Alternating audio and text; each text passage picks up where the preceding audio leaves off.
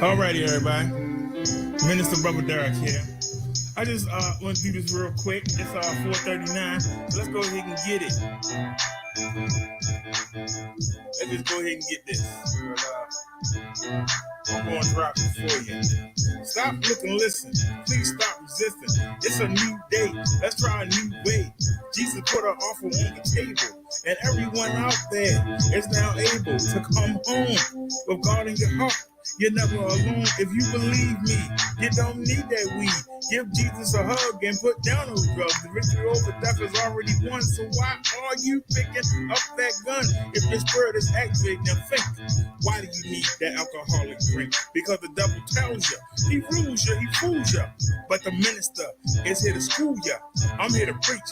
I'm here to teach. And it's you I'm trying to reach through this song that I compose. When Jesus comes back, only God knows. Are you ready or are you sitting heavy?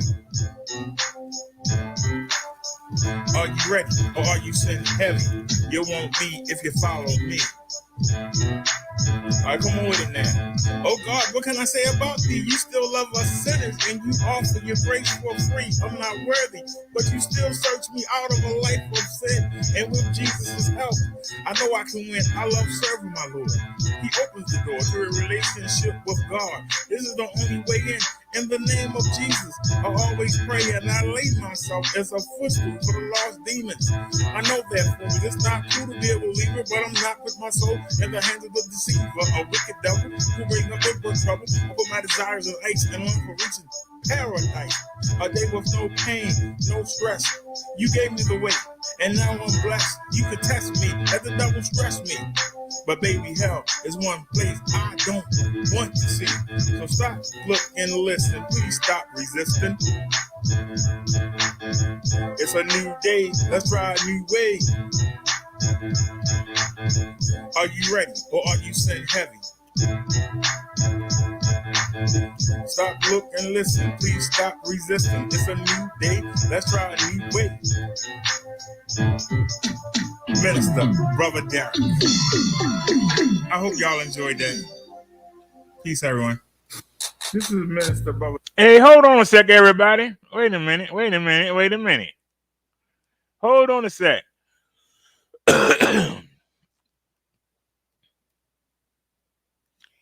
Today is Wednesday. I thought it was Tuesday.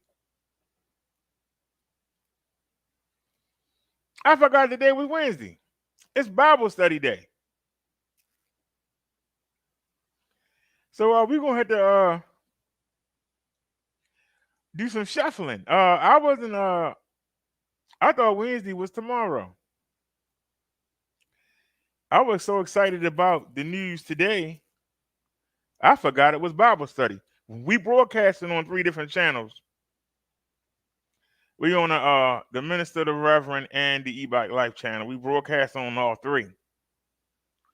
Man, with the good news, I forgot it was Wednesday. And I ain't gonna lie to you. I was sleeping good. And the phone rang. And I didn't recognize the number. I thought it was a scam call. But something said, answer the phone. And I answered the phone. Yes, I did. I answered the phone. And I was informed that on the 22nd, I'm supposed to meet with them. And I'm meeting with them at a high rise. When y'all saw me ride the day before yesterday, we rode past it, but it was a little further up the street. I don't know if the camera picked it up. It might be in view of the camera. It might not be in view of the camera. I don't know if the camera picked it up. But it's a double high rise. Like New York, like Chicago, Cabrini Green. On the other side of the street it's low risers. And we got plenty of images of the low riders because I'm pointing them out to you, calling them the low risers. So they want me to bring some information, and I guess I'm going to be looking at what they got. Now, I don't mind being in the high rise because they're going to have an elevator, okay? And they're going to have a ramp. So that means I can ride the bike up the ramp, walk it in, put it on the elevator, and go upstairs. Now, if they want to put me in one of the low rises, if it got a ramp, that's fine too. Because I'll be on the first floor and I'll be good to go. But I've seen the low rises have steps. Now they have efficiencies, they have 1 bedrooms and 2 bedrooms. I don't want an efficiency unless I'm paying $50 a month, $50 or more a month less. Then I'll take an efficiency. If it's $50 to free, I'll take the efficiency. But I prefer to have a 1 bedroom.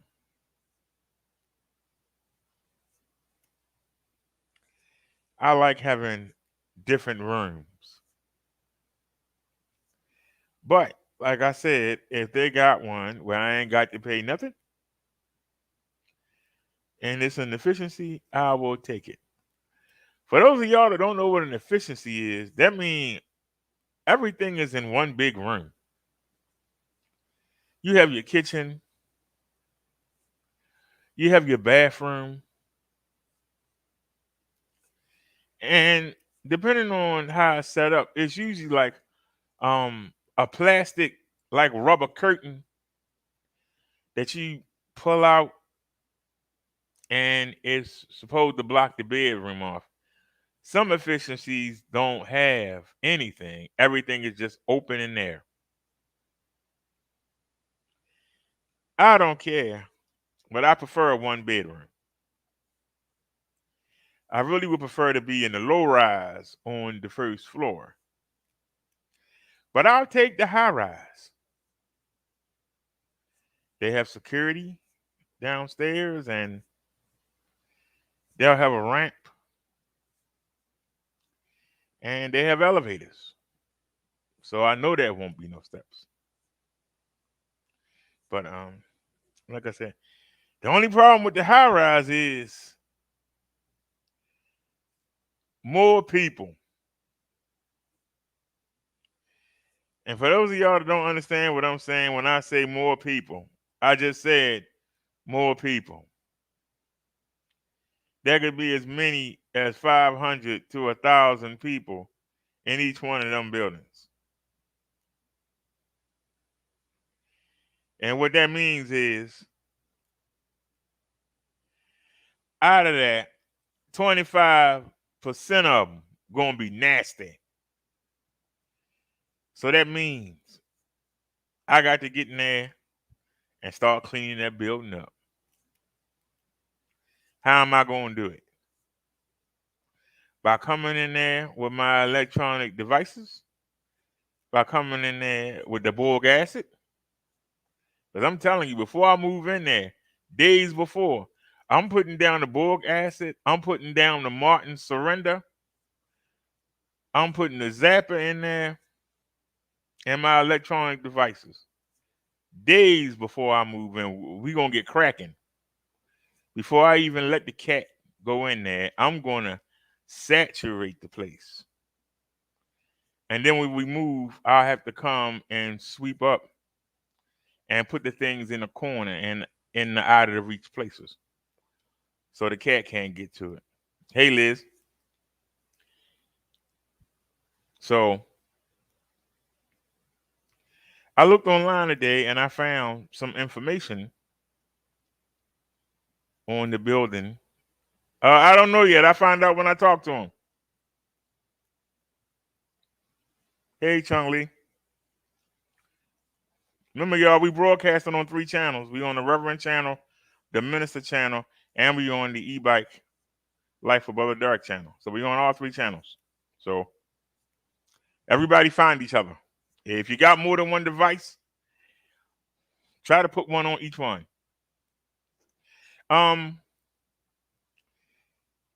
Like I said, I'm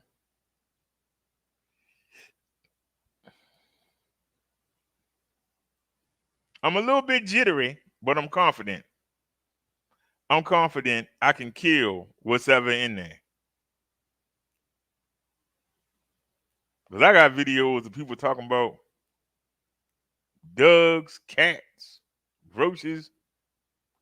We're going to go in there and we're going to kill it all. Well, can't kill it all, but anything that's in the vicinity of where I'm going to be at, we're going to put a hurting on it. We're going to put a hurting on it. If I have to layer that whole place before I move in, if I have to layer it, I'm talking about 2 inches across the whole floor. If I have to put down the Surrender and the boric acid, I will. And let them come in there and take it right back to their nest and kill their babies. Yes, that's what we want. I call my apartment the killing fields. Because if you walk in here, you don't walk out. If you're dumb enough to come in here, you don't walk out. If you think you're going to set up camp and drop your eggs in my apartment, you ain't walking out. And if you walk out, you ain't walking too far. You're walking out to die. And go ahead and feed it to the people waiting for you. I haven't seen an adult roach in my house in almost a year. You know why? They know not to come. But every once in a while, I see a dumb baby. I see a dumb teenager wander in here. It's only been about 6 times. I've been here since February was a year. I've only seen 6 roaches in a year. And it was easy for me to kill each one of them. Well, why was it easy? Because they was already half dead.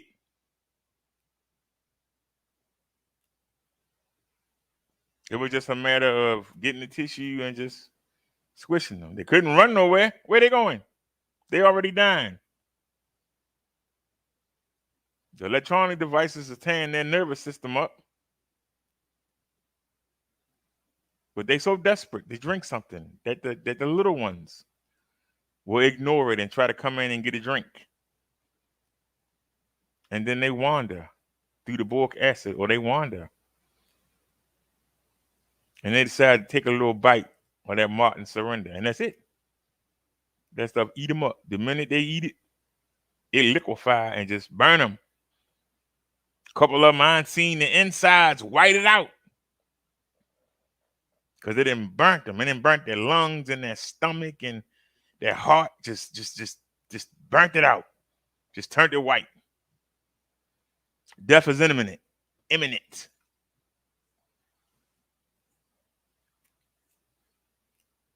There's a hole. There's 2 holes in the walls in the right-hand corner of my room where they put the cable lines in.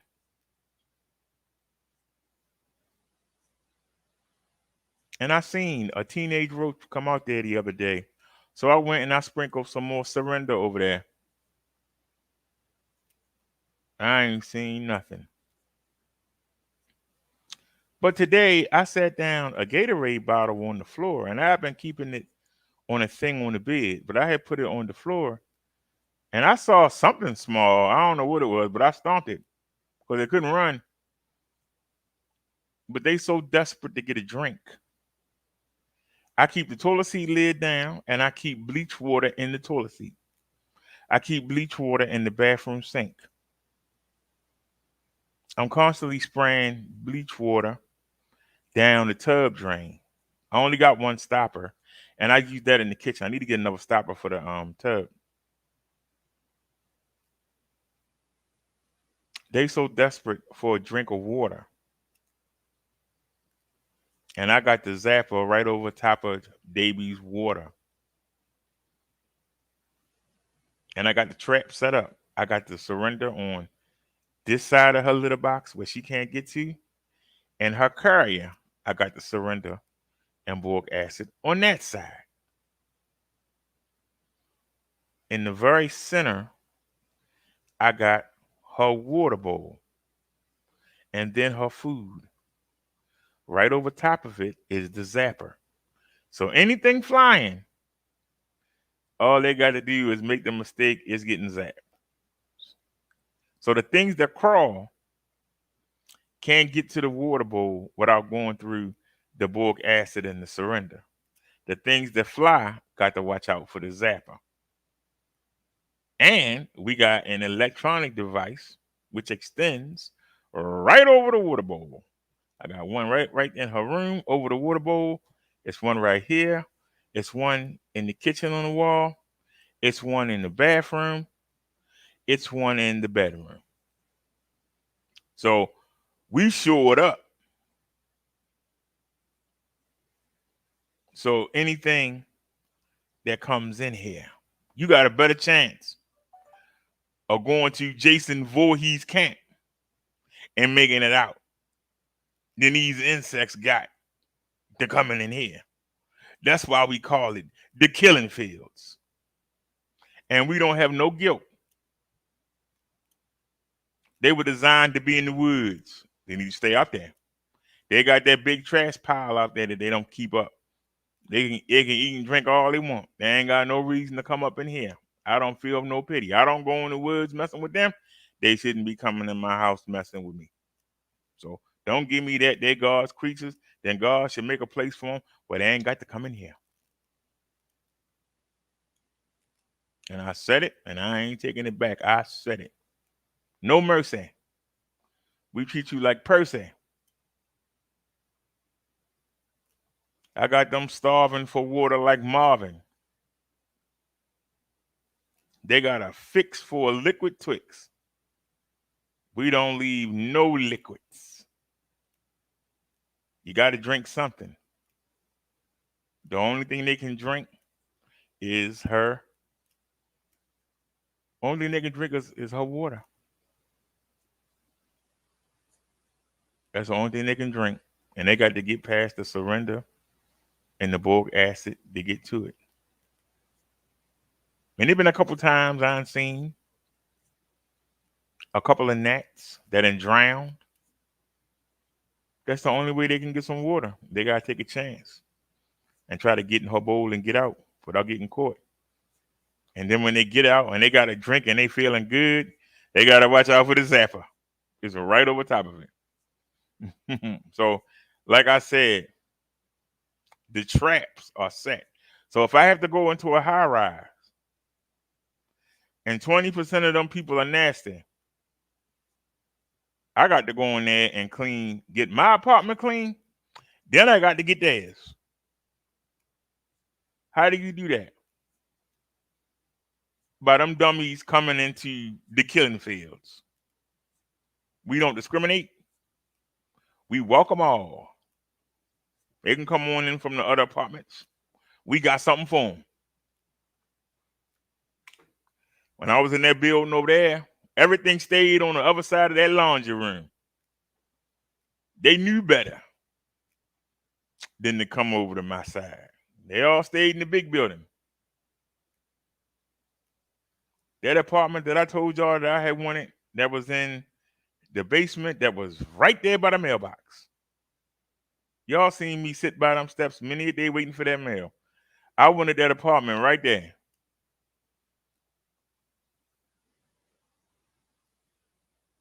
The girl told me that they opened the door up in there and the roaches was everywhere. They had to go in there and spray the place down. We ain't had no roaches. We right on the other side of that laundry room. When I was downstairs, when I moved upstairs, nobody came over there. I told y'all we would sit outside and wait for the mail. It would start to get dark. Sometimes we had to sit up there till 8 o'clock at night waiting on the daggone slow post office. I'm sitting out there, And I'm watching them come out the front of the building, watch them run down to the alley, make the right, but they didn't go down. They crossed over to the other side of the alley, went down to the end of that building, past my building, then crossed back over. And we have video. So even the rats know, don't come mess with him. When I first moved in here, we had some baby mice. If I made the mistake, you know how I would do the show, and then I would go in there and fry some chicken, and you know the grease is too hot to put in the bowl. If I fell asleep, I would hear some rumbling in the kitchen. I ain't never seen them, but I know they've been there because I see Davy looking for them. I put that boric acid down there. You don't hear that no more. And then we got the surrender. Now you really don't hear nothing.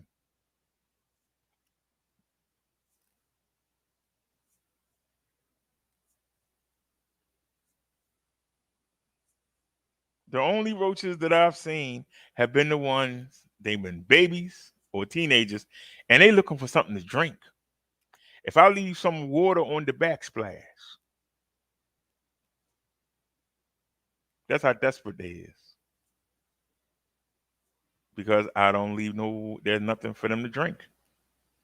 Everything that I have to drink is in a bottle closed up. So unless it's sweat from being in the freezer, that's the only chance they got for any liquid. That's the only chance. And I know the ants is coming back, and I'm waiting for them. I know them baby ants is coming back, and I'm waiting for them. The devil think I forgot. I ain't forgot. I'm waiting on them. We're going to order some more of that surrender, and we're going to make a nice little... I ain't even going to be here. I ain't going to be here to sing. But if I am, we're going to have a nice little line because they come from the same side where that trash is. Now, I don't have a problem with ants because ants are very workmanlike. They come out and do what they got to do and go where they got to go. I don't win anything in there. And it be them little itty bitty black ones, them little itty bitty ones. Now, before we was putting down, now I really couldn't get where I wanted to because Davy go under the bed. If she didn't go under the bed, I wouldn't have no problem. But that's that safe haven. So I started putting bleach water down there in the down at the bottom, where the wall meet the floor. They put that piece of wood. Well, they was trying to make a home in there. I started putting bleach water in there. Ran them suckers right out of here. They thought they were doing something. I did all the trim all the way around the room. Then I came out and did the whole apartment. Boy, they couldn't get out of here fast enough. When I was over there, Davy didn't go under the bed. Why she go under the bed here? I don't know. But over there, she didn't go under the bed. And I had took some, what do you call it? I took some flour and I mixed it with some boric acid and added some hot water. And I made me a little paste. And then I put it all along the baseboard. You could actually see the ants trapped inside the paste. I'm a born hunter.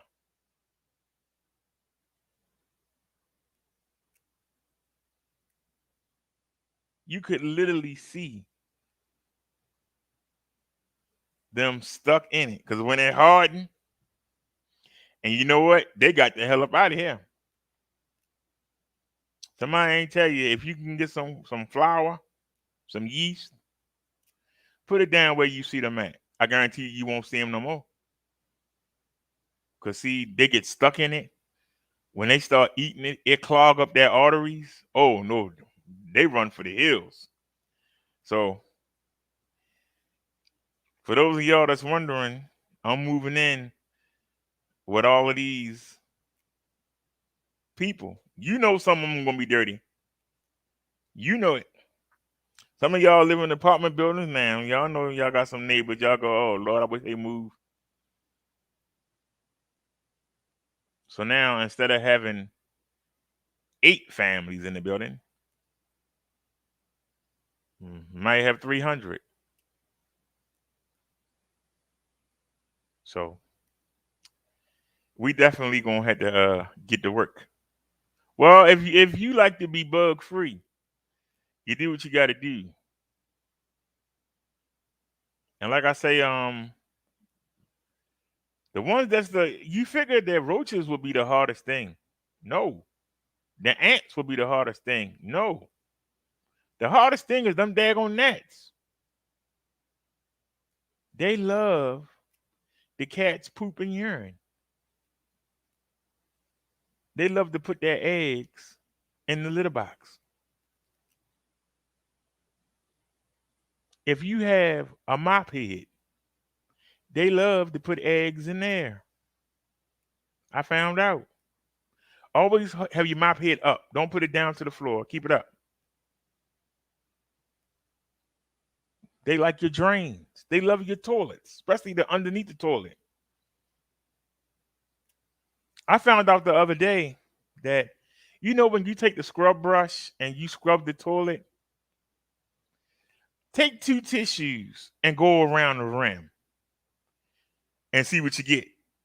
Take the brush and go around, and then take 2 tissues and go around the rim. I guarantee you that brush ain't gonna show you nothing. But you take 2 tissues, you go around the rim, you're gonna be like, what the hell? What made me do that? I told you that I kept bleach. I keep bleach in the toilet water. But I opened up, this is a couple of weeks ago, I opened up the toilet lid, and there was a gnat in there. Now, it had mistakenly drinking the bleach water, so it couldn't fly away. It was messed up already, but I went on, I actually fished them out, looked at them, and then killed them, and then flushed them down the sink. But because I wanted to make sure that's what it was. Because I was trying to figure out the lid is down. How did he get in? Well, he got in there somehow, but guess what? He wasn't going nowhere. But that made me clean the rim. I said, well, he must have been going after the rim because it was spotless. I had just cleaned it. It was spotless. So what was he in there for? He couldn't drink the water. It had to be something else that made him go in there. Because from the bike ride the night before, he must have came in with me. When I brought the bike in, he must have came in too. And so I cleaned the rim. Man, that daggone tissue turned brown. I said, what the hell? So I got the scrub brush and scrubbed it and took the tissue again, and it still came brown. 20 tissues later, I finally didn't get nothing. So even though we got them to fix the toilet, so there wasn't leaking no sewage, and to seal it, they got a great sense of smell. Don't underestimate that sense of smell. Because even with bleach water in the toilet, they still was able to smell that there was some fecal matter up around the rim. So y'all get a minute, get to do the tissue test. Take it firmly around the rim. If you don't get nothing, you're doing a great job. If you do get something, throw away your scrubbing brush. It ain't no good. Throw away that scrubbing brush. It ain't strong enough. Because I'm telling you, you'd be surprised. And they eat anything. They don't discriminate. They will eat anything.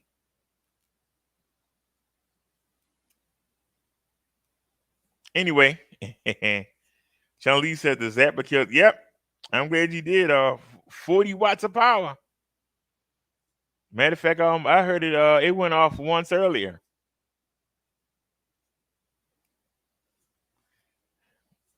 I pour bleach down the drain, and then I think it's okay to leave it open, and I'll start cooking, and then I'll hear the zapper go off. So even though I pour bleach down the drain, they still come up the drain anyway? I thought that you said that would make them not want to come up the drain when you come back, Chun Li. I'd like you to explain that. I thought you said that pouring bleach down the drain would stop them.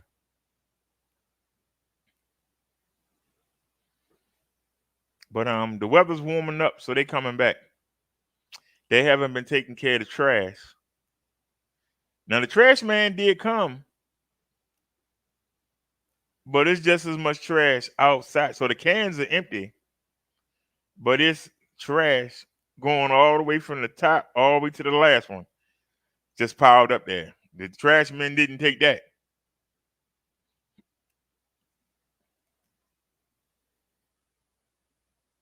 They didn't take that.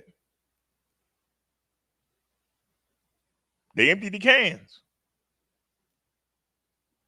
We got 8 of them big rubber, them green big rubber cans with lids. We got 8 of them. The trash man emptied those cans. But when those cans got full, people started putting stuff next to them. So it's a row of trash along with the row of cans. The trash men didn't pick up the trash that was on the ground. They left it there. So that means the bugs are going to remain. But anyway, I'm gonna stop grossing y'all out about the bugs. Let's talk about the I can't believe I forgot the day was Wednesday. Maybe we'll look at X or something, or maybe somebody suggest something. Let me open up a new window, and let me go. I got so many things that I pulled up, but Nia gave me this one. So let's start with this one. I think this is the most emblematic. Let me go and to start the screen sharing. Let me pull this up real quick.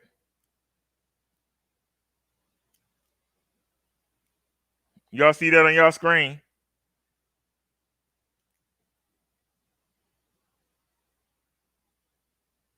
You know, it's an old saying, when you make fun of somebody, sometimes it come back on you. And I've made fun of people living in the projects. So maybe it's my turn. So let's get it.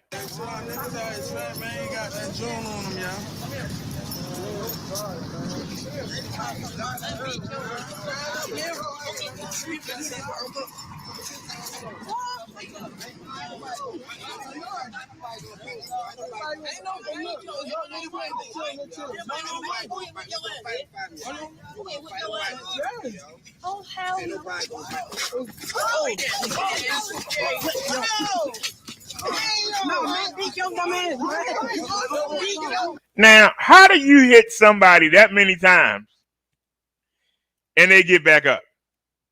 This is why I don't fear people, especially black people.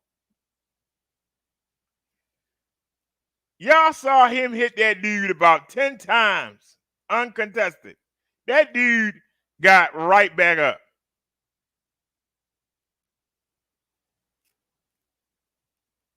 Did y'all hear what I said? Watch how many times this dude gets hit and he pops right back up like it was nothing.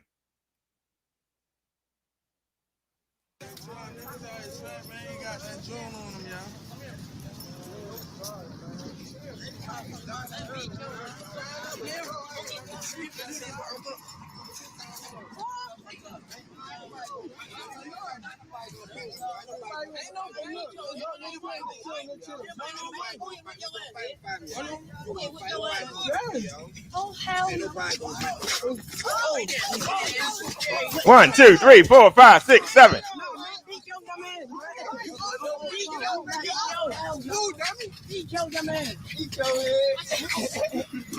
He killed him. Well, how is he up?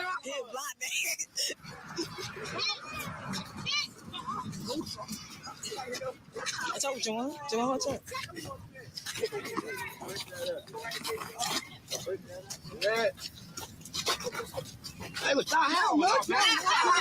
this is what you gotta watch.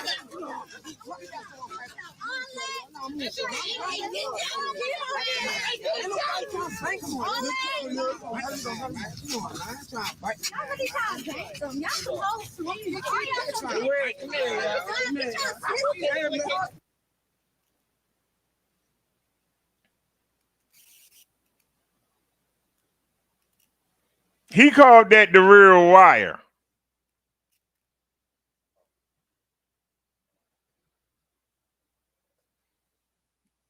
He hit that dude 8 times with nothing coming back. That dude should have been laid out and played out. That dude got back up like it wasn't nothing. He landed all them blows, and somebody still had to come help him.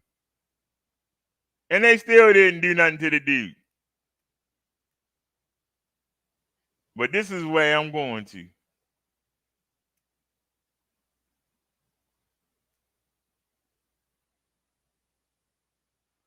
Those of y'all that follow me, we know that we spray, we throw the front kick,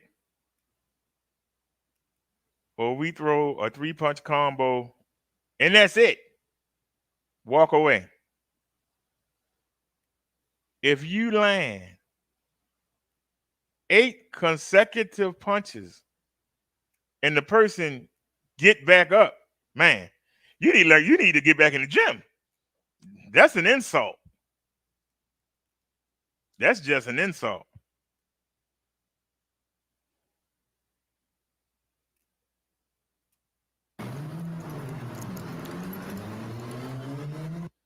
Nia says, yeah.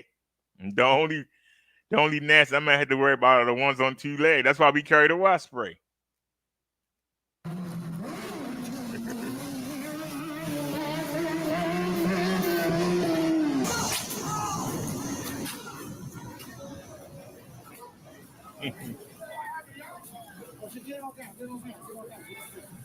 He's the low riser.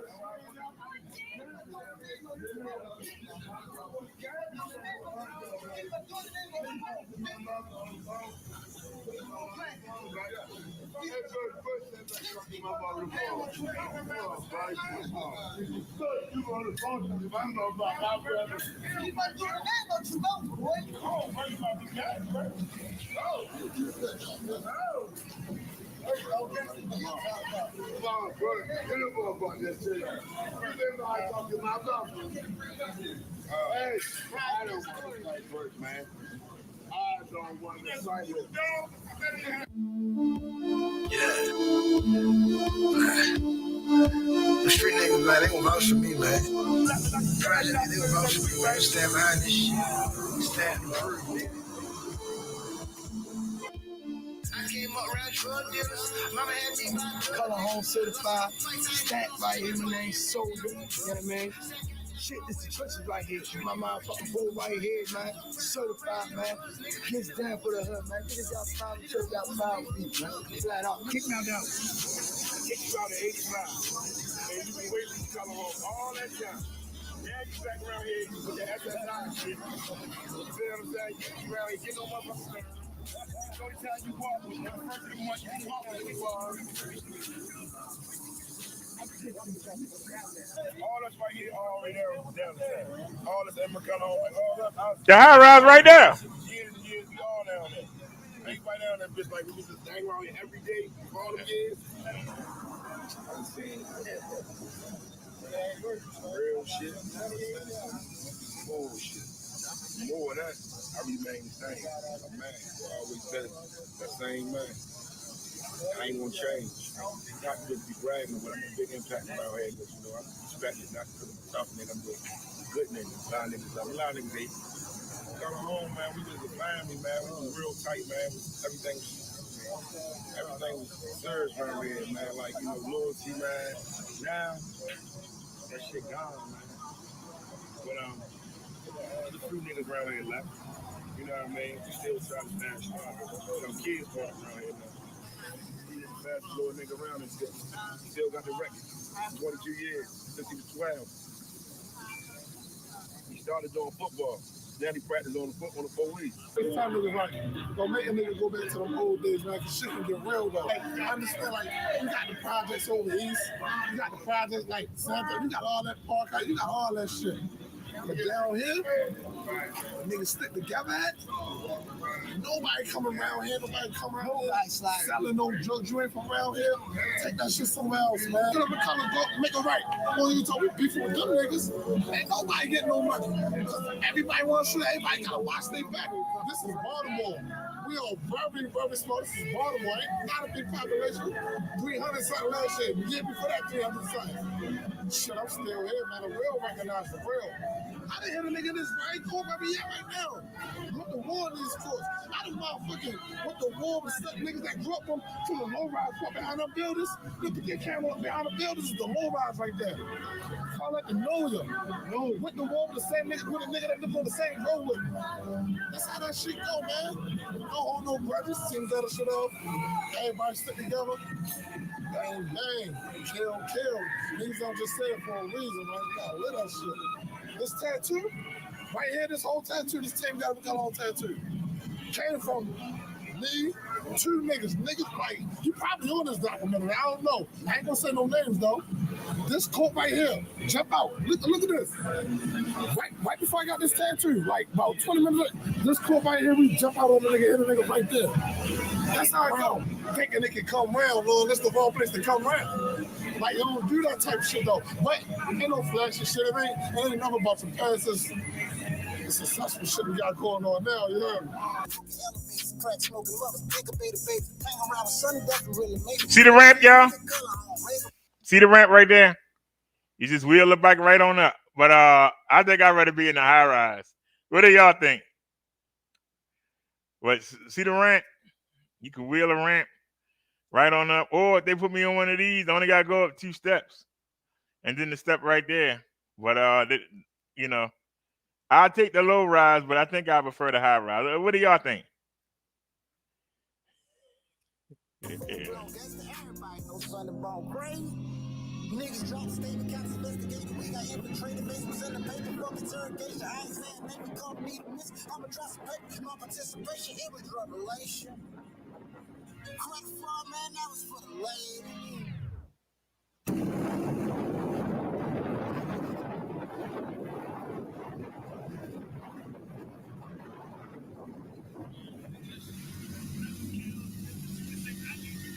What's up, y'all? Color Homes. Right now, where we at, this is my aunt house. 556 Preston Street. If the rain house grew up at Ikea, Tommy, Sabrina, Pool, Raymond, Mac, and them right around the corner. Used to be Murphy Homes right across the street. They called this shit the Know You. It was like after the corner block and the movie went off. We said this the Know You. And after that, that shit just stuck. If you look around, this motherfucker looks just like the Know You down New Orleans. Except we got the motherfucking buildings down the street. This the real wire. I'm gonna take out the inside to see. They throw the wire around here, but we ain't had no Avon Bucks here around here. We had Shelter, Cheetah, Desert. You know, we had Mac, we had Will Branson, Sean Weaver, Lil Slowdown. All of those niggas came right up out this motherfucker out the road. This team got a car wash right here. These niggas a bunch of young niggas, you see a bunch of young wild niggas, there's a whole bunch of crazy wild shit. Now you got a car wash running now.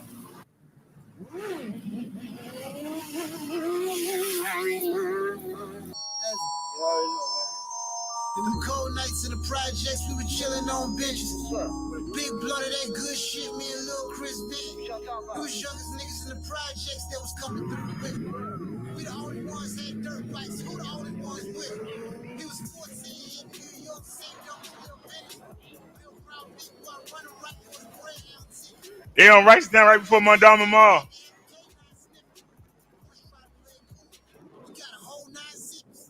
900, 725. Man, it ain't even about me, it's about my niggas right here, man. How much you get shit shot, you get paid, man. You know what it is, man. My time comes, you heard me. I wait in line to the time. What you saying? You heard me. You keep that motherfucking door down. You heard me? Everything on the door. You live in the White House, oh, it was like 10, 11 hundred motherfucker when she was in a mountain bike. Back up. All right. Real movie home.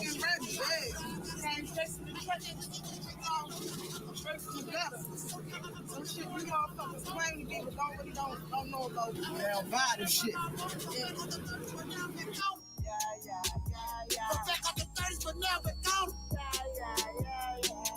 I saw my dope on the corner with Dick and my brother. Guess I'm just built for this shit. Money was stressing my bitch up and left me. I can't even lie, I was feeling that bitch. Needed the money and out of this and it's looking like I gotta kill for this shit. Built for it. Built for it. Man, I just built for this shit.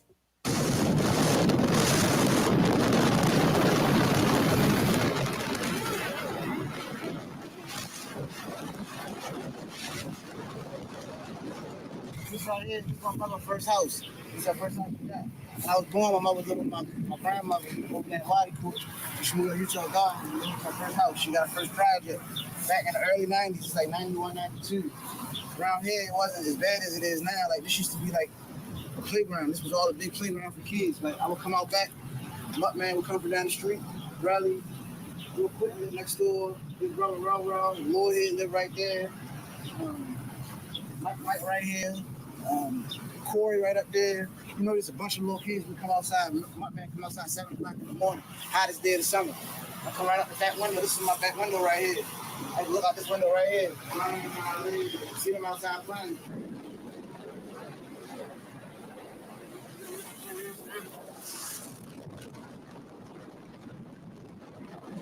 Tony went around this motherfucker with a shotgun robbing shit. Anyway, long story short, he told me he was selling a car one time. I took him over here, Troy House. We got inside of that motherfucker. Tony ain't had no gun. Tony tried to rob him. Long story short, Tony, it ain't go the way he wanted it to go. Troy and this girl wound up flipping Tony over, and that motherfucker hit him in the head with a frying pan, some crazy shit. He wound up getting locked up. That was the end of his robbing for a minute. Like it was retarded back then. Right here, this stuff. A lot of drugs got sold. Right here. A lot of drugs got sold right here. Split. But old used to be that one down all the way down there by the market. But yeah, we did a lot of shit right here. A lot of dumb shit happened right here. I remember Real know your boys. when I first met Speedy, it was at Booker T. He was like, my name's Speedy, yo, but I'm fast. So anytime a nigga try to get out of there, I can catch him. So we had Speedy catching niggas. Nigga trying to get out of there, coming out from Booker T, we ran Booker T. Like, if nigga wanted to cut on Booker T, and there wasn't no other hoods in Booker T. 122, Booker T, we just came right there, the same thing. Ain't nothing changed. Same little project did. Down bottom boys, baby. Man, down bottom boys, baby. They know what it is. Brother had paper, no, I ain't lying, man, a reputation, all of us crazy. Just a dedication to him to the shot show. Didn't make it, Edie didn't make it, Cheetah didn't make it, Edie didn't make it, Donald didn't make it. Yeah, I took the hard away. Keep doing bad face, show me to the paper if I can rob today. You know, I admire my man. First young nigga, you feel me? First young nigga, multiple bikes, multiple cars on the block. You know, him and my man Dick, you feel me? First nigga, I know out my clique, out niggas I fuck with, that was on a business mindset, you feel me? Real focused though, you feel me? He younger than me, but he talked a lot of T shit to me, you feel me? Kept me humble as I am, you feel me? Always been on go, you feel me? Always been on go. Since a young nigga, you feel me? Always been on go. Ain't no push over, you feel me? Always focus on the money. When I be telling them stories about 10, 11, I was outside. This way was at right here, Commerce Court. Hey, Sadak. This how shit was ran down. Cheatham, Desi, Burt was standing right here, watch the corner. We had a hole right down here. This one you hear that. In 5th grade summer.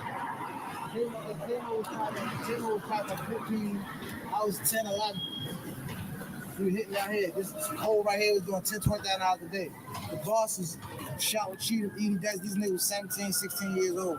But a whole lot of these motherfuckers doing 10, 20 a day. We ain't had no jack boys, none of that shit. We ain't never had no situations where niggas came down this motherfucker hustling or trying to do no kind of crazy shit like that. I'm gonna walk out through this motherfucker. You have to see the old world.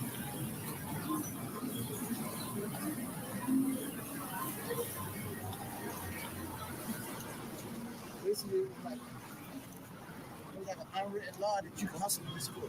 I of course the old people called the police and they over we had the lady down here in the cornerhouse used to call it back once in a while. But really basically we was wide open down here in this court, this white top area. We been here all day, me, Norman, Satchel Ball. Matter of fact, this is right here, East Experience, like 418.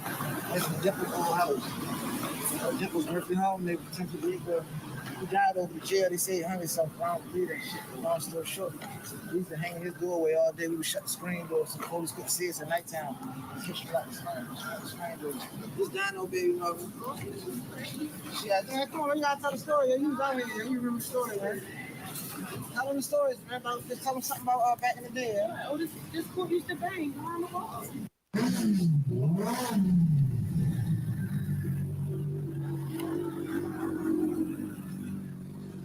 This Sheltmore the boss right here. This the one riding that White House hole. When we talk about that shit down the project, this Sheltmore the boss. 6817 had 10 $29 a day hole run. Right now I'm about to take her to the trap house. This McCullough and Hawk. Project, project came up here, took this corner over. Sheltmore only gave it to me. He came up here, got a bunch of money.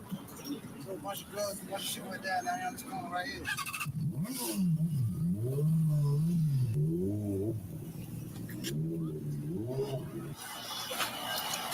We from McCullough and Dolphin. We from McCullough home. We project. We came up here. It was a rap. We savage. We wolves. We hyenas. Everything was really. They couldn't nobody control it. They couldn't contain us. You know, the gut is K2, man. You know, kind of home shit, man. Real life savages down there, man. You know, shit you can't speak on though. Near, you said what street? I'm gonna be on Druid Hill. But you also got Preston, and there's a high rise there too. And then you got Pennsylvania Avenue. When you get to Martin Luther King, they knocked down the high rises that was on Martin Luther King. And they put up around Saratoga, going all the way down to Baltimore. They put up a new development. If you remember the bike ride, I was telling you these are the new houses, the new forms, where they actually made they started making little townhouse developments where the projects used to be at. Because if you come on the other side of Fremont, the church I used to attend, it isn't there anymore. But right on the other side of that church was more low-rise projects. We haven't been up that far. I assume they still there. But we haven't been up that far. But yeah, we used to go to church. And the church was right next to the projects. The low rise. It's a lot of low rises, but they also have the high rises. And you can see these low rises is almost as bad as the high rises. You know. Yeah, Dolphin Street. Yeah, it's a development down there. But then they put up these new to try to get people, that's working in the city, because the city's on the other side of Martin Luther King, is downtown, and there's a lot of businesses down there, and they actually made some low income housing. Y'all heard about the shooting we showed yesterday at Dunbar High School? I've rode by there. I've shown y'all the high school, and I've shown y'all Dunbar Middle School, and we rode through. We were a block above the low-rise projects right there. But when you get on the other side of Central, they knocked down those projects, and there's still some there in between Broadway and Central. But when you get on the other side,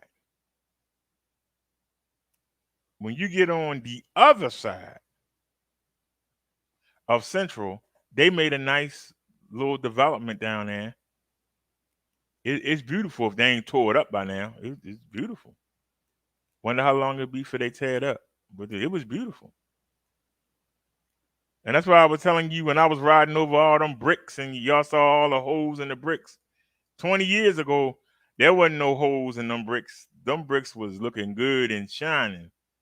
And y'all saw I had to keep my eyes on the ground because a third of the bricks was missing. That's because the city didn't keep the sidewalk up. They ain't keeping the sidewalk up. You know they ain't keeping the buildings up.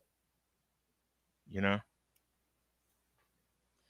So just keep in mind, y'all, we on 3 different channels. So some of y'all are on one, some of y'all are on the other.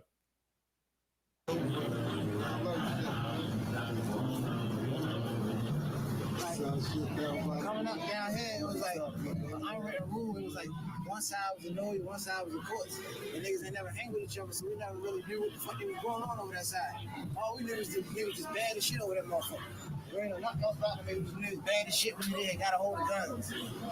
Over this side, we was smoking weed, drinking, selling drugs down there in that court. Over that side, like, basically, them niggas didn't even smoke and drink over that motherfucker. They was just bad. Them niggas wasn't smoking, drinking, no, they was beating shit. That was known for it. Yeah, man. Color home founders. Why don't you tell the dirty know your kids story? You know, them little savages. Way back in the day, man, we used to I know him. I don't know his name, but I know him. down this spot, I mean, you cut on that bitch if you ain't have a little certain code in your little ass. You know what I mean? So the niggas couldn't hustle out here. I mean, back in the day when niggas went to Macy's, everybody got cheesesteaks. You know what I mean? And fries. Everybody ate at one time. Everybody got money at one time. Yeah, cuz we fly around. That crazy with these kids, wild out, you know what I mean? Niggas come around here, man. Yeah, you want around here, walking. 20 years of plus around this motherfucker, man, all our life. Niggas can't tell us shit around this motherfucker. We done did it all around here. Everything. Fist fight, gunplay, robbing, selling dope, fuck bitches, banking bitches. I mean, we used to have a Uzi, man. You know what I mean? He's a lot of little motherfucker. Yeah, we way back in the day. Man, that's what we need to talk about. We gotta tell them niggas on Weaver, yeah? You know what I mean? Man, Weaver. I remember we used to play baseball. I remember We used to play baseball, yeah. Man, nigga had one hit in his ass. He'll knock you straight out. You know what I mean? Yeah, Mackie back in the day. You know what I mean? Issue, man. A lot of niggas, man. You know, it was the shit. You had feet and all them niggas, big whoop. You know what I mean? A lot of niggas, man. Shit took me a lot, man, in my project. Took me a lot that I need to know in the man I am right now today. You know what I mean? I'm 30 years old now. That was big bull right there, Brian. You know what I mean? The project shit for Color Homes, man. I know what's going on, man. This shit go deep, man. Real stories, man. These really telling real stories. All that wild shit was fiction. That shit was watered down. We had real killers down here. I'm talking about real shit. We talking about Sean Weaver. We talking about Headbuster. We talking about Lil Snow. We talking about Slow, Weaver, Dickhead. We can go on, Baba. You know what I'm talking about? Got a little ish. They didn't even make it a C. You know what I mean? I made 15 years old. You know this project shit go deep, man. This McCullough Home shit deep. It's the only project still left on the Pittsburgh Avenue. We represent Pittsburgh Avenue, but down bottom, the only one got the projects. DVB, man. Down bottom, only one got the projects. That's facts. We them original niggas that y'all Avenue run the wrong way, but down here we got the projects. The thing about the projects, y'all understand, we had waves down this motherfucker. See, it was like a banana clip wave, right? Yeah. A bunch of little kids with guns. Facts. Robbing shit, killing shit, kidnapping shit. And we was providing with the guys. That was ready. We had the same kind of niggas. Like 50 bucks of them niggas. On Fridays, we literally rolled out 50 bucks, had them bitches on the table. You know what I mean? Young niggas. Young niggas really going at it. Really going at shit. We need a motherfucking business, right? Give them break their hands. They know that go along with everybody who's been loving this banana clip wave, man. That was a wave. That was a wave. Team got them. Color Hall, this shit going wrong, baby. Everybody who think he was somebody was in this movement. I'm just like, no. Yeah. You know what I mean? Niggas ain't making the 31 or 32 for nothing. I ain't bragging. I'm just saying I'm a real nigga. I ain't bragging about what I did. I'm accomplished. I'm still here. I'm teaching my kids. My brother's still here. We ain't lit up any niggas. This project still keep going. Color Homes is really a project, man. They used to put these hands on niggas. Yeah, they know that. What? Niggas know about these hands right here. Chicken bake, we had everybody shit. Woo! Yeah. Chicken bake. Woo! Everybody, look at me. Look what I got on. Some bullshit. Raw shirt, all dirty. That Montclair shirt probably like $230, $250. I ain't even put it on yet. Small clear. This shit still got a tag. Grab that bitch for me. Come on, fucking T. T got right. Grab something. I said I'm gonna grab something for you. Small clear shirt. Man, this shit phony, man.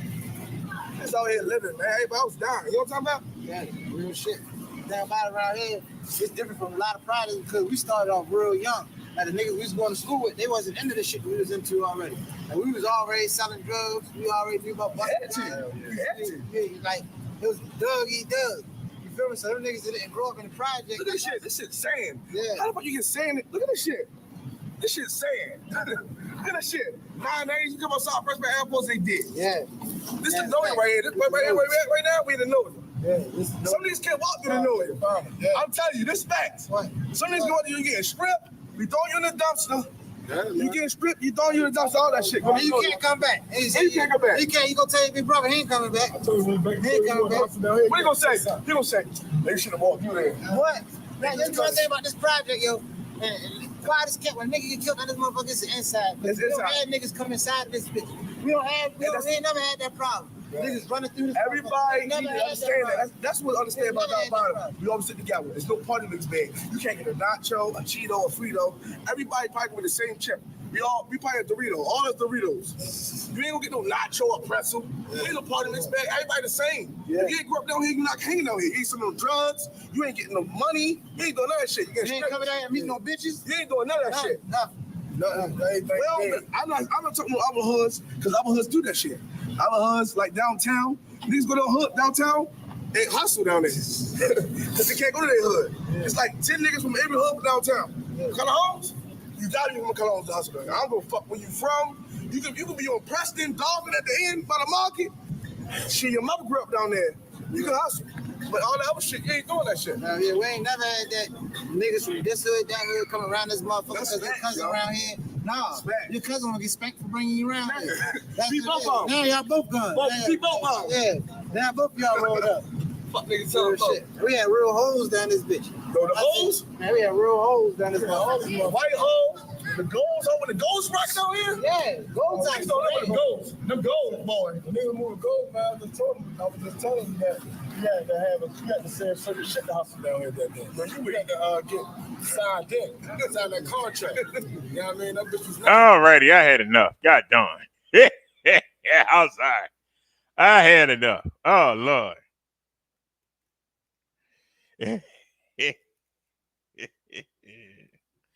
Enough.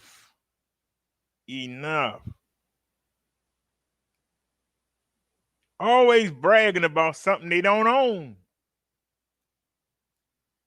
Put your money together and buy a couple blocks. You can tell the police to get off your block. We own this. But nope.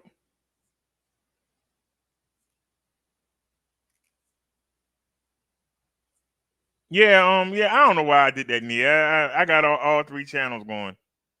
I don't know what I was thinking. So it's 80 y'all between the 3.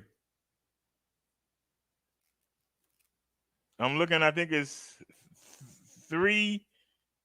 It's 3, 3, and 2. So I think it's 3 on the minister, 3 on the reverend, and 2 on the e-bike channel. But it's 8 altogether. So let's check out another video. That video wasn't over. I just got tired of just hearing them guys try to brag. You know, they just trying to brag. All right,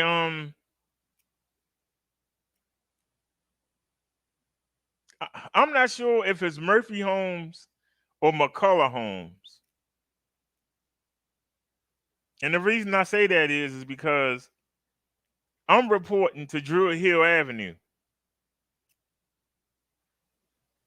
But the very next street over is McCullough. And if I'm correct, the next street over is Pennsylvania. And this project's on all 3 of them blocks. And there's a high rise, if I'm correct, on all 3 of them blocks. And it's low rises on all three of them blocks. Dolphin Street is actually at the top, going across. And Druid Hill, McCullough, Pennsylvania. So they all run.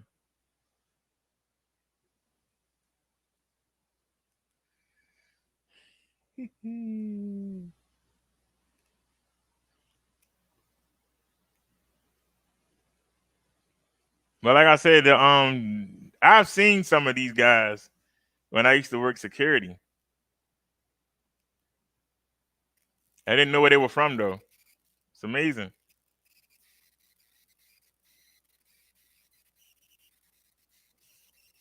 Don't know them personally, but I've seen them.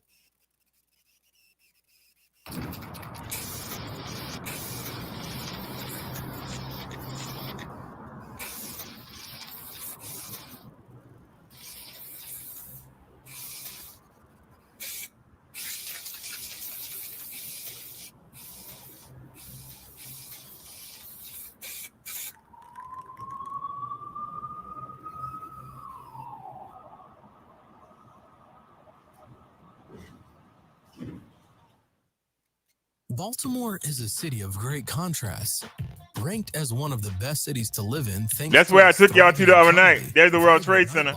And plethora of sporting venues. This seaport city has its fair share of social and economic problems. In addition, the city's neighborhoods have been the subject of countless stereotypes. In essence, Baltimore is a place of diverse peoples and cultures. And as such, there are bound to be some neighborhoods that are better to live in than others. That being said, certain neighborhoods are more prone to violence than others. And given the high poverty levels, street gangs and high crime levels go hand in hand. Some of these violence-prone neighborhoods are also some of the poorest. Made up of 54 neighborhoods, Baltimore is thus not only one of the best places to live in, but also one of the most dangerous. According to statistics, a third of all gunshot victims in the city die. From these statistics, it is clear that Baltimore has a lot to deal with, especially in regards to street gangs and mass shootings. Based on scientific data and data from law enforcement agents, here are the 10 most dangerous housing projects in Baltimore. Number 10, Lafayette Courts. This public housing project opened in 1956. It consisted of 17 low-rises and 6 high-rise buildings. It was occupied by over 500 families. This community became one of the largest complexes in the nation and the first high-rise project in the city. However, as the 80s drug ministry, thank God I ain't going there. Oh, Lord. Became a battleground for rival drug dealers. With police being overwhelmed by the situation, the Nation of Islam was brought on board to provide security to the development. Years of drug dealing, poverty, and poor maintenance took a toll on Lafayette Courts. The residents and city officials seemed to all agree that the community was a lost cause and could not be fixed. According to the Baltimore Sun, this was just another failure by the government in their attempt to confine the impoverished. Demolition started in 1995, where many celebrated amid live television feeds. The community was imploded, paving the way for the creation of mixed-income homes through a program called Hope 6. Number 9, Latrobe Homes. This community was specially built for white people, and it was completed in 1942. Located in East Baltimore, this public housing project was built on 23 acres of land. This development was not spared the ill public housing project's reputation of drugs and violence. Over 60 people were arrested and charged with planning to sell and distribute drugs in the community. A youth working for a street safety and violence prevention program was accused of selling drugs at the homes. This was in 2017. In 2016, a shooter in the area wounded 2 children and an elderly woman in a wheelchair. The police stated that the shooter was playing dice where he left and came back wielding a gun to the crowds. Indeed, security has been a great problem at Latrobe Homes, further denting the reputation of the community. Number 8, Perkins Homes. Perkins Homes is one of the oldest public housing projects located in the southeast area of Baltimore.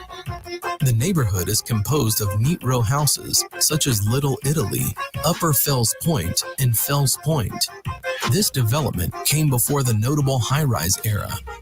This is when we went on the last waterfront ride, not where we was during the day, but at night. And I came up here and I told y'all that I was going to show y'all these, and they were knocking them down. They had taken everybody out and were demolishing them. Y'all remember that trip? The video's up. I think it's called Take Us Tour the City with Me. But this is the projects that I was coming to show y'all, and it was fenced up. I couldn't take y'all in. The crime rate here has been above average in terms of national rates. However, the abundance of mice and rats was unsettling, with one senior lady saying that pests freely roam the building, entering the houses through windows. Plans are underway to upgrade and redevelop this community. This is according to the Housing Authority of Baltimore. The idea is to create mixed-income homes that serve the needs of residents in a responsive manner. Also, this will go a long way in reducing crime and mitigating poverty. Shocking stories of crime from Perkins Homes have also been quite a number. One particular incident in 2013 left many horrified. Victoria Glover was loading her son in her car when she was shot to death right outside her home. The person who killed her was her estranged husband, Corey Bowman. Bowman later committed suicide in one of the apartments in Hey, it's Ice-T. Number 7, Gilmore Homes. Located in West Baltimore, the Gilmore Homes was a public housing project erected in the Winchester area.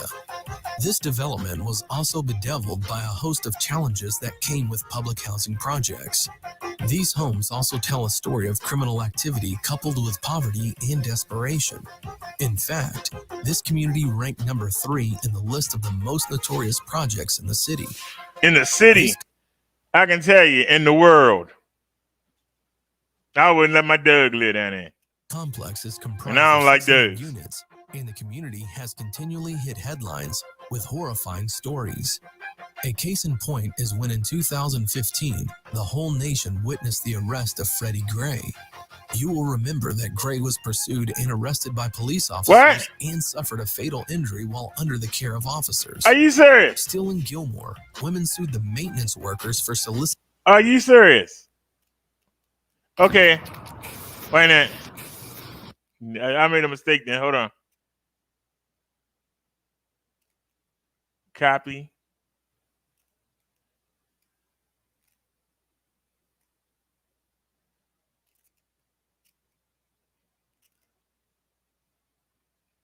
My bad, y'all. I had it on Chrome instead of Bravo. My bad.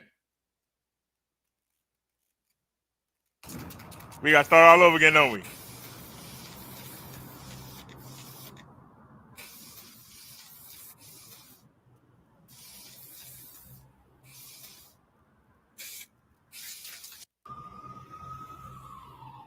Thank you, Nia.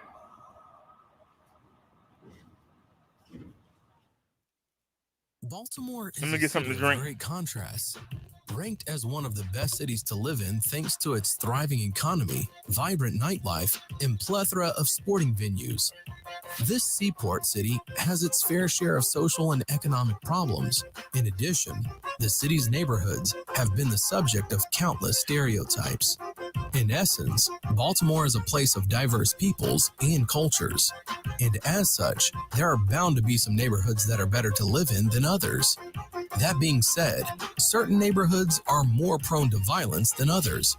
And given the high poverty levels, street gangs and high crime levels go hand in hand. Some of these violence-prone neighborhoods are also some of the poorest. Made up of 54 neighborhoods, Baltimore is thus not only one of the best places to live in, but also one of the most dangerous. According to statistics, a third of all gunshot victims in the city die.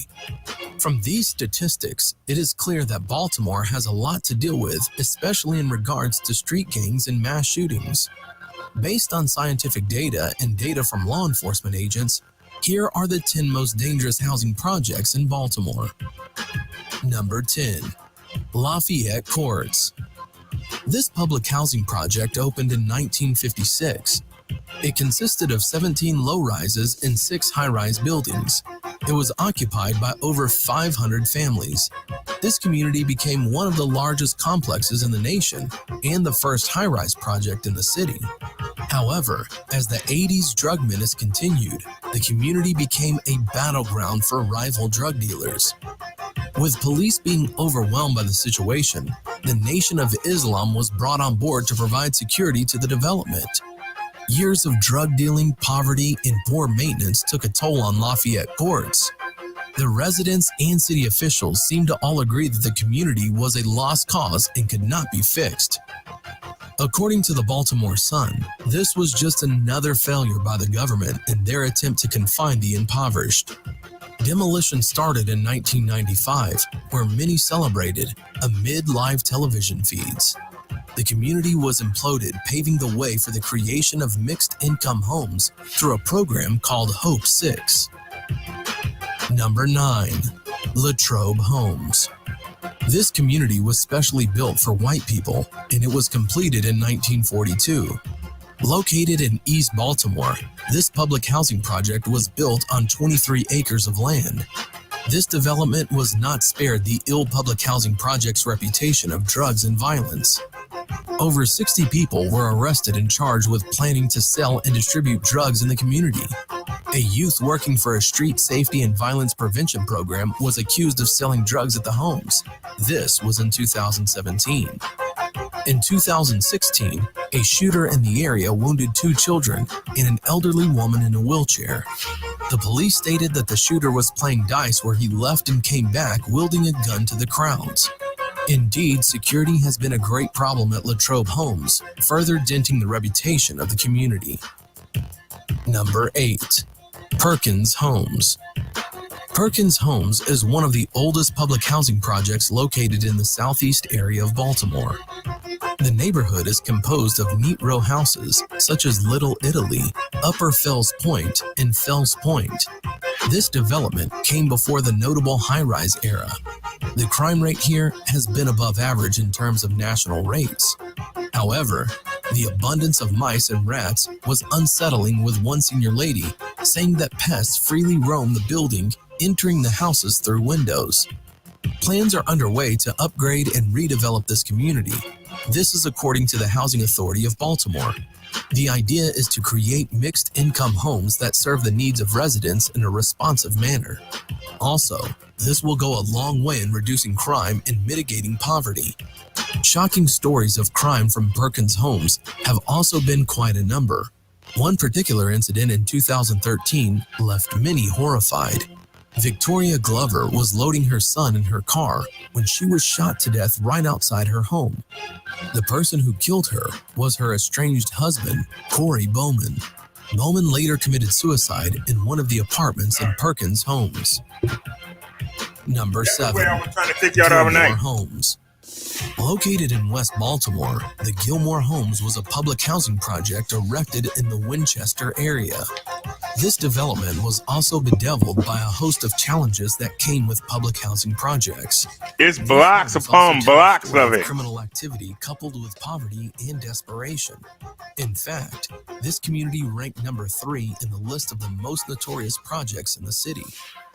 This complex is comprised of 600 units, and the community has continually hit headlines with horrifying stories. 600 low rises. In 2015, they got the police out there. Look at that, yo. Gray. You will remember that Gray was pursued and arrested by police officers and suffered a fatal injury while under the care of officers. Still in Gilmore, women sued the maintenance workers for soliciting sexual favors in order to repair the gas leaks and exterminate pests. This suit was settled for $8 million. Owing to the crime rate, the city decided to start relocating some families in a bid to demolish some buildings. About 120 families were due to be moved to other areas. The mayor stated that this move would also play a vital role in reducing crime. Number 6. Cherry Hills Homes. This public housing complex was one of the largest in southern Baltimore.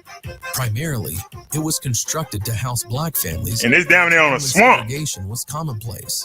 They kill you and throw you in a swamp. Who gonna find you? Developments, Cherry Hill homes became Who gonna further find known you? for crime, with drug-related violence being the most common problem. In light of this complex became highly dangerous as gangs thrived in the area freely. However, in 2013, the local police went on a major crackdown in a bid to dismantle notorious drug cartels. The results have been a reduction in crime rates. Today, there are still elements with criminal intent, but not compared to the 80s and 90s. The community is composed of townhouses with units occupied by both owners and tenants. Number 5. Macola Homes. This public housing project was put up exclusively for African Americans in the 1940s. One of the main reasons There's the high rise at the back, was sit. built That's was where to I'm going. prevent black people from settling in the white neighborhood of Bolton Hill. These projects became known as the Pit Right there. because they served as dens and hideouts for drug dealers and gangs. The reality was accurately portrayed in the HBO TV series The Wire. One shocking crime story was that a young boy who came home from school to find his mother tied. See, and they're gonna die handcuffed high in her rise. home. Because the suspect was still in the house, the boy was also tied down using belts on his feet and hands. The area has since been redeveloped, putting up modern housing to suit mixed-income families. Number 4. Flag House Projects. This project consisted of both low-rise units and 3 12-story buildings. Originally put up in 1955, this public housing complex had a myriad of You were correct, Nia. amenities, including a swimming pool, a basketball court, and a dancing area, among others. The development, however, saw the elevator. I didn't think they came down that far. Trapping people inside. With dirty grounds and buildings, the residents were always oozing a sense of despair. The crime and drug violence didn't help either. In addition to living in a bad state, over 2,000 tenants had to grapple with high insecurity. In 1992, for example, a police officer was pursuing drug traders when he was ambushed and shot dead inside the Flag House projects. In the homicide case, a teenager and 2 men were charged. In 2001, these projects were imploded. Today, the community has been urbanized and renamed Albemarle Square. It is an innovative development that caters to mixed-income families. The newly revitalized community opened in 2006 with both homeowners and tenants. Number 3. O'Donnell Heights. This public housing project was initially meant to be a temporary shelter for industrial workers during World War II. After the war ended, such projects were rebuilt and upgraded or totally. Yeah, I forgot about this place. However, nothing changed at O'Donnell Heights. At first, this was a white community, but after 1967, integration started and black families also settled here. In a way, a lot of crime related to drugs and gang violence was brought here by gangs who came from projects that had been closed. These drug rings had been displaced, and this became the right breeding ground for their activity. To this end, the housing project suffered from all manner of criminal activity, and many residents opted to relocate. The Nickel Boys emerged as one of the most notorious drug gangs in the East Baltimore area. From cutting phone lines to shooting lights, the gang had managed to terrorize the neighborhood. Demolition of old buildings started in 2007 in this area. Redevelopment is underway to create a more conducive mixed-income community. Number 2. Lexington Terrace. These projects were best known for their crime rate, and they consisted of 22 low. I don't know if you're gonna see the church. 5 high-rises. Located in West Baltimore, the housing projects birthed notable hardcore drug dealers, including Nathan Barksdale, popularly known as Bodie, as well as Warren Bodley, whose street name was Black. These 2 criminal heads ruled over the projects for the better. See, Nia, I thought that these was the ones that the Wire, that they were sitting at in the Wire. I thought they were here. You even heard him mention his name. Part of the 80s. The 90s saw the formation of a notorious drug ring called the Jamaican Black Mafia. This armed group had the terrace and its stairwells as their dwelling place. This group was, however, not alone. A well-established youthful drug ring also terrorized the area in the 80s. The group was called the Lexington Terrace Boys. Yep, Lexington And Terrace their Boys. violent impact was felt even at the neighboring Poe homes. This group killed 2 victims at a row house basement and later shot dead a witness to those crimes while he was walking down a street. This gory past has since been replaced by neat row houses furnished with white porches. The community is now referred to as terraces.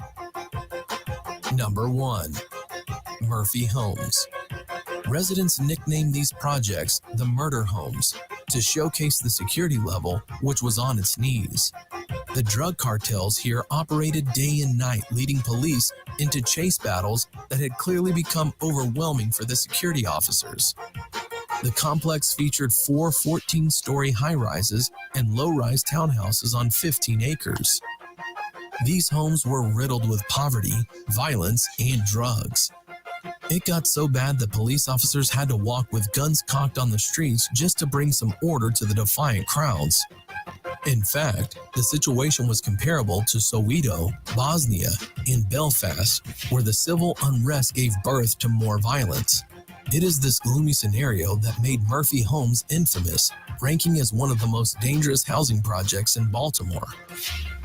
Chilling stories have emerged from these projects, one of these tales being from Victoria Bozier, a single mother of 3 who was 23 years old. One morning, Bozier was walking her daughter to school when they had to walk past a horrific blood-stained body in the stairwell. It was obvious that the person had died from multiple gunshot wounds that were quite visible. In 1991, the body of a young man was discovered at the stairwell, bearing a bullet to the head, according to the Baltimore Sun. This crime-laced history has been seemingly erased by the redevelopment of the community. Today, modern townhouses provide a suburban appeal in a community that has since been renamed Heritage Crossing. These were the 10 all-time most dangerous housing projects in Baltimore. Have you ever had the chance to walk through some of these locations? Have you ever heard stories and testimonies about the life in such complexes? Like always, let us know in the comments.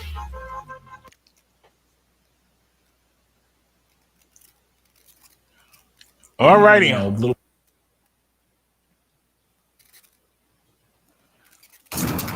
Trying to get us flagged. I see that.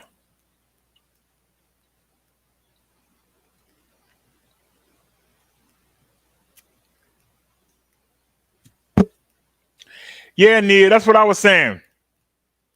I thought that they were in the Lexington homes. They're just further down.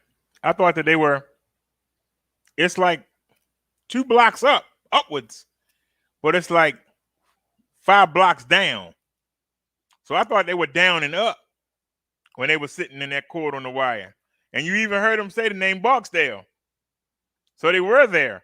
But they also were at McCullough. That's where they had the sofa at and where the young boys would sit there. So you were right there. But you gave me that video, and that's why you're right, because you seen the video. I don't know nothing about the project and don't want to know. In a couple months, I'm going to be moving down there, and I still don't want to know. That's the difference.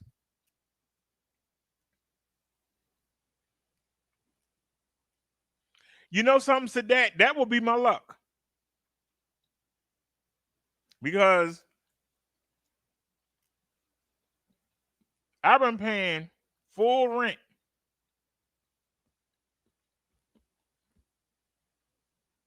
ever since I got on disability in 2016. I've been paying full rent. And I paid full rent beforehand. Okay? But this will be the first time where I'm actually going to get a break. And knowing my luck, the day I move in, the first shell will come from Putin. Knowing my luck, the day I move in and sit down and put my feet up, the alarm gonna go off.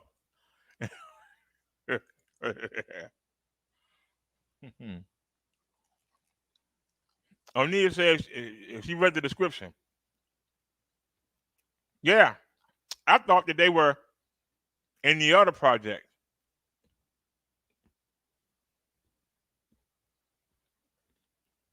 But you gotta realize they continue on with little breaks, but then they continue on. So all the way from Druid Hill, if you remember the video,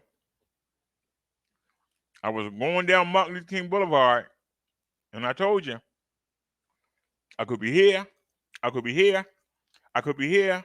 Then we went under them two bridges where I told y'all the bums used to had a tent set. We called it Tent City. And then it was the CVS store. It used to be a CVS. I don't know what it is now. It's something, a Walgreens or something. And then they start again.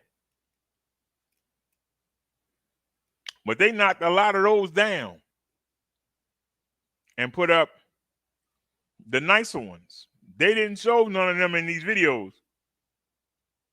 But there are some nicer. They put some nicer homes up to try to get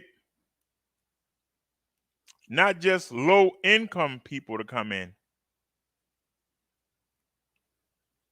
but they tried to get people that's working, that got families.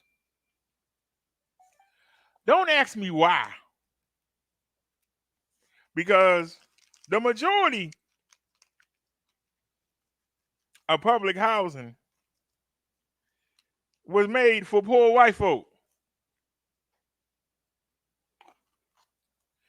And when they start putting the black folk in there, the white folk ran. So why they keep trying to put white folk in these places when they ain't gonna stay? I don't understand it.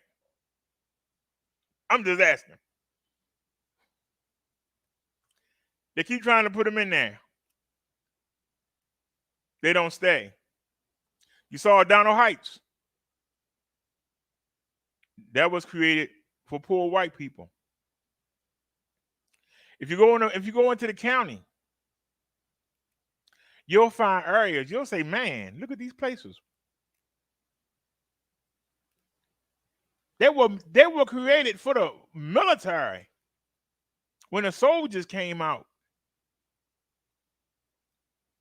And yeah, when the soldiers left, the white folk went there.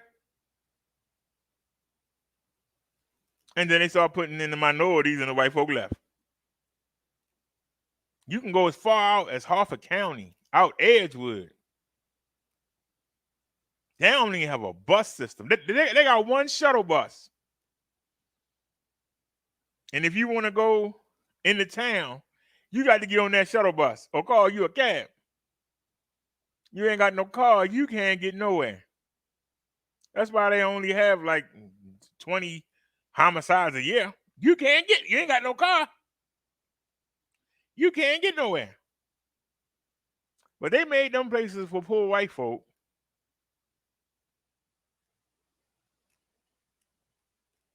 And poor white folk don't like to be around poor white folk. They leave when they can. And so they start putting black people out there. A lot of these places you see that they taking down, they putting black folk out there. They taking the black folk from the city in these projects and putting them way out, isolating them. You ain't got no car, you in trouble. You're a woman with kids, you better find a man with a car. And what they doing is the white folk is coming back to the city. And they say they making these new low-income homes for poor black people or to bring in working black people. No, they not. White people tired of driving all that driving an hour in rush hour traffic to work. They coming back and they putting the dangerous black folk, they trying to put them out there in the boonies. Put them out there. Put them out there and let them kill each other. They can't get no damn way unless they got a car. Put them out there. We coming back. And that's what's happening in Baltimore right now. People say, we tired of driving the Bowie. We tired of driving to Prince George's County, spending 2 hours each way to get to work. I don't know if y'all noticed, but when we go down there, when I ride through town and we going down to the water,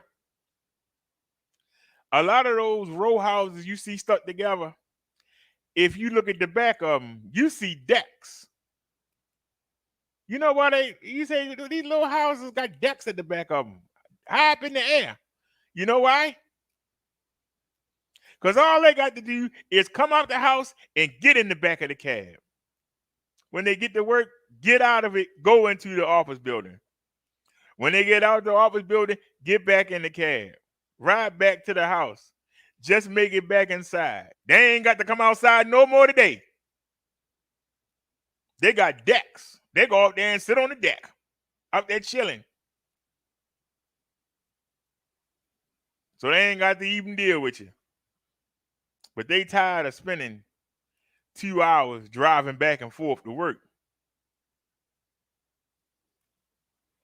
They tired of it. When we came up President Street one time, I told y'all about those apartments. $3,000 a month. High up in the sky. Got a moat going around it. You know who there. They still got the big house out there in the boonies. But during the week when they go into work, they come into a fortress.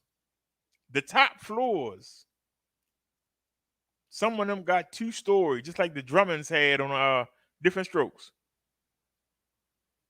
A couple of them apartments, they're not apartments, they townhouses. Way up in the air. Can't nobody get to them. They got swimming pools and they can go out there. You can't rob them. You can't get in there. What you gonna do? How you gonna get up there? How you gonna get up to the 20th floor? They out there chilling. They said, we tired. We can come outside. We can see the harbor. We can get a good view of the whole city. We ain't got to be down there on the ground, boots on the ground. Y'all stay down there. We up here safe. So, like I said, a lot of people are going to say, well, you're making it now. Why would you want to go live in that dangerous place?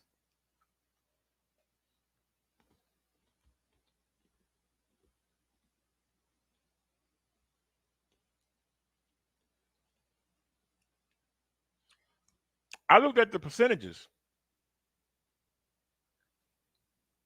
More than 60% of the tenants down there are women. 40% of those women has a man illegally living there. So you got 2 people, 2 incomes. They're only paying between $50 and $200 a month.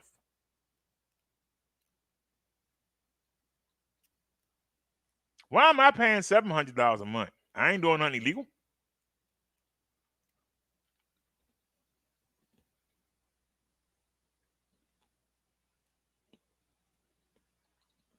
I ain't got the Section 8 yet.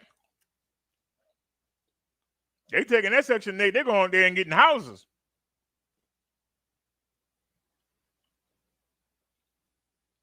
And still sneaking a man up in there.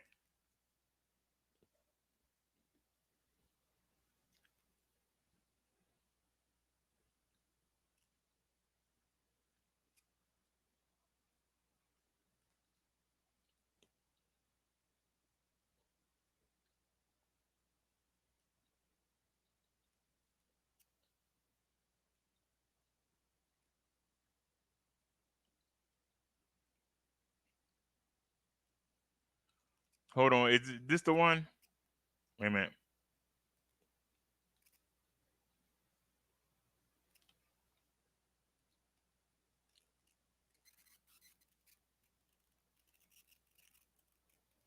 All right. So it's not called McCullough Homes anymore, or the high rises are now called City View. Wait a minute. I dropped one of my peanuts. No jokes. City View at McCullough is located in the Druid Heights neighborhood of Baltimore City. Currently undergoing renovation, this community is conveniently located on the MTA number 5 bus line with easy access to downtown Baltimore and Baltimore County. Once the renovation is complete, each apartment home will have a new kitchen with updated countertops, cabinets, and appliances, new flooring, and new baths. The efficiency 1 and 2 bedroom apartments have expansive layouts and offer plenty of closet and storage space. Building renovations will include fob control entrances, updated community spaces, and a computer room. With professional management, 24-hour emergency maintenance, and camera monitoring, City View at McCullough will continue to fulfill its mission of providing affordable housing for residents of Baltimore City.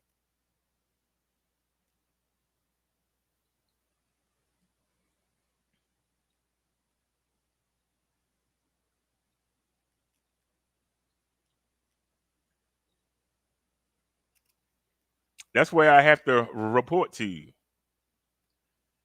on the 22nd, and hopefully that's where I'll be. Wait a minute, is that the same thing? No, looks like it, but it's not. All right. Uh-oh, I messed up. Y'all ain't see none of that, did you? Y'all didn't see none of that, did you?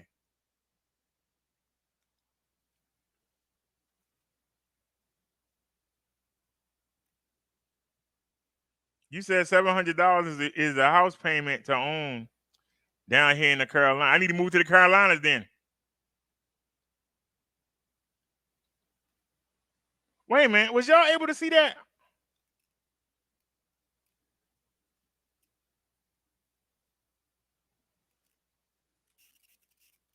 Let me see, was y'all able to see that? You didn't see it?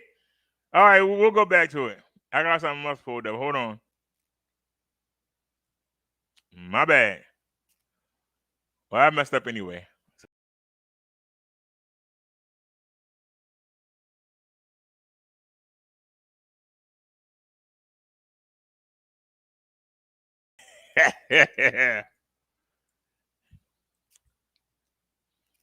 My bad, y'all. I'm back. Hit the wrong button. I'm used to being on the OBS, not on StreamYards.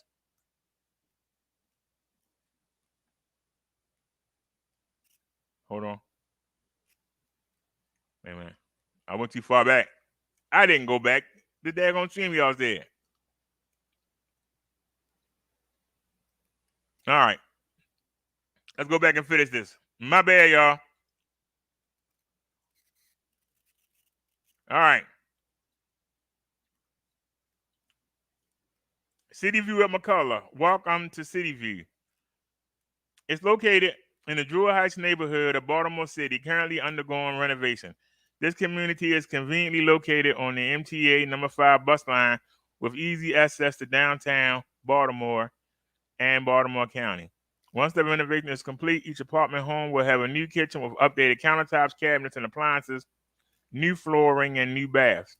The efficiency 1 and 2 bedroom apartments have expansive layouts and offer plenty of closet and storage space. Building innovations will include fob control entrances, updated community spaces, and a computer room.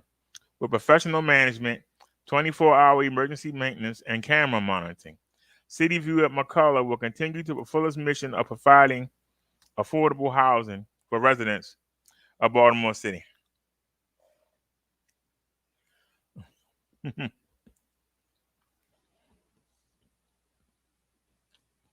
Be nice to have a balcony. Come out and chill. Can't nobody bother you. Maybe come out and do the show. on the balcony in the summertime.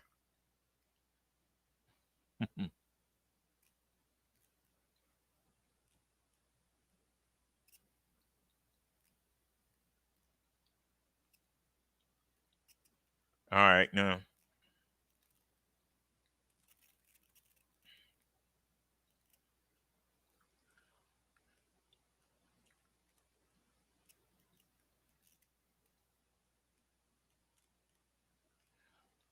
All right.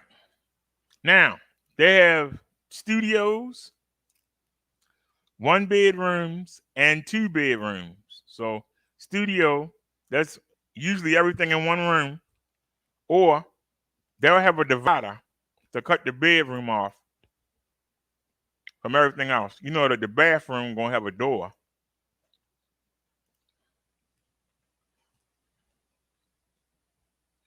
One bedroom, 1 bath, 2 bedroom, 1 bath.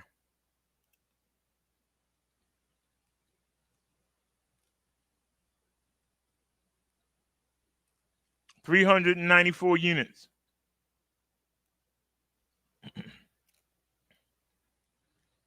Since the property is owned and managed by a public housing authority, all rents at this property are based on tenant income. Tenants will make monthly contribution towards rent equal to 30% of their adjusted income. A housing authority may establish a minimum rent of up to $50. That's a minimum rent of up to $50.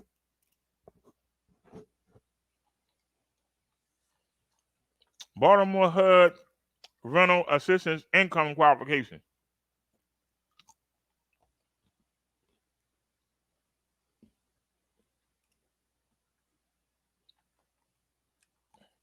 One person can't make more than $22,100 a year in income.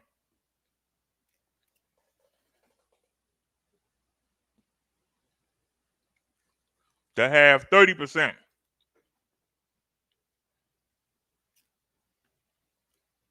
of their income.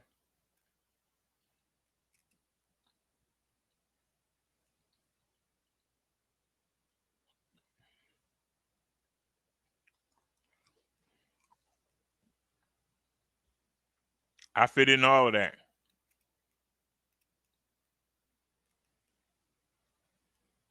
When y'all see the qualifications.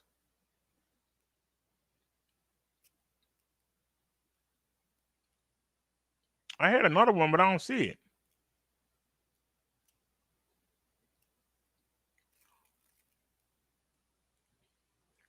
Okay, but hold on a sec. I know I sent it to somebody. Hold on a sec.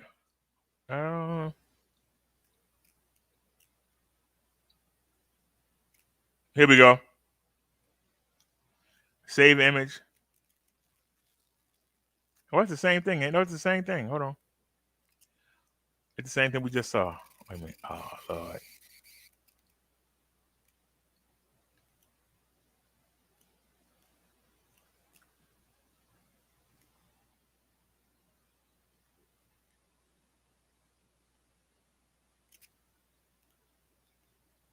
Here we go.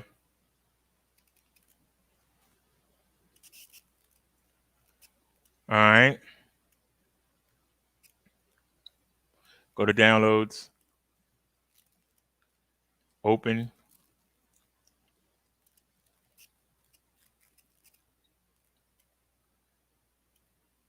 All right, y'all. Let me screen share for a second. Check this out. Y'all see this on your screen?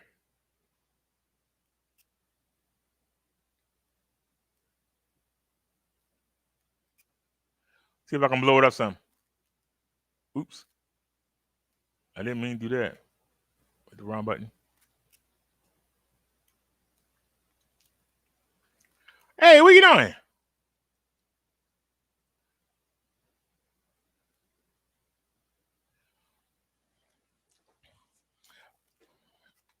Housing authority. All of the rents at this property are based on tenant incomes. Tenants will make a monthly contribution toward rent equal to 30% of their adjusted income.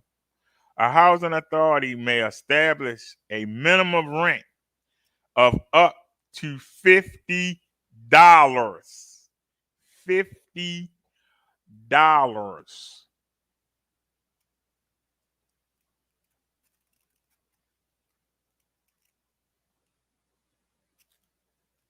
$50.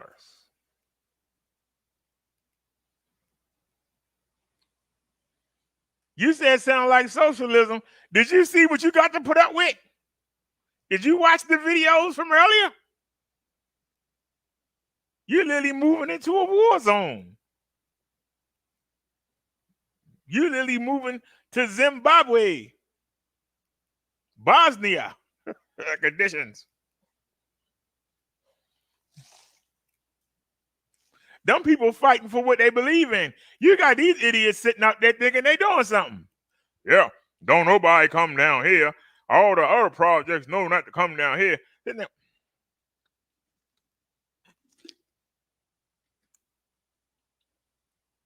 They're creating a war zone over nothing. Just to do it. Yeah, you know, Big Shotty used to be down here. You know, we had the worm down here. You know, we used to shoot people up and, you know. You got people fighting for their lives, and you got people sitting up there fighting for nothing. And guess what? I got to go live with them. Because the majority of those hustle boys don't live down there. Didn't you watch The Wire? Them boys didn't live in them projects. Did they?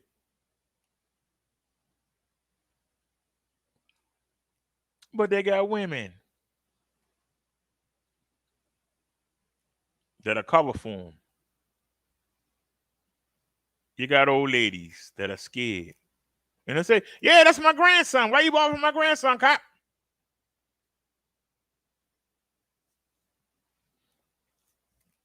I got to go down there and live with them fools.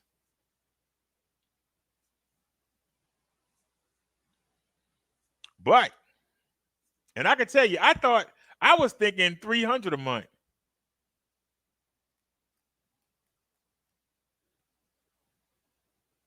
If I only got to pay $300 a month, that actually put $400 in my hand every month. It ain't gonna be no 50. I already know that. I'm not even gonna convince myself that ain't gonna happen. If it do happen, I can tell them, take your food stipend and shove it up your butt. And I actually might have some free money at the end of the month. It'll make all this time of suffering worth it. What's the day? The 16th of the month?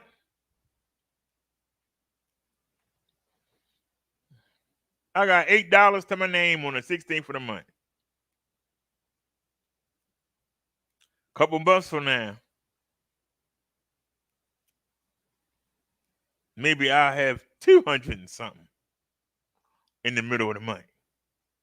So those of you who say, why am I excited, even though I got to go down here? Don't pay taxes.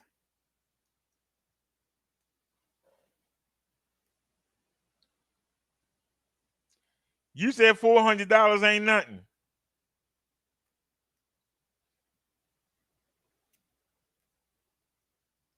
We still got 3 weeks to go in the month. And I got $8, sir. I got $8 to my name. You want to make a donation? I got $8. That's why I ain't getting my hopes up, Nia. Okay?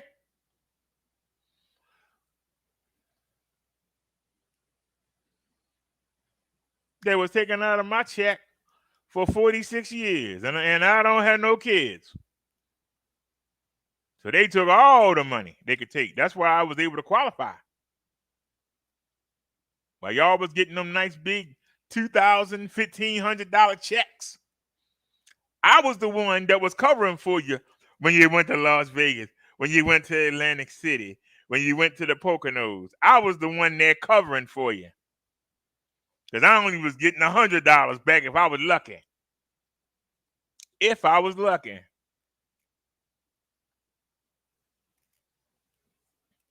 That put me in a different bracket.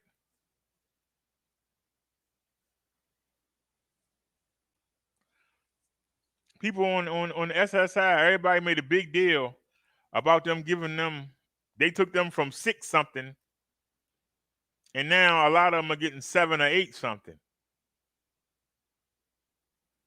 I started out at 8 something.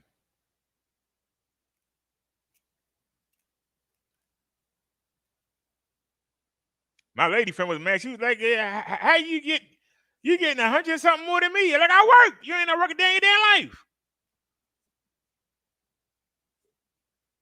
I was mad. I was like, I should be getting a G all the hours I work. Well, this year I hit it. I actually hit a G. I didn't think I'd live to see it, but I hit a G.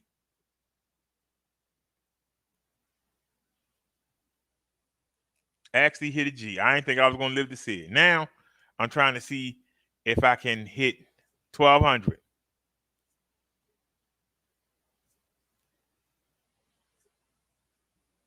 That's my next goal. The first goal was to hit a G.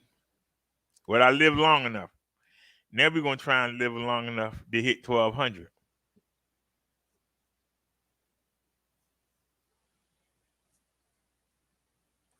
We always setting goals. It look like we ain't doing nothing. We always trying to do something. It look like we ain't doing nothing, but yes, we is. Now, some people will say, well, you shouldn't say what you got. Well, you got so many people trying to call in and report on somebody. And they keep getting their feelings hurt. So, go ahead and call in. When you ain't got nothing to hide, you ain't got to be worried. It's when you're doing something wrong. That's when you got to worry. Now, we suffered.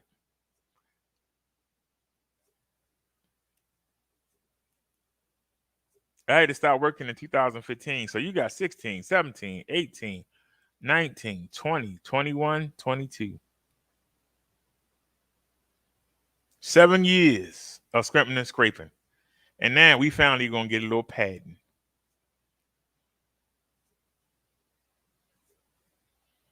We finally going to get a little padding. Why shouldn't I be happy?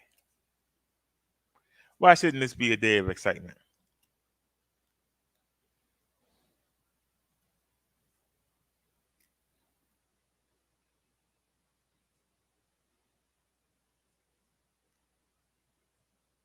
I said 7 years, not 17. Let me see. 16, 17, 18, 19, 20, 21, 22. Yeah.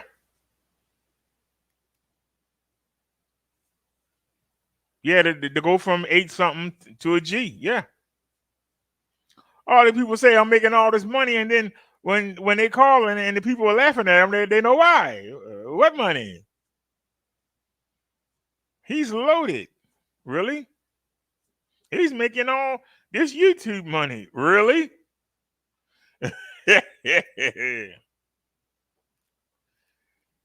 Nia says waiting for Social Security to rise is akin to watching the grass grow. Well, it gives you something to aspire to. It gives you something to aspire to. The majority of well-to-do folks that I came across, they normally in the 12 to 1,400 a month range.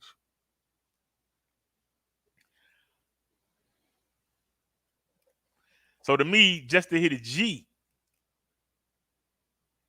was an accomplishment. Now we hit that. Now it's time to move on. Let's try to hit 1,200.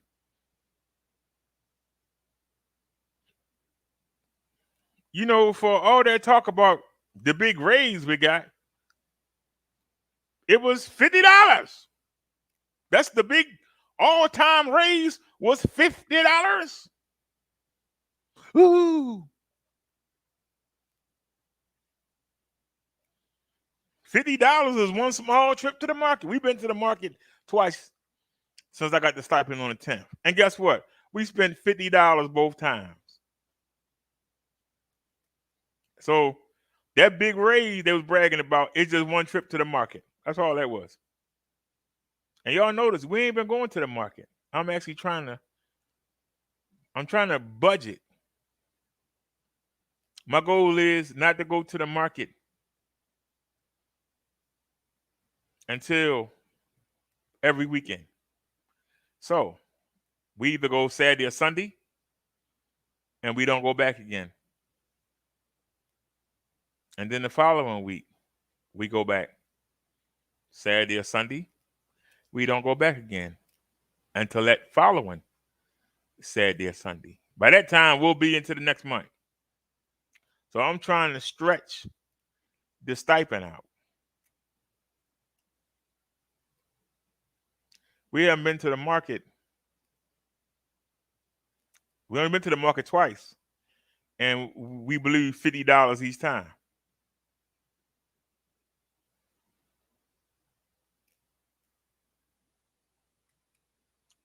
Some of y'all go to the market one time and spend over $200. I'm trying to go the whole month. Wouldn't it be nice to have $400 back in my hand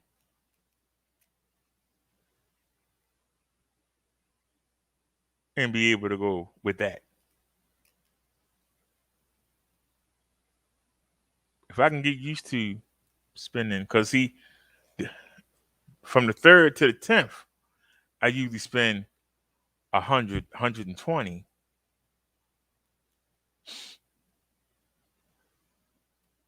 Wouldn't it be nice to spend 300 for the whole month and still have a couple hundred left over? Wouldn't that be nice? Then I won't need the stipend. I won't need to ask nobody to help me. Wouldn't that be nice? That's what I've been working towards.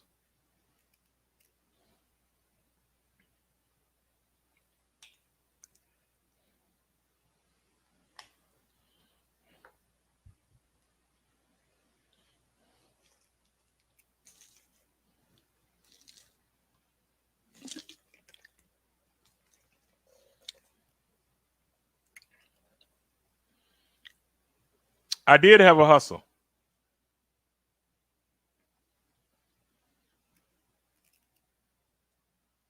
We were the best roaster on YouTube. This chat used to jump.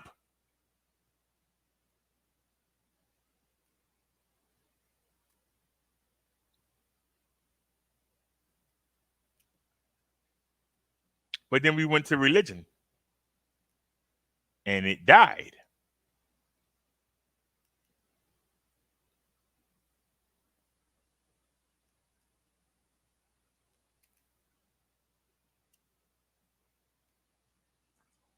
We did have a hustle.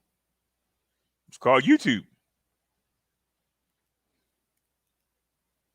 And we used to verbally beat people up, and people enjoyed it. And they tipped well.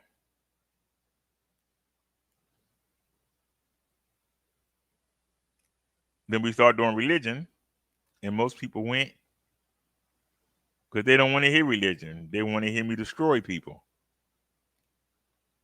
And most of them people are gone. They come by every once in a while and say hi. But we did have a hustle.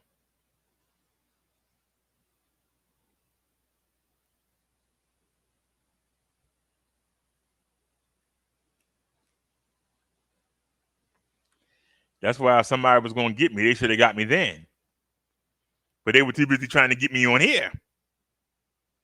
When I stopped doing that on here, then they said, well, now we're going to come after the income. It's too late then. Now everything can die down. I just send them pictures. Here, look at it. See, because they don't know that we used to have 200 to 300 people watching every show. Now it's like 20. When they look, they go, "What the hell did you call me for? What the guy got 20 people watching him? How is he making money?" They waited too long.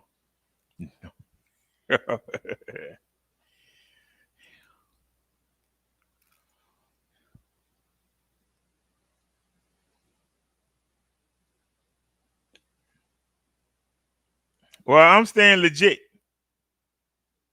Long as I'm legit, I can't be stopped. When you start messing around, that's when you get in trouble. I still got some people that still help me out behind the scenes. It's only a handful, 1 or 2, but it's enough. That's why I said it actually got me ready. I actually learned how to budget. I've learned how to eat properly. We've dropped 30 pounds. We've taken the blood sugar from the 300s to the 270s. Now we averaging between the 80s and 110.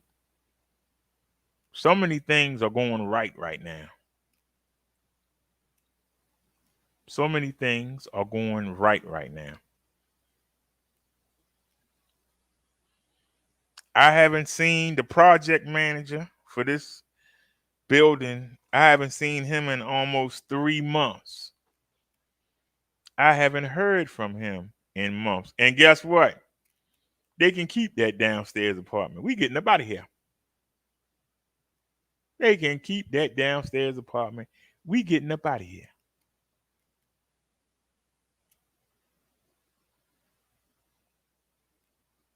And that's a fact. Am I going into the danger zone? Maybe so.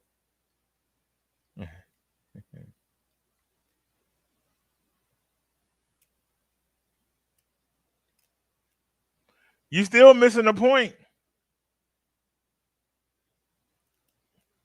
No matter what it is, somebody gonna find out about it. And they will rat me out. So why would I want to mess myself up? We this close. Why would I want to mess myself up to that? See, the reason I can come tell you this is because there ain't nothing to hide. If I start doing something worth hiding and somebody find out about it, because people don't create things, they destroy or take from one person and give to the other. Most people don't create.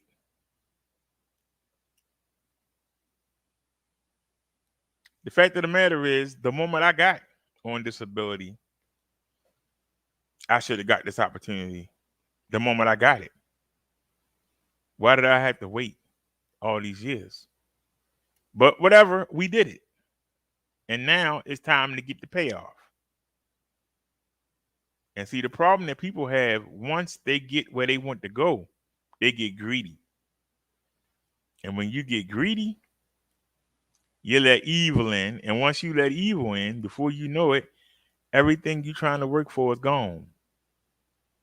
Everything that you work for in 1 or 2 days, gone. And you find yourself starting all over again. And now it's harder because you messed up. And now people don't want to fool with you.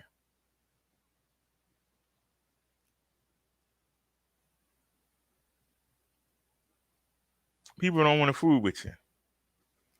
Now, I think the reason I'm going into the high rise is not because I'm a man. I'm going into the high rise because I am a man and I don't have any kids. And the majority of the people in them low rises, they have kids. That's why they got them yards and playgrounds.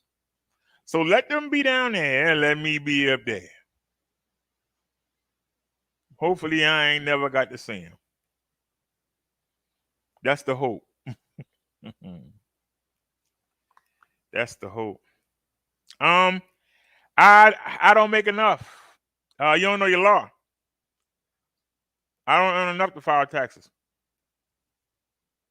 Sir, maybe we should look at the tax law.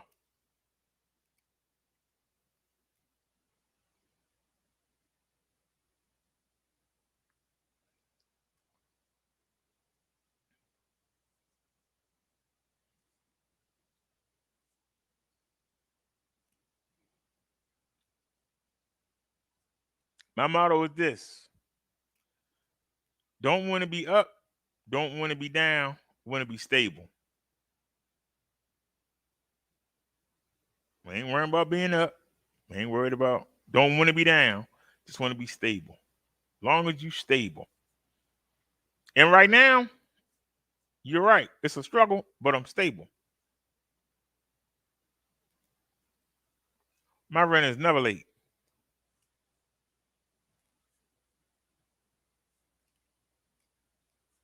I grew up watching,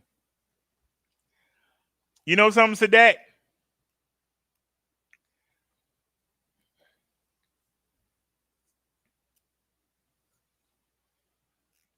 When I was young, you think I wanted to settle?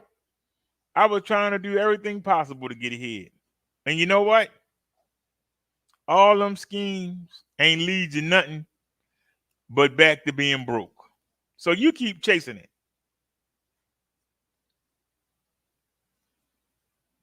I don't know how many years I got on this earth. I'm just trying to get off of it so I can continue on to the next level. This ain't nothing but a holding pen.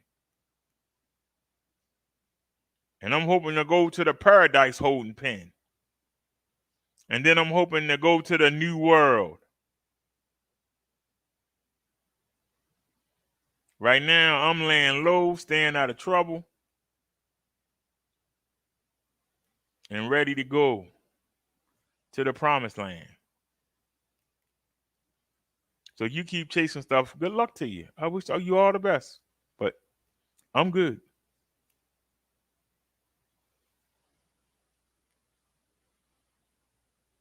I remember the first time, and I was on foot.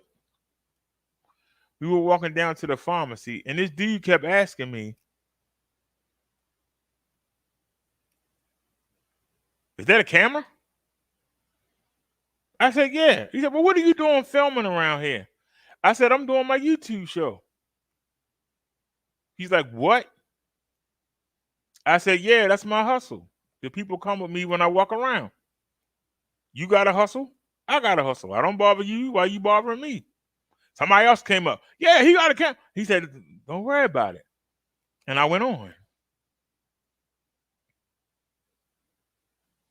about my business. It's going to be the same way down there. What you doing with that camera? I'm doing my show.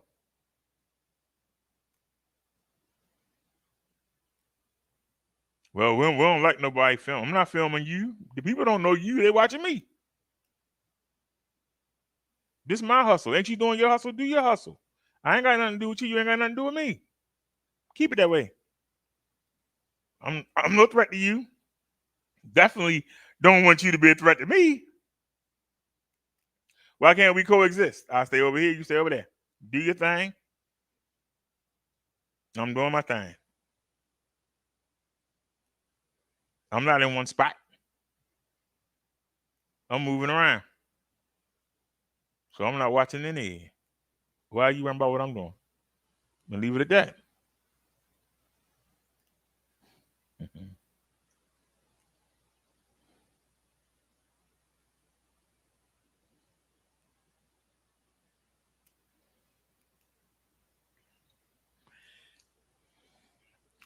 Gas is high as hell. Well, why don't you buy an electric bike?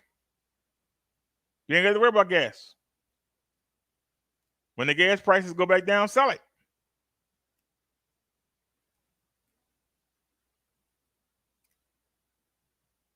I can get you the Peslec PX5.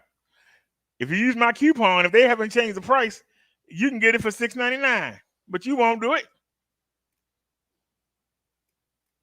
Because number one, you're not going to help me out. That's number one. And number two, you're not going to help yourself save some money. Because you're going to say, that's too much to spend.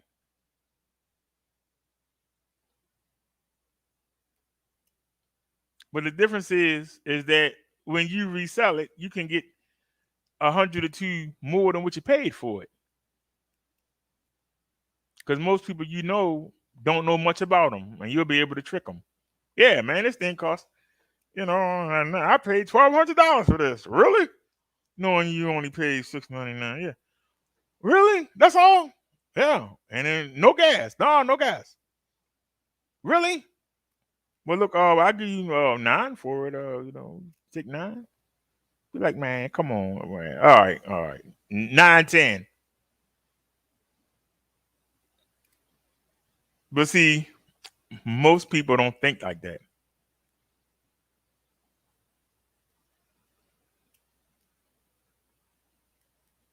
But that's how you get ahead. The right way. Most people won't do it the right way. I'd rather just steal somebody back and then sell it. No matter what I sell it for, I get profit. And then when somebody come blow your brains out, what good is the profit?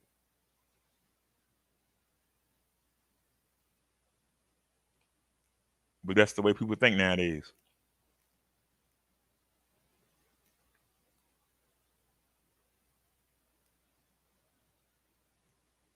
So they got these young boys out here carjacking. They joyride for a few hours, then they looking to sell it. You don't come across that person. That's the wrong person. And they're going to try and jack them and they're going to get their brains blown out. Instead of earning the car the right way, they want to do it the fast way.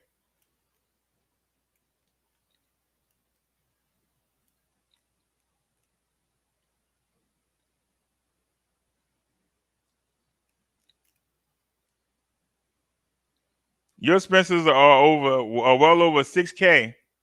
Then you need to cut some of the fat.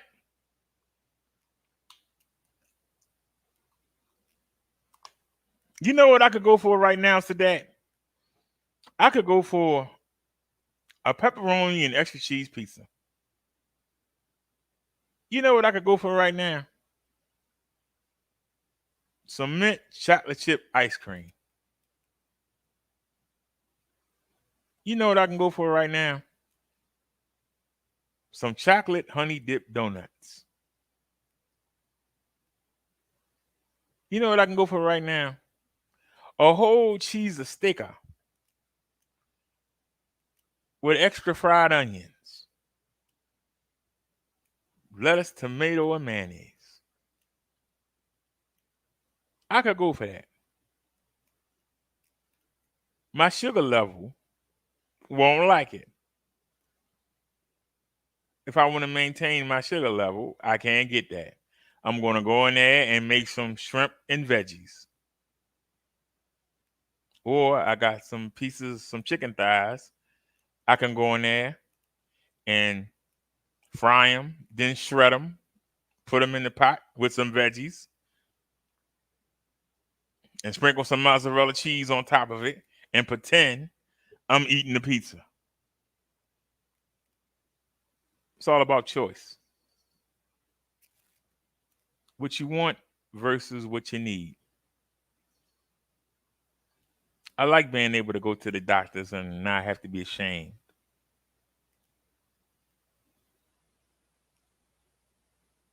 Not having to double up on my medicine before I go, hoping that the lab results come back good. When you can stop doing the stuff you don't need, you'd be surprised what you can do. It feels weird. It feels weird to be able to move without so much effort. It feels weird to be able to breathe without so much effort. It feels nice to be on a bike and we going 5 miles per hour faster because of the less weight. I'm able to participate more and not depend on the motor so much. Those are the good things. Now, would it be nice to have a cheese or sticker right now? Yes, it would. Would it be nice to go to Burger King and get 2 Whoppers? Yes, it would. Would it be nice to have a Big Mac and a quarter pounder? Yes, it would. But see, I would like it. But then I wouldn't like the results. So start looking at what you spending $6K on and decide, do you really need it or do you want it?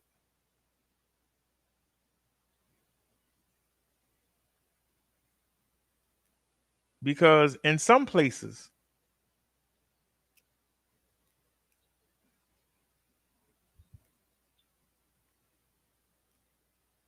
for that room, that little kitchen and that bathroom, I'm only paying $70 more to live here with a living room, a dining room, a bigger kitchen, a bigger bathroom, and a bedroom. But if I take you around the city, there are people like you that's paying $1,200 a month for the same thing. And I'll complain about paying what I'm paying, and they'll go, really? I'm paying more than you. What you crying about?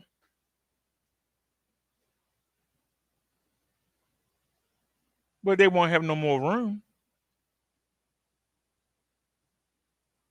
We go ride by John Hopkins University, and we ride by them row houses. Do you know that them college kids have a room? A lot of them have between 4 to 8 rooms in those townhouses. Do you know that the parents of those kids are paying what I'm paying or more, and they gotta share a bathroom? There ain't no dining room because that's somebody's room. There ain't no living room because that's somebody's room. The only 2 rooms that's not accompanied by somebody is the kitchen, and it normally has a table in there, and that's your dining room, living room combination. And the foyer where the steps are, when you come through the door, that little area, and you go up the steps, that's the only places where somebody don't have an occupancy in the building.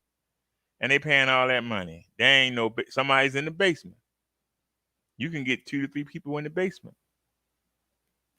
Got a good contractor. So you got all these people, and they all sharing that kitchen. But each of them are paying what I'm paying or more. So I consider myself lucky. I got my own. Because I've lived in rooming houses. And ain't nothing worse than you have to wash the dishes before you cook and then clean up when you're done. Because if the person that was in there beforehand didn't clean, you have to clean. And if you particular like I am, you have to clean everything anyway because you don't trust what they clean. People say, well, why do you spray bleach water in your bathroom when you're the only one here? Well, for the nets, number one. But number two, I had to clean the bathroom before I used it and clean it after I used it. I'm used to it. It's not a big deal to me. People say, why do you cook and wash your dishes before you eat? Because I'm used to somebody coming behind me and they might want to use the pots.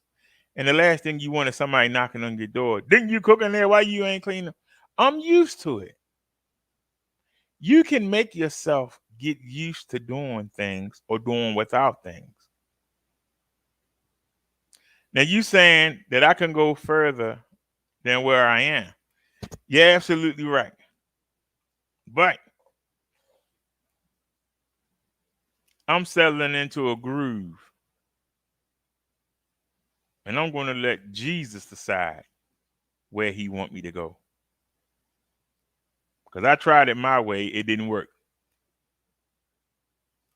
Stock market, Ponzi schemes, pyramid schemes,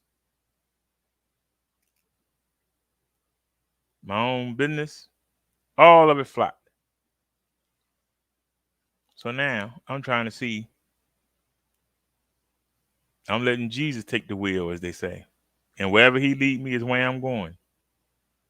Wherever he decides for me to go.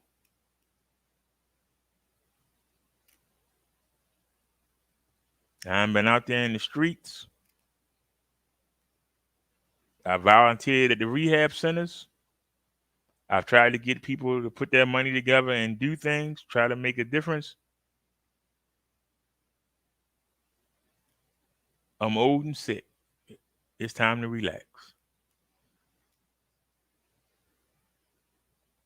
Time to hand the reins over to the next generation and let them find out the same thing that I found out.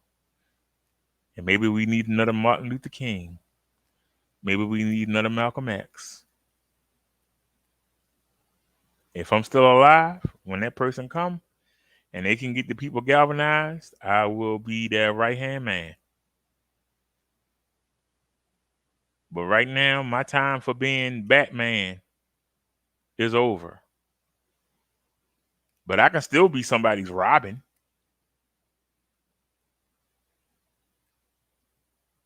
The time for being Chuck D has passed. But I can be somebody's Flavor Flav.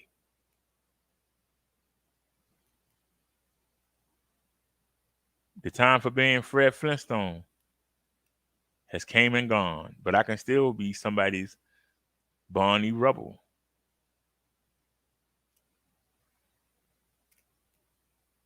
The ideas, the plans ain't gone nowhere. I don't have the skills, the personable skills. People don't listen. They don't follow me.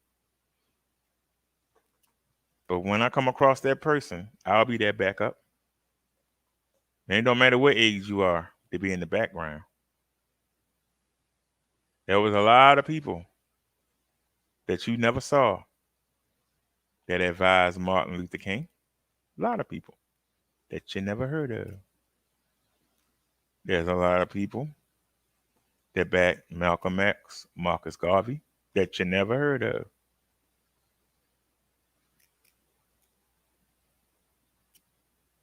But they just as important as the people that you have heard of. So it's time to take that step back.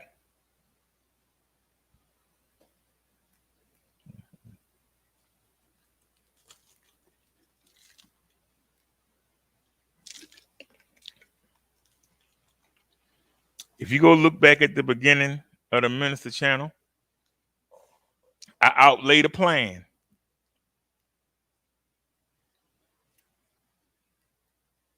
That video getting to the right hands, it could be the start of a revolution.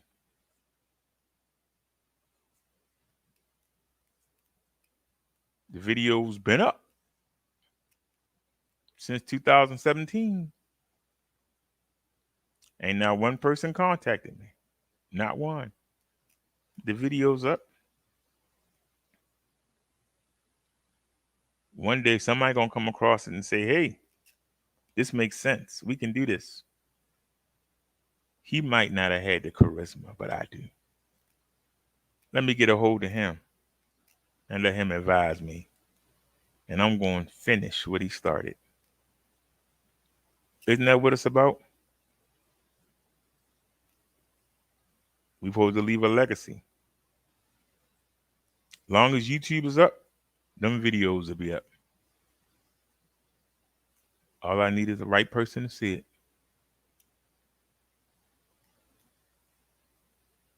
And I can show you, Sadat. We can go look right now. Because my first video to the roast sector is in between those 3 videos. And I guarantee you, between those 3 videos, there ain't 150 views. But I know for a fact that my first video to the roast sector is going on 1,700. Why is that? It's sandwiched in between 3 videos that can help our people so badly. But nobody cares about those. But they'll watch me talk about the people in the sector. We not ready yet. But when they are, might be the next generation, might be the generation after. Videos are up. And if I'm still alive, you know, I did forget the Bible study. I'm not gonna front. I said that when I first came on. I didn't realize it until I looked at the phone and I said, "Wait a minute, it's Wednesday." Actually, Nia has said Happy Wednesday, but I didn't pay it no mind. But we kept going back and forth, and then it kept sitting at the top, and then it was like Happy Wednesday. I said I thought today was Tuesday. Y'all got to realize I got up too early today. The phone rang, and that's what started all this. The phone rang. I don't know how I got up to get it, but I got it. And I got the information that I need to hear. That's why I say when Jesus wants you to hear something, you hear it. Because I've been in I've been like in a drowsy state all day, just like out of it. And I wanted to go back to sleep. But then when I got that news, I was so excited I couldn't go back to sleep. We supposed to run on a bike ride today. I got everything charged up. I've been so excited. And this was the first 70 day. Temperature was 70 degrees. We pulled there, went out. 70 degrees.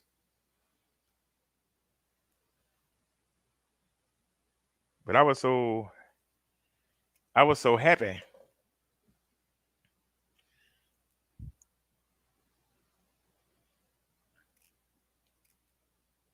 Well, then why don't you go check out them videos that I just told you about on the Minister channel? It's 3 videos with a True Freeman one stuck in the middle. I'm wearing my red Miami Heat shirt. And you'll see me because I shot them back to back. It's 4 videos there. 3 of them were shot back to back. And I'm wearing the same outfit.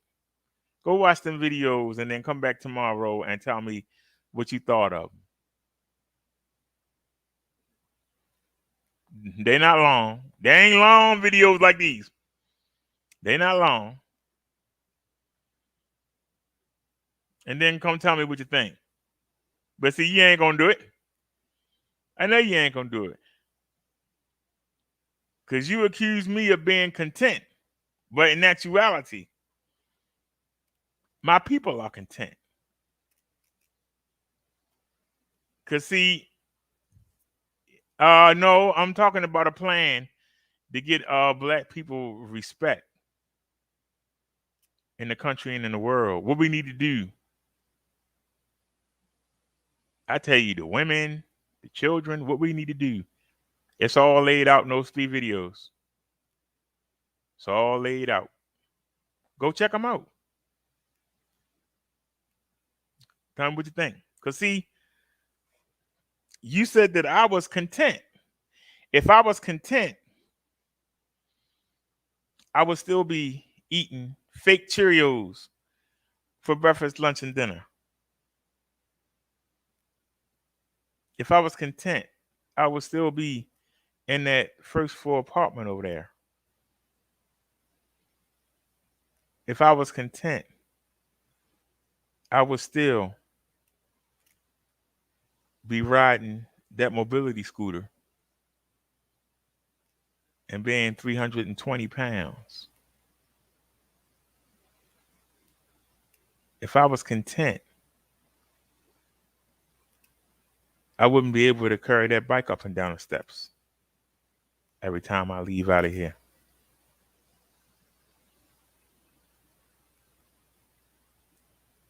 If I was content,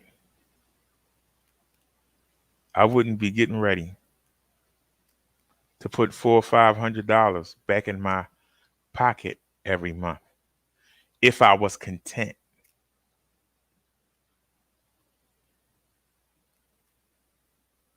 If I was content, I would still be 300 and something pounds instead of hovering between 255 and 260. If I was content,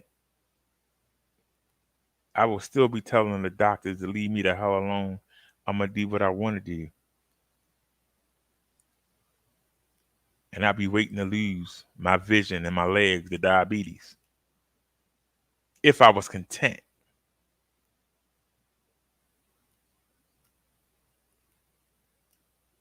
I've shown through my actions I'm anything but content.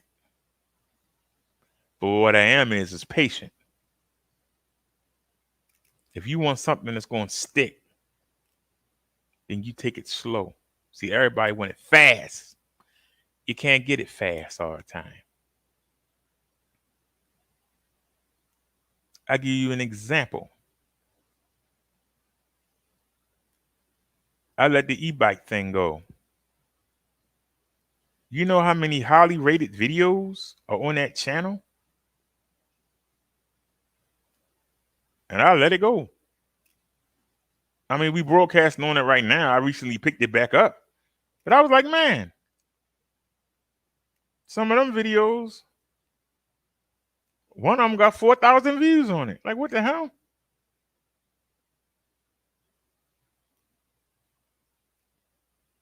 A couple of them got 2,000 views on it. Like, what? I didn't even realize it.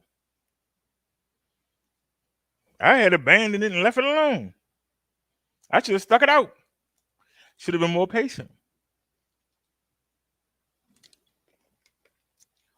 Now we starting all over again.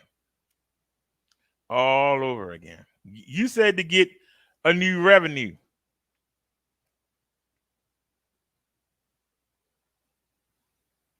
Well, see, when I say I'm going to go do something, nothing comes up, nothing ever happens that's any good. It don't last. But when the Spirit directs me in a direction, we go places. So I'm going to go with the Spirit. The Spirit is saying, chill right now. Everything coming. Chill. We got you. So if the Spirit is telling me that, I'm not going to listen to what a man is telling me. Because when I go follow somebody else, I usually wind up in the hole. I'm the one to get the short end of the stick. So the Spirit is telling me, keep doing what you're doing. So let me follow the Spirit and you follow your spirit.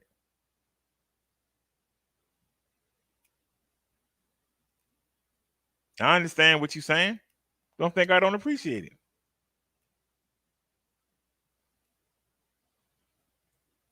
But I'll take my little baby steps because they baby steps. Baby steps mean you're taking it slow. You got a foundation. As long as you got a foundation, you can't be shook. When you start trying to do all these things and all of this, you don't have a foundation, and it's easy for you to get swatted down. Right now, we taking baby steps.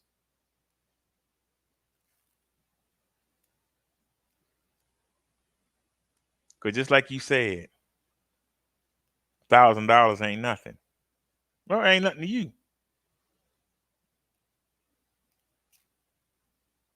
10 pounds ain't nothing. But we keep averaging 257. I'm trying to get to 247. I didn't say 200. I didn't say 190. I didn't even say 220. I'm trying to get to 147. When I can be consistently at 147, then I want to try for 137. When I can get my body used to being at 237, then I want to come down to 227. If I can get my body to get used to being 227, then I want to try for 217. Rather than trying to say, well, I'm going to starve myself and I'm going to go for 217. It don't work that way.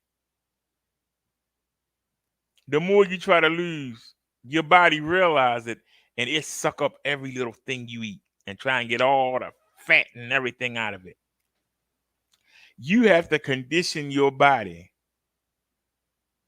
slowly to accept what you're giving it. If you try to rush it, it's going to try to suck everything. You can look at something and gain a pound. No, you heard that phrase before. I don't understand. Last year I could eat 3 of these and didn't gain no weight. Now I eat 3. I'm 5 pounds heavy. Yeah, that's because your body realized you're trying to lose weight. And when you eat those 3, it's like a vacuum. Give it here. And it suck all the fat out of it and put it right back in your body. Your body is used to a certain weight, but you got it used to it. It's hard. Very hard. You got to train yourself. That's why I told you, you got to make yourself believe. I got to make myself believe that this is a cigarette. I make myself believe it. I make my body get conditioned. This is nothing like a cigarette. It doesn't hurt my lungs. It doesn't hurt my heart. It doesn't take my wind away. But there's one ingredient in here.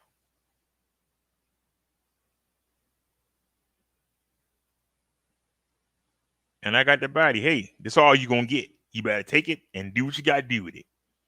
Because that's it. This is what you're getting. A lot of people can't do that.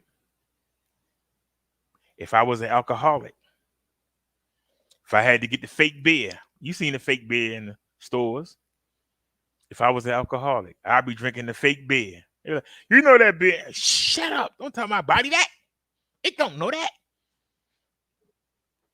But you still get the same suds and you can crack it open and be with the boys and you convince yourself it's the same.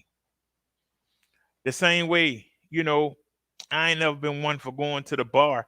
I've really never sat in a bar. I don't have no desire to.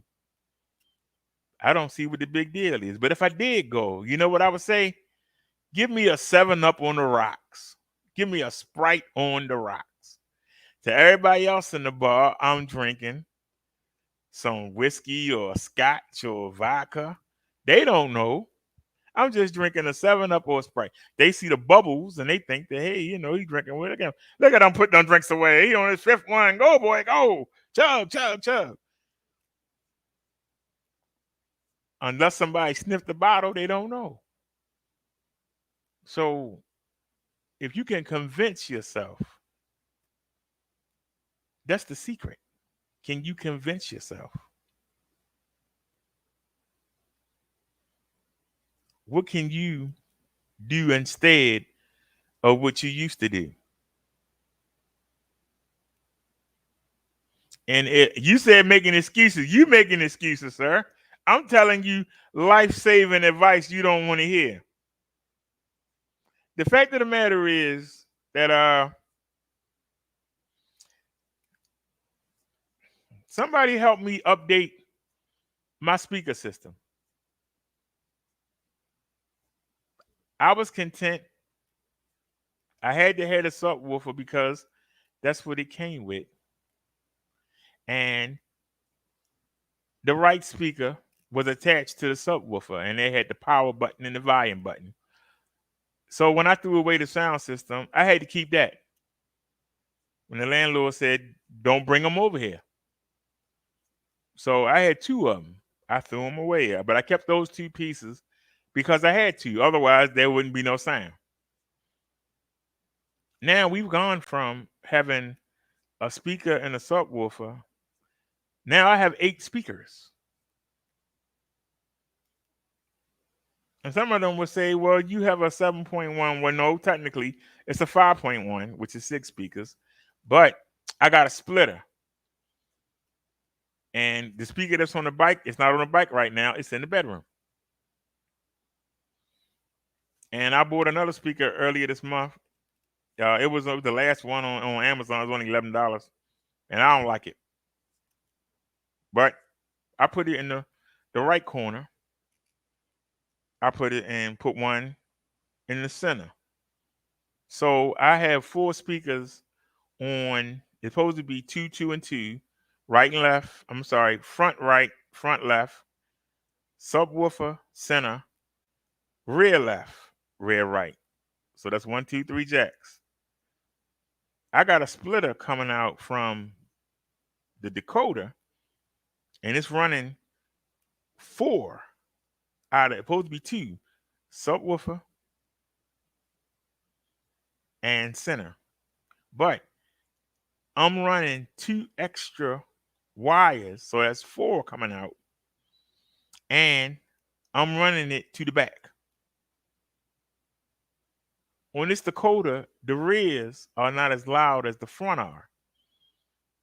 But unless you're watching Dolby or DTS, or you're watching something that's set up for 5.1, it ain't supposed to be. Because the rear speakers are for them sounds. And if you're not watching a Dolby movie, so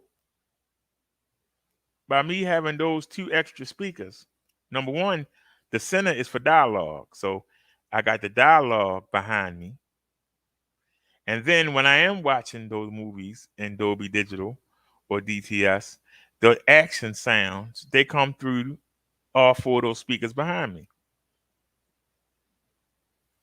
When I'm on the PC, I got a program that'll matrix, and it'll send audio to the rear speakers. When I'm watching the PC, I don't need the other 2 speakers.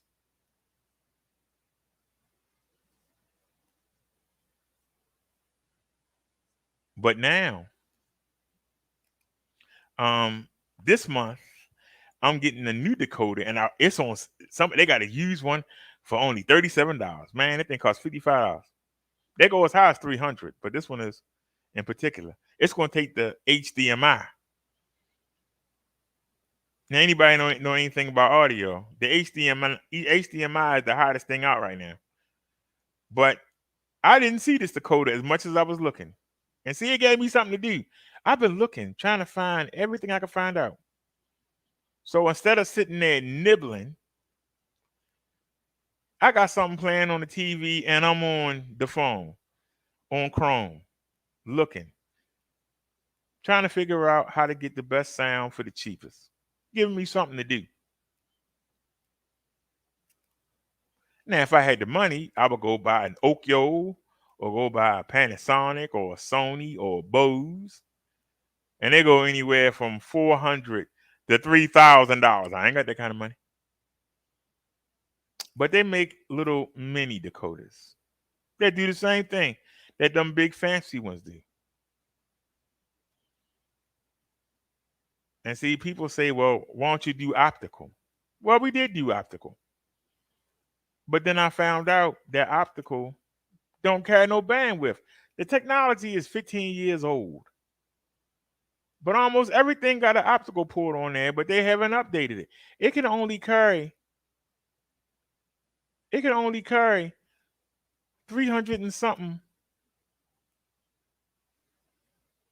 megabytes. Dolby True HD, Dolby Digital Plus, DTX Max, they pushing out 5 or 6 megabit. It take 1,000 megabit to make a gigabit. I'm sorry, I'm saying it wrong. It's 1,000 gigabit to make 1,000. 1,000 gigabit make 1 megabit. 1 megabit is 1,000 gigabit. So an HDMI cord can do 10 gigabit.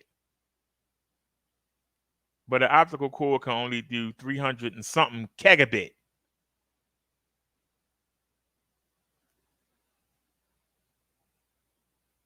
So why did I spend money to get something that don't do nothing? So whenever you watching Dolby over optical, I hope y'all realize that they squishing it. They squishing it because optical really could only carry 2 channels.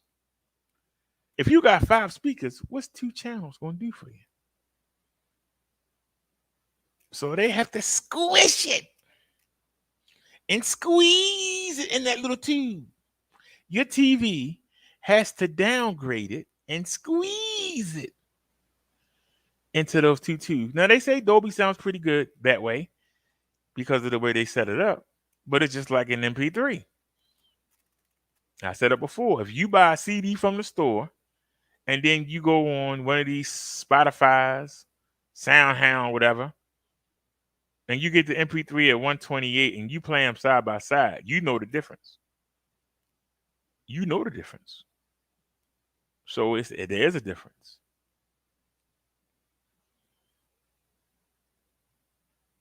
So some people will say, well, you just spent 21 on a decoder the third of last month. Can you really afford to spend 37? Well, see, the problem is, even if I was to, let's say I bought one of those extractors. You've seen them for like $10, $15. And they extract the sound from the HDMI. The problem is, once the other end go into the TV, how is it coming out to the decoder to go into the speakers? It's coming out through the optical port. So I got the PC in the bedroom set up. I got an encoder called Live, LAV.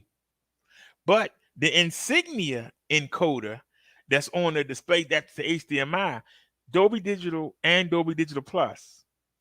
Not to mention, I got the Lav encoder, which has Dolby True HD, DTS Master, Dolby Atmos. It'll encode all of that and send it up that line to the TV, right? You know TV speakers ain't worth 2 pieces of dookie. But if they was, I could just sit there and enjoy everything right there. Have my Dolby Atmos, and you know that TV speakers ain't worth a piece of crap. So how am I going to get it to come out the TV? It's going up the HDMI cord. How am I going to get it out to the speaker system? If you use the headphone jack, that's only 2 channels. We got 8 speakers. 2 channel is not going to carry anything. It won't carry Dolby. It won't carry nothing. It's just something on the right side, something on the left side. The only way to get it to go into these speakers is I got to use that little optical cord. And it comes out the TV, goes into the decoder. The decoder tries to snatch whatever it can carry over that little wire, encode it, and then send it to the speakers. I need something that's going to snatch it raw, not from the TV. That's going to snatch it raw from the computer, where I got everything set up at, and take that sound and send it to the speakers. And then if I want to watch the smart TV, I got it on the HDMI ARC. It's going to send the sound from the TV down the HDMI cord into the encoder, which is going to encode it and send it right out to the speakers. But right now, the only way to get it out to the speakers is to have it come through that little optical cord. Now, if I would have known that last month, if they would have had this on sale last month, I would have got it on the 3rd. I didn't. So, but it's keeping me busy. So you saying live small, but I'm 30 pounds lighter. My sugar levels are so low, the doctors don't understand what's happening. I'm out there riding my bike and I'm having a good time on it. They about to send me another bike to review for y'all. I'm about to move and finally have some money freed up. And you telling me I'm not doing anything. Well, I think I'm doing fine. I notice you keep telling me all these things. I told you what my hustle was. It was YouTube. Have you made a donation? Should I check the Cash App? So obviously you're not helping me with my hustle.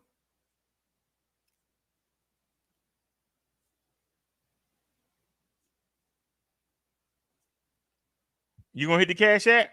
Can we get $5? Can you help me get that Dakota? I got $15. I got $15 I was stashing. I said I had 8, and I do. I'm not lying.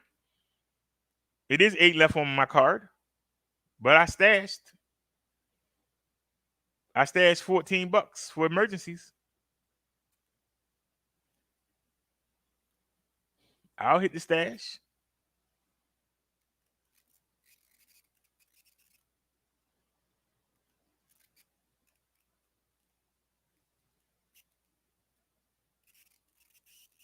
Oops, that's your orders, dummy. You need the cart.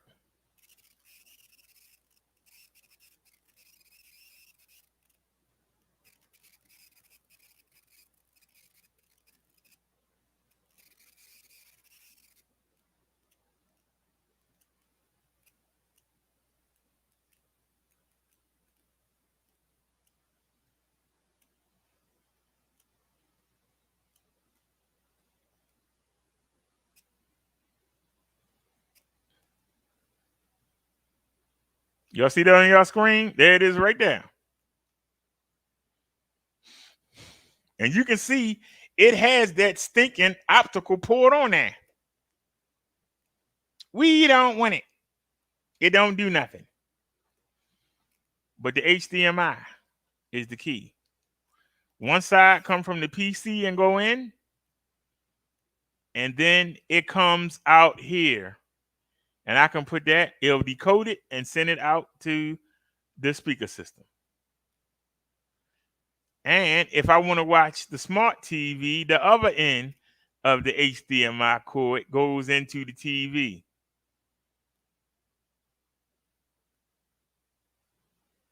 And I can put it in the ARC one, and it'll send the sound from the TV down into it.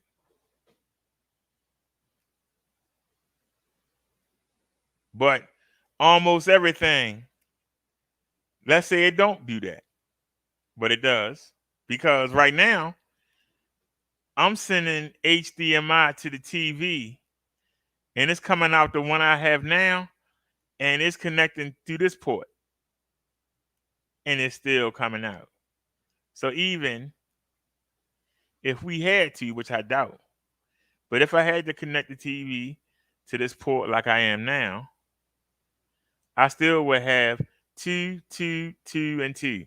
So that's 2, 4, 6, 8. All 8 of my speakers covered. But if I want everything, I needed to come through the HDMI. This can only carry 2 channels or squished up Dolby and 5. This can carry all of everything. And it can do 8 channels. And this can only carry 300 and something gigabyte. This can carry 10.6 gigabyte. It take 1,000 gigabytes to make a megabyte. This can only do 300 and something gigabyte of data. That means you would have to have 70 times. You can get 70 times more data through in 1 second than you can on the HDMI. Which means it's gonna cover everything. You put an old Blu-ray in, whatever you put in, you're gonna get the sound. Whereas now, I'm limited. So, but as you can see, 31.42. I got $14. Anybody want to help me out? If not, don't worry about it. I'll get it on the 3rd.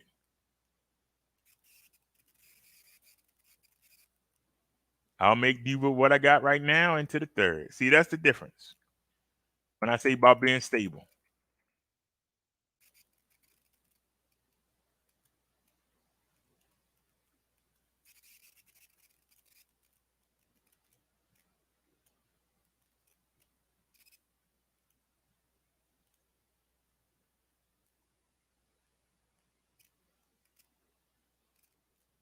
Now I bought this on the 3rd. And as you can see, it has 1, 2, 3.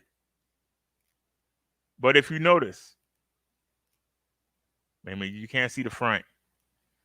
Okay, don't sweat it. These people, here's one right here. You notice there is the optical ports. It's only 2 optical ports or coaxial port. There is no HDMI. That's the only way to get the sound in here. And none of these will do the current format. So, and you see, it's almost as much. So, like I said, but even if I do stay with this, I'm still good. But if I want the best, and why shouldn't I have the best? If I want the best, then why shouldn't I have it? Well, somebody will try and talk me out of it. Oh, you should save that money for something else or whatever. And then I'll be sitting there wondering.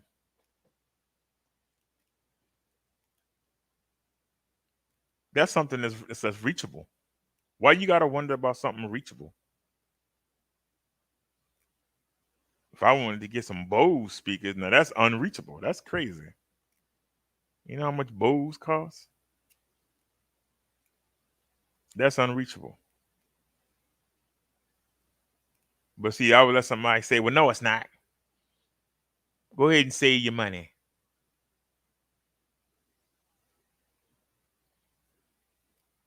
And by the time you do that, something going to happen. And that money going to go to that. And you still going to be wondering and waiting and wishing. That's why if you can get something, get it. Sometimes waiting, opportunity gone.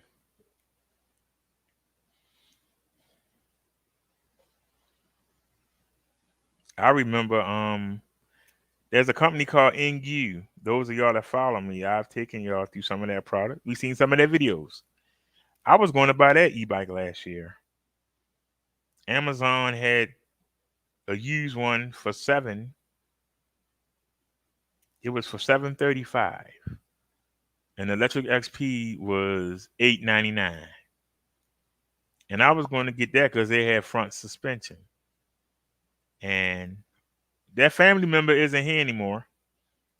But she'll tell you, I used to go look 10 times a day at Amazon to see if somebody, it was 2 of them, if somebody had bought them.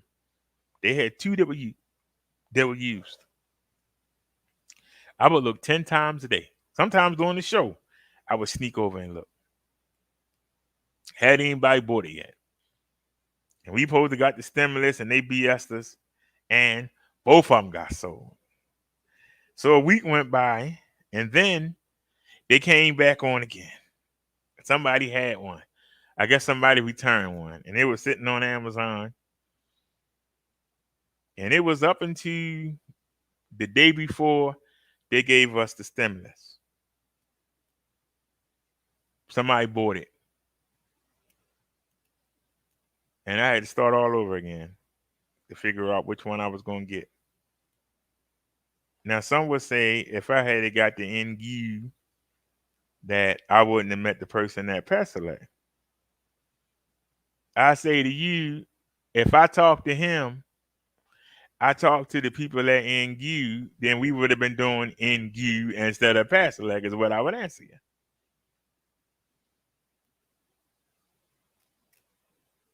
And maybe NU wouldn't be as cheap as Pasolak is. And maybe I'd have 5 or 6 bikes sitting here right now.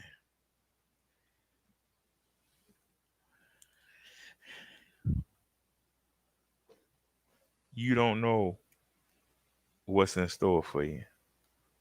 But when you keep knocking your head against a door that's not opening to try to impress somebody else, you lose. Even when you win, you still lose. Now, I know, my duck, I ain't got to look at the chat. I know McDuckin keyed up and said he talking about those speakers again. But the same way you mess with your gadgets, why you want to deny me from messing with mine? It gives me something to do.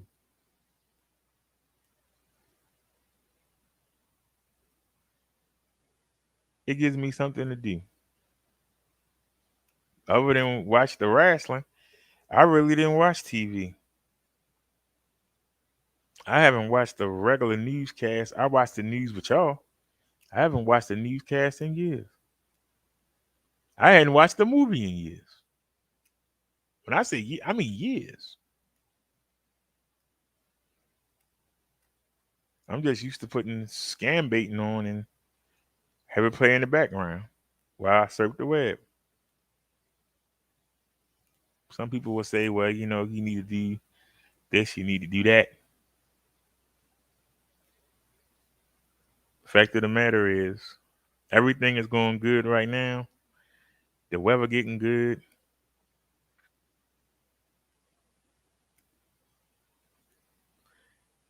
We finally gonna have a place.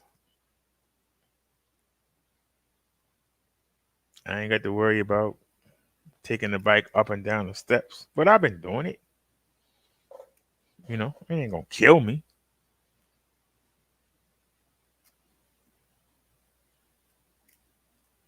Patience.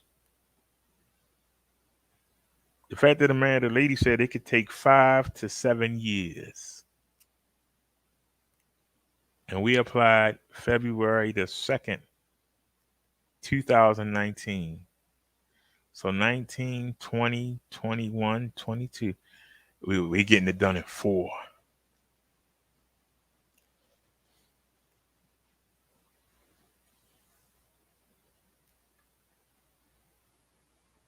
It's happening. But see, for the past 4 years, it's been in the back of my mind. But I continued to make the best of what I had. I knew it was coming,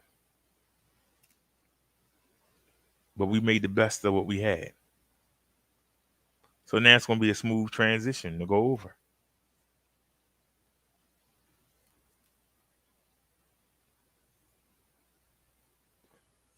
It's nice to be surprised. And y'all saw, they ran me through the ringer, boy. How many times did we had to run down there and go get the ID? Do you know they still want another copy of my ID? And they want birth certificate, social security card, and they want a copy of my SSDI income. I spent 2 hours on the phone today trying to get through social security and couldn't get nobody. The office is on the other side of that park. The office is on the other side of that park. I'm sad to say, I don't know if they allow you in because of the mask thing, but we're gonna ride down there. We got to the 22nd, but we're gonna ride down there because they said that finally, after being with the recording for like 10 times, I finally got them to say that they would mail me the form in 7 days. I don't believe them. Plus, today is the 15th. What's the day? The 15th or the 16th? Today is the 17th. So 18, 19, 20, 21, 22. So 5 days, I'm supposed to be in the office at 1 o'clock. 5 days. But they're going to mail it to me in 7. So what that mean? That mean we going to have to go down to the Social Security office and bang on the daggone windows and hope the security man will open the door so I can go in there and get it. Now, I ain't been down there in years. But I'm going. Matter of fact, I should have went today. I ain't got no excuse. I should have went today. And we're going to get it done. Because, see, we could have BS'd around.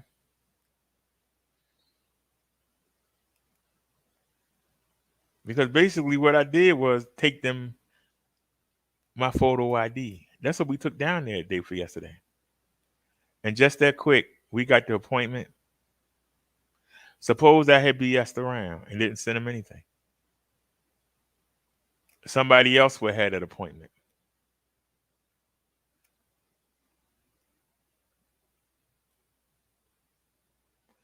Taking things as they come and knocking them out. Not letting it lay around. Not BSing. This is the correct way to do things, and I'm trying to do it. I'm making the changes, and people say, and I say to the people, do you? But I'm going to be all right, because I'm not rushing. I'm not running in head first to anything. I'm going to ask the lady, do I have a choice of being in the high rise or being on the low rise? Because I can tell you, after watching them videos, I don't want to be on the low rise. But if I have to, I'll deal with it.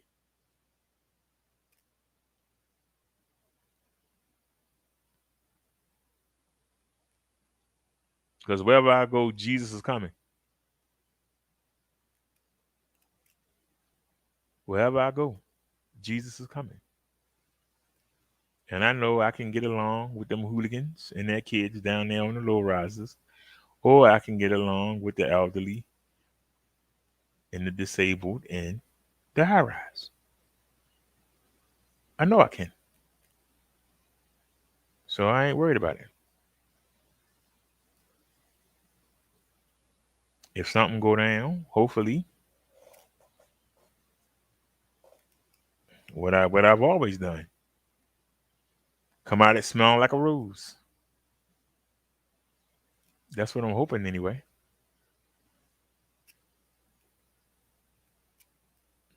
But to get mad about it or to worry about it doesn't accomplish anything.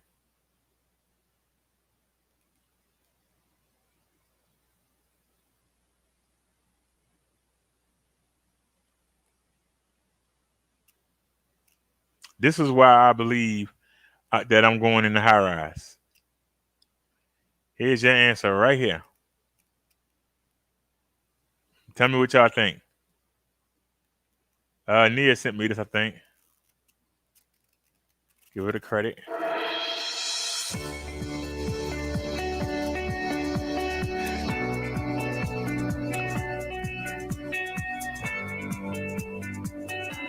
Hi, Really? You really gonna do that? my name is Janet Abrahams. I am the Executive Director of the Housing Authority of Baltimore City. Play is essential to a child's ability to grow into a productive adult. That is why we are so grateful and excited to have partnered with Kaboom, a national nonprofit dedicated to ensuring that all kids get a childhood filled with the balance and active play they deserve. I would like to thank the community, donors, contractors, vendors, and the hundreds of volunteers for their overwhelming support in building this wonderful playground at McCullough Homes. Thanks to this amazing partnership, children in the community now have a safe place where they can play and grow.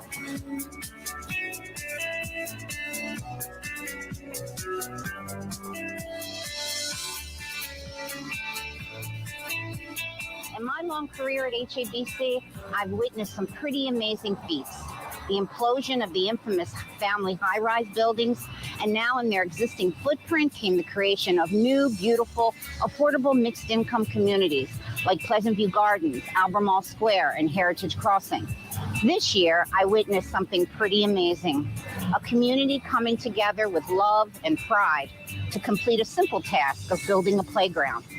The support of local foundations, nonprofits, churches, schools, businesses, and people who just care, people who want to give back. I'll never forget the thankfulness in the eyes of the parents and the children who are now benefiting from this playground. And I am forever grateful for the opportunity to be a part of this project. This Kaboom Playground build has been an amazing experience. From the inception to completion, we have been in awe at how something that some communities take for granted has had a huge impact in our community. Because of the Kaboom Playground build, our children are able to have a place to have constructive play that teaches them much needed social skills in a safe environment. On behalf of the residents, staff, and community members at the magnificent McCullough Homes, we want to thank you for recognizing that. There you go. Right there. See the high rise in the background? Let me be over there and let the kiddies be over here with their mamas. They need the grass. Let them have it. I can be chilling on my little balcony. That's all the room I need. Let them be over there. Let them have the low rises. You can put me in the high rise.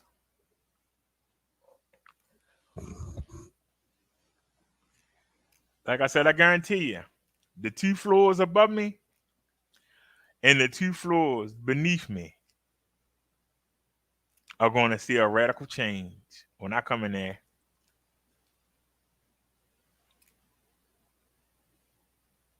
They might eat up I might have to keep me a supply of boric acid and surrender, because it might get ate up. We gonna get everything up out of there. When I say everything, we gonna get everything up out of there. We ain't BSing. We gonna kick out everything. Tomorrow we gonna do Theology Thursday. And I apologize to y'all, because I forgot it was Wednesday. And we could hurry up and find some scripture and rinky dink around.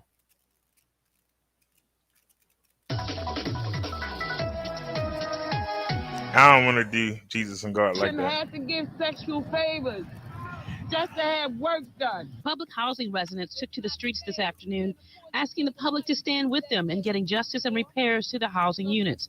3 public housing maintenance workers are being sued, accused by 11 female tenants of demanding sex in exchange for making repairs. Tired of talking, we want action. While they shouted their messages, 3 members of Communities United met with Commissioner Paul Graziano. They had a long list of demands. The windows, the heating problem, the gas leaks, the rodents, the bed bugs, the roaches, the rats, everything. The lighters, just like she said, the plumbing. Residents say they wanted a timeline from Graziano, but he did not give one. What we do have are site visits that will be coming up for all public housing complexes. They'll spend 3 hours in each public housing complex throughout the city. We will gather folks so they can show their issues, but we didn't get a commitment on the operating budget on what needs to be done. Graziano declined an interview with 11 News, but his office issued this statement. HABC Executive Director Graziano is aware of the allegations of sexual abuse at Gilmore Homes and finds them extremely disturbing.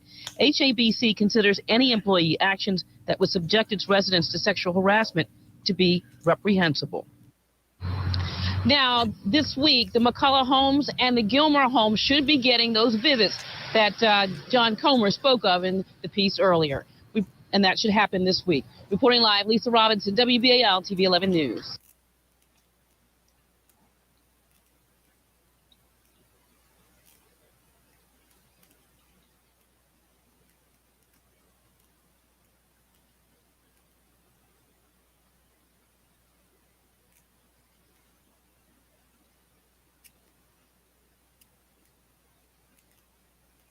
This is where I took y'all to that day we spent all that time on the water. When we came back up, I took y'all here. But there was nothing there to show you because it was fenced up. So a piece of our history came crashing down today in southeast Baltimore, and there will be more to follow. WMER2 News' Jeff Hager has more on the demolition of the Perkins Home public housing complex. Home to as many as 1,000 families. See the Historic two Perkins schools Home over there? is coming down, making way for a We new came up that road. redevelopment project to change the face of Southeast Baltimore. With each swipe of the backhoe, a piece of history disappears here at Perkins Home. Nothing but memories. Good memories, sad memories, happy memories. It's some memories here.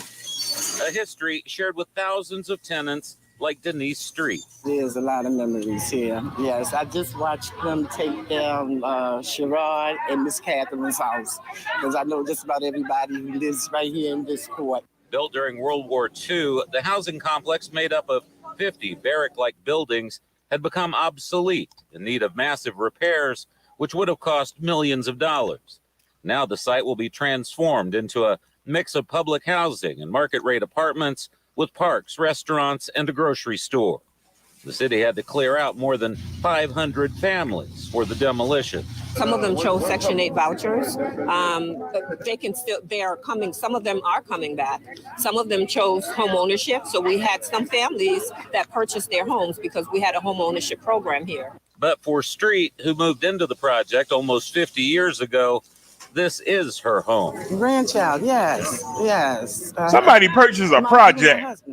I got my husband from out of Perkins. Yes, I did. No matter what it takes, she has pledged to return here. I know I'm coming back. I'm coming back. Nobody else gonna come back. I'm gonna be the first one with a key. I'm gonna be the first one breaking and entering. I'm coming back.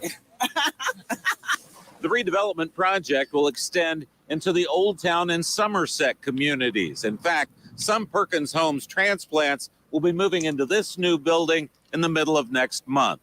Reporting in Southeast Baltimore, Jeff Hager, WMAR 2 News.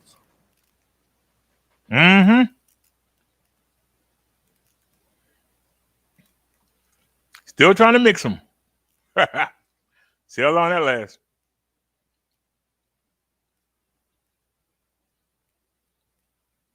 Still trying to mix everybody up.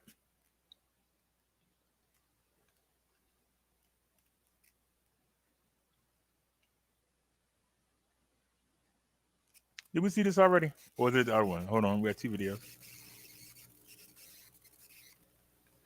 Oh, I messed up. Wait a minute. Copy.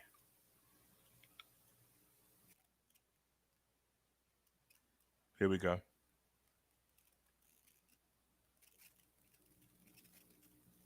Yeah, this is an old girl right here.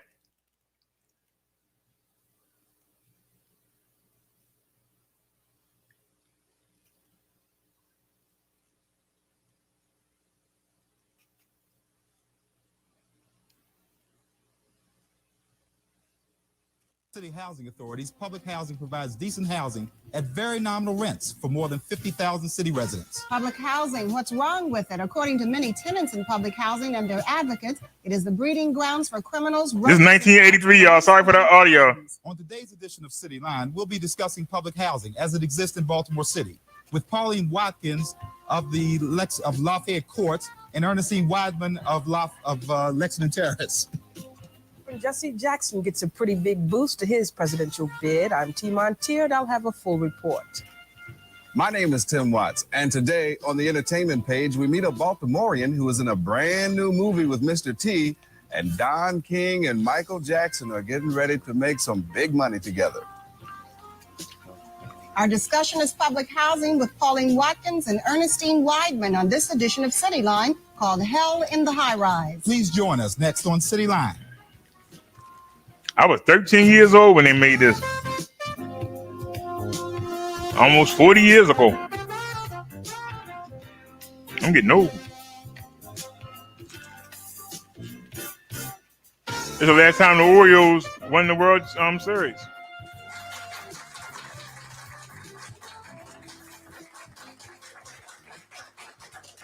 Welcome to City Line. As you know, the topic is Hell in the High Rise, and it has to do with public housing in Baltimore City. We recently took the City Line cameras to one of the public housing units here in Baltimore City to listen to the residents tell their story. According to the Housing Authority of Baltimore City, Public housing provides a decent place to live for more than 50,000 Baltimoreans and is operated by a program that is modeled nationwide, encompassing 5 basic forms: low-rise developments, walk-up apartments, housing for senior citizens, rehabilitated housing, and high-rises. Public housing has been a part of Baltimore's community development since 1937. Today, most residents are the young and the elderly. Those under 18 make up 48% of the population, while those 62 and over are 11.6%. This was 1983. Size is 3 persons, 50% of whom are headed by single parents. 89.3% of the residents are Black, 10.7% white, and others. The average income level is $3,798 as compared to $14,200 for most city residents. It's 1983. Public housing dwellers pay no more than 30% of their income for rent, with the balance provided by federal subsidy. While a resident's rent can range as high as $190 a month, the average rent is approximately $75.71. Beyond these statistics, however, are families who, like most of us, are concerned about their family's well-being and safety. We talked with several residents about their living conditions, and here's what they had to say. This is not a home, this is a prison. We're incarcerated. We're just like, we're no better than those people out there in Hagerstown. Okay, when I came here, there was, like I say, rat mice was running everywhere. Even when I came in here, like with no furniture in this place at all. But there were mice running in this place. And then they had all these holes, you know, just like somebody that's chewed out the corners and stuff of the walls, and roaches was just everywhere. The condition of the place is screened, as you saw my screen when you come in. It's been that way since I've been here. And me and my children got cut on that because it tears our clothes and everything. But no one has fixed these things. I corked up a lot of holes in my home to keep the roaches out. It seems like the more you cork them up, the more comes out, you know.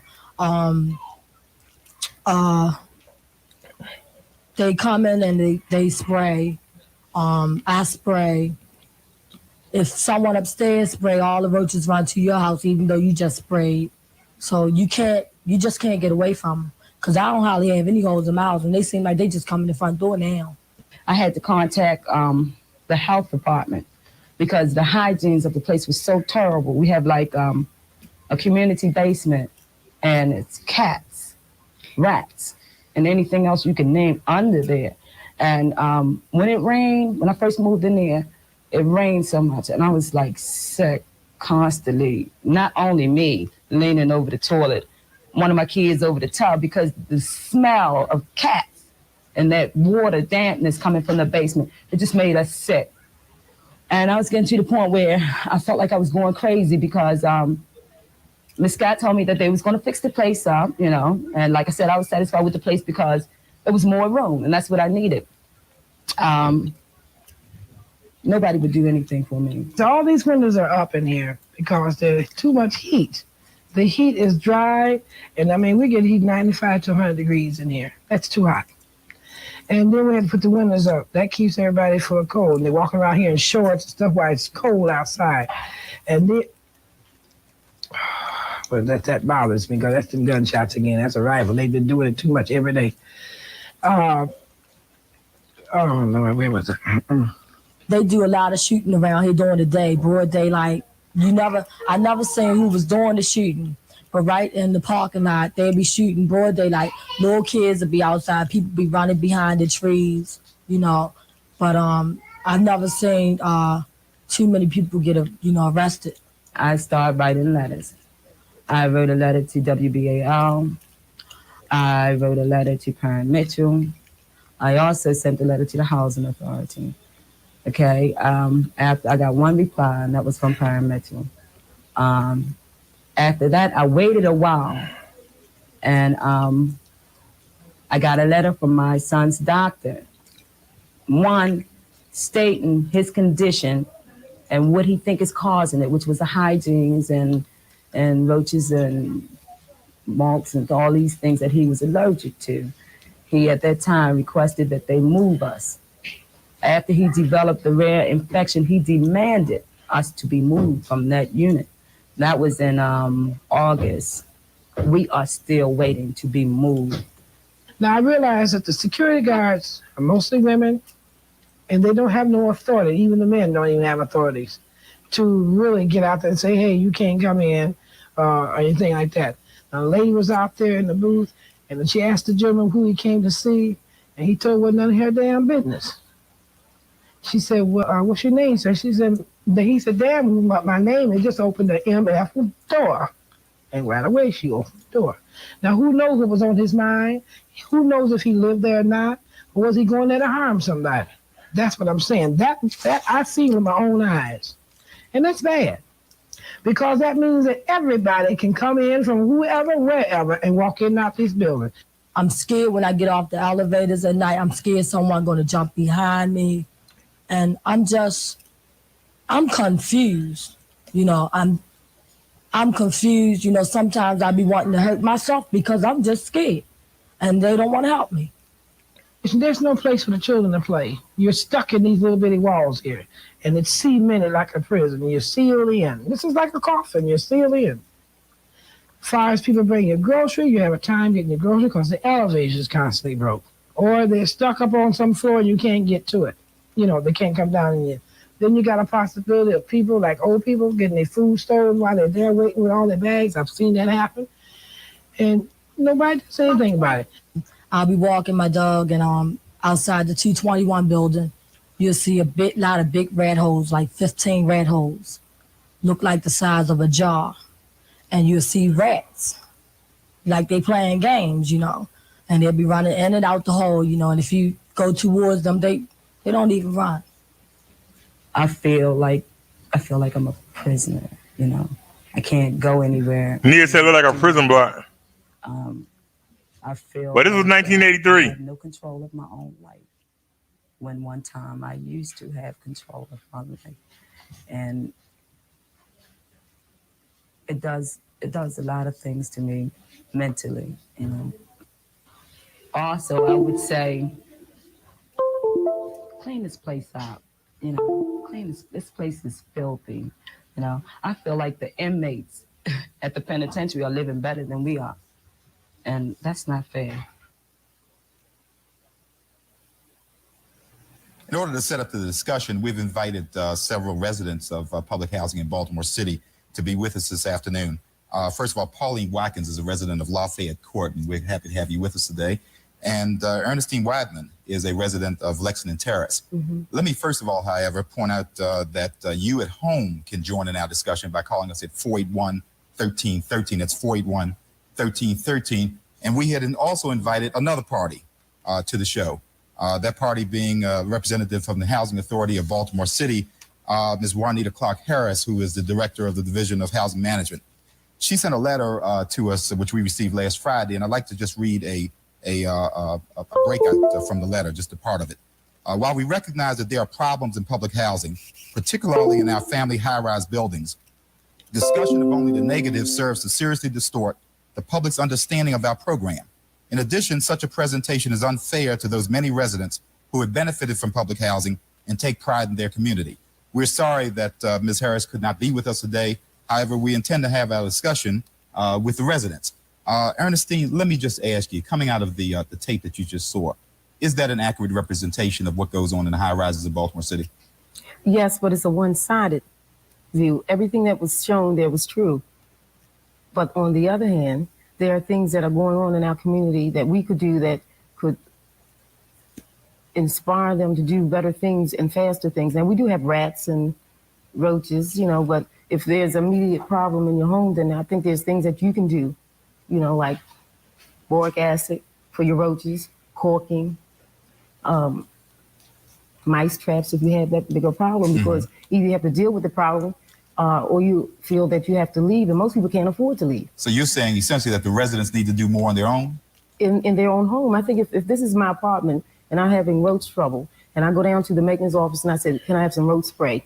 And they give me roach spray and this doesn't do a sufficient job, then it's up to me to do something else. I can go over and complain, but the roaches are still going to be there with my house.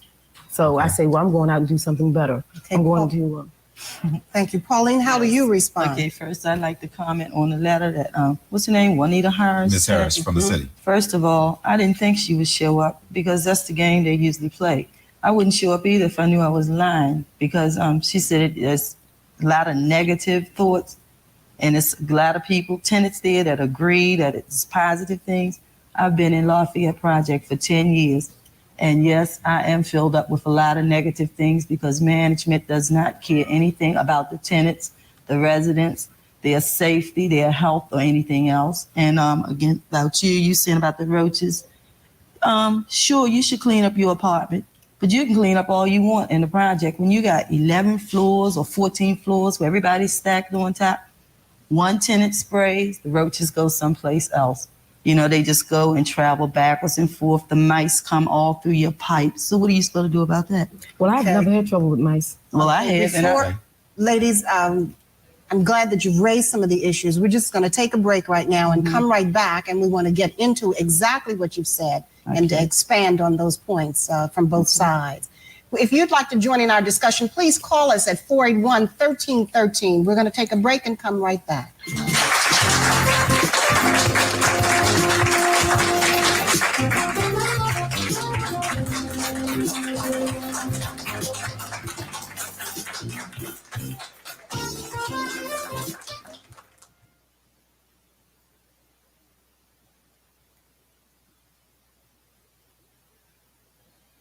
I wonder if they're gonna flag us for this. Video. Fast forward, son.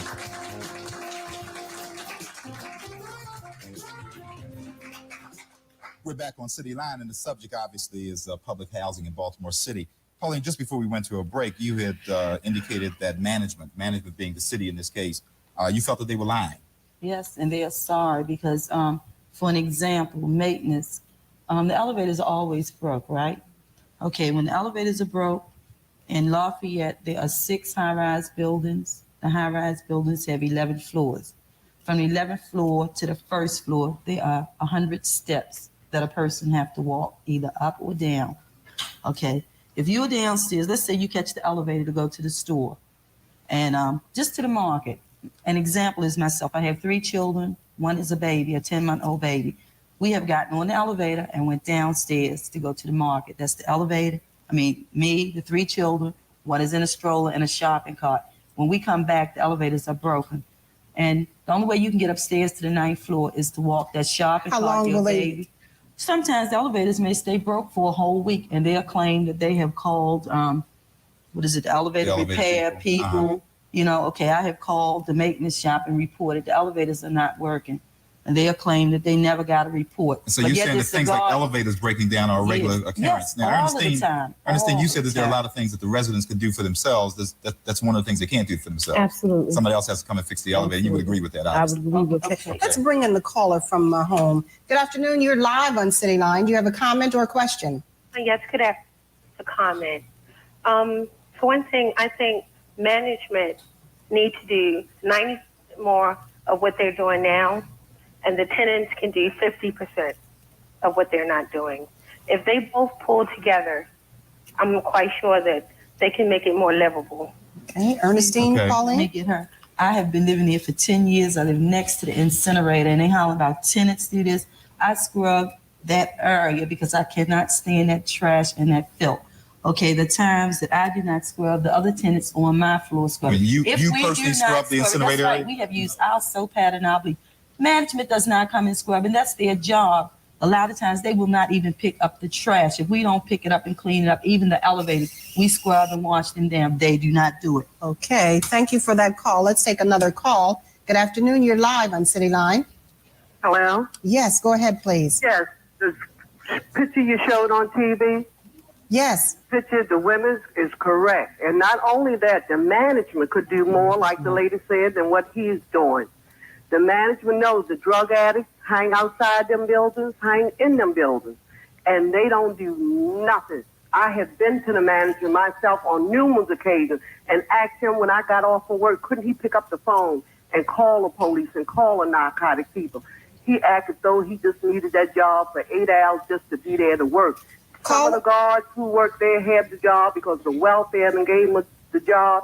They're not in the rest, and they're in with the dope, and they sell dope right out of them boots. And You're saying that the management sells dope? Yes, they do. Okay. Yes, they do. And the people is not lying what they're saying on that program. Why do you think there is, other than the fact that you're saying that management is involved in selling, why do you think I didn't say the management was involved in selling. I said that the people who live in the high rises, people, the guards, and the people who live in the high rise. Why is it then that we can't, that something can't be done about it, that it can't be cleaned up? Because the management, the people working in the office will let you know. They just don't come out and say it. They are just there for a job. And they tell you they don't want to get involved. You the one has to do the calling. I comes in many days after 4 o'clock and call the police and narcotics people.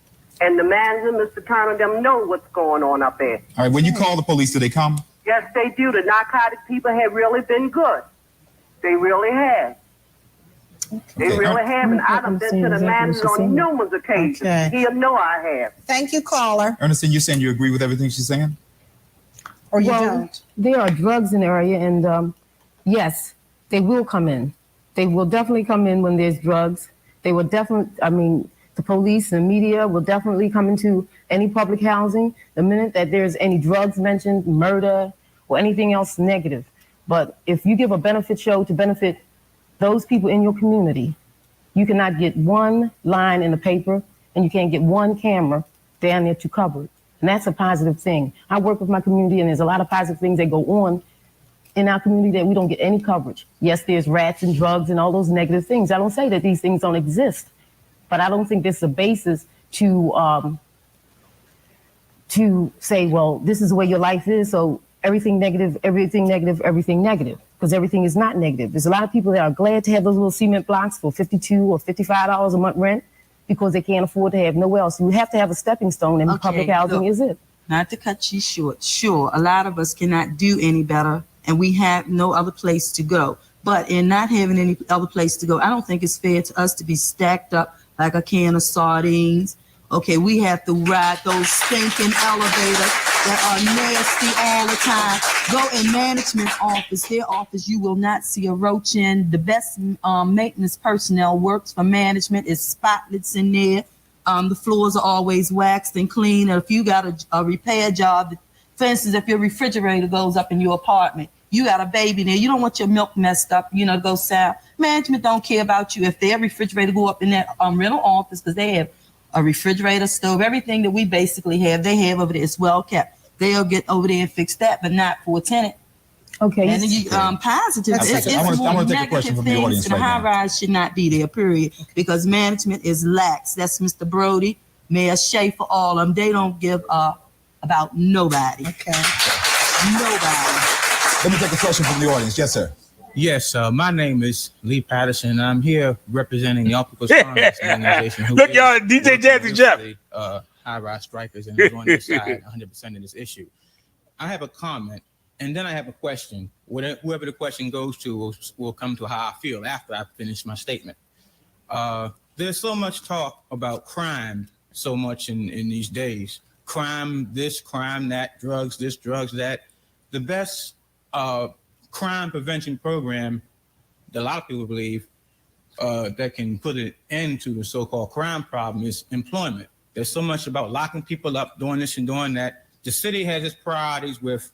Okay, we're going to have to ask you, sir, to kind of get to the point that you want to make because of the time restraints. The city has its priorities with the harbor and not enough priorities with the people who actually live there. Don't they think that all the money? My question goes to the woman here who's representing the city. Don't you think that? Well, wait a minute. I think no one here There's nobody here representing the city. I am a resident of public housing. Don't know what he's talking about. About the public housing. That love where I live. I love my home. I like my neighbors. And I'm going to tell you that is wrong in our community can be corrected if our community itself get off their lazy buns and organize themselves to do something about it. Everybody wants to sit around and complain. Do we have a question? I'd like to finish the question. I can finish the question, please. This is supposed to be freedom of speech here. Now let's go ahead and ask your question. My question is, don't you think that money that they have all on the Child Street Innovation and all the projects can be used to renovate 1,500 vacant houses for people in Baltimore City who need them? Are you making a speech or are you asking a question? I'm asking the question. Okay. Don't Let's you have think the that answer. Friday could be straightened? Sure, absolutely. Okay. Let's go. All Let's right, take let's another phone take- call. Thank you. Yes. Good afternoon. You're live on City Line. Go sit down somewhere, man. You said what you had to say. Yes, I do. Go ahead, please. This is Sarah. I'm calling about the rats and the roaches and the junkies. You can't get in the house for the junkies. They're sitting all on the steps. Okay, now we've already talked about that. Do you have anything new to add to the discussion? That has been mentioned several times, in fact. No, I don't. All righty. Thank you for Okay, calling Can I, us, can I though. say something, please? Certainly. Okay, everywhere you go, just about, you have a drug problem. The drug problem, I'm not gonna say it's not bad and it's not serious. That is not as serious to me as me having to come out my door and look at that nasty incinerator in a tot lot where it's supposed to be an area where the children can play. They cannot play there because there's holes all in the fence and things, and you're afraid because anybody could get off the elevators and hurt your children or yourself. Or when you get on the elevators, you have to be greeted with it's a public toilet, the trash that the maintenance man left there that he's being paid to clean up. And maybe this trash has been there for a whole week, and all of a sudden they got a wind that somebody might come and get a first-hand look at that. So they and then clean up for visitors. Yeah, that's what goes on. You would never come in Well, I here don't and think they see cleaned what's up. I going don't on. think they cleaned up exactly for the Oh, City yes, Line they did. cameras. They cleaned up some. You don't live there. I live there. Oh, Okay. yeah, but it's still full. Pauline, let me take a break now. Let me come back and let you continue. Okay. Okay. I'm not cutting you off. Let me just take a break. Okay. Right after this. All righty.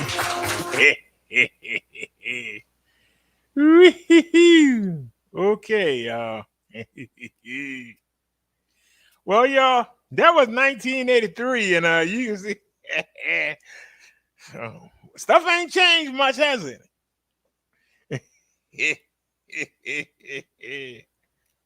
Old DJ Jazzy Jeff came up there, and well, that woman ate him up.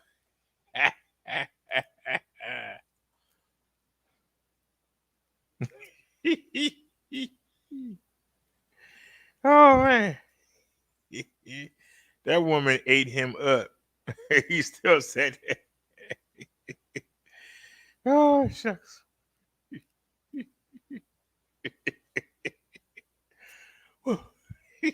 I'm sorry, y'all. Ain't this a free country? They said, what was he trying to say? I don't know what the hell he trying to say there. He just made a fool out of himself. Oh, shucks. That was freaking hilarious. I'm sorry. 1 hour ago, breaking You're news. watching the station that's working for you. Now, WMAR 2 News at 11. Thanks for joining us at 11 tonight. I'm Kelly Swoop. And I'm Jamie Costello. A father and son are dead tonight in a murder-suicide. Dad was killed at a hospital in Glen Burnie. And son was found dead 20 minutes away near the Patapsco State Park. WMAR 2 News' Ray Strickland is live at the University of Maryland, Baltimore, Washington Medical Center tonight. He joins us with the latest details. Ray, what'd you find out?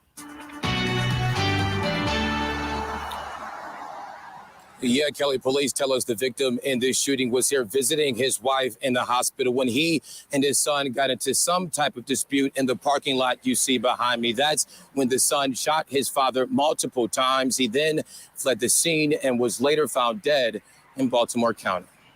Crime scene taped around the Baltimore Washington Medical Center parking lot after a 40-year-old man was shot and killed outside of the hospital.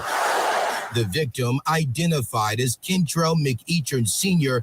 from Baltimore City. He had multiple gunshot wounds to the torso and then we believe one to the head. The shooter has been confirmed as the victim's son. He's been identified as 24-year-old Kentrell McEachern Jr. Anne Arundel County Police say the shooting happened around 5:30 p.m. That's when investigators say the victim's son confronted his father, leading to a dispute between the two and ending with the son shooting and killing McEachern Sr. Lieutenant Glenn Shanahan with the Anne Arundel County Police says the victim was at the hospital to visit his wife.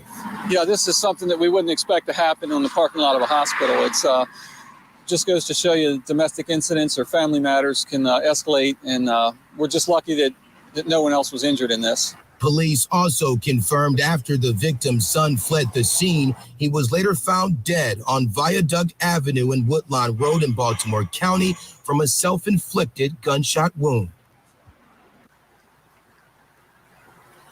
And there's still a lot of questions about this incident that we hope to get answered as this investigation continues. But one thing we do know for sure tonight is that this is a true tragedy here in Anne Arundel County, where one family is now mourning the loss of 2 of their loved ones. Reporting live in Glen Burnie tonight, Ray Strickland, WMAR 2 News.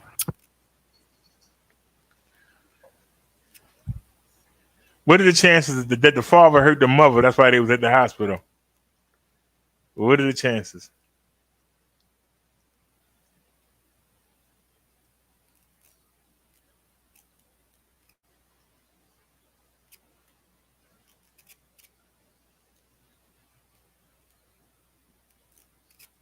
That's a daggone shame. I was looking forward to that match tonight. Somebody on YouTube just told the results of it. Doggone it. Don't y'all hate that?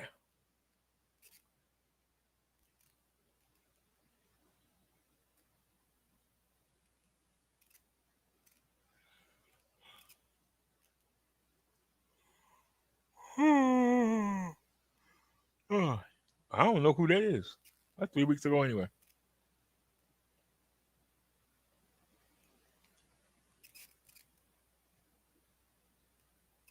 That's 13 days ago.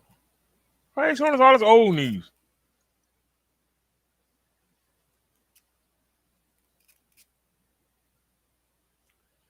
He's showing us the same stuff he showed us yesterday. What the heck? Do a refresh. No new news.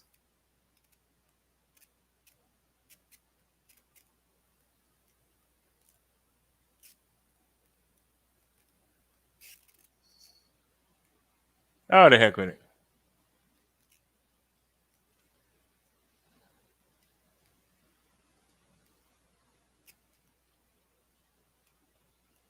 Alrighty, y'all. I'm going to get out of here. We broadcasted on 3 different channels. I don't expect a lot of views on either one of them. But I appreciate everybody that came. Also, I'm taking down the Minister channel so it don't get flagged.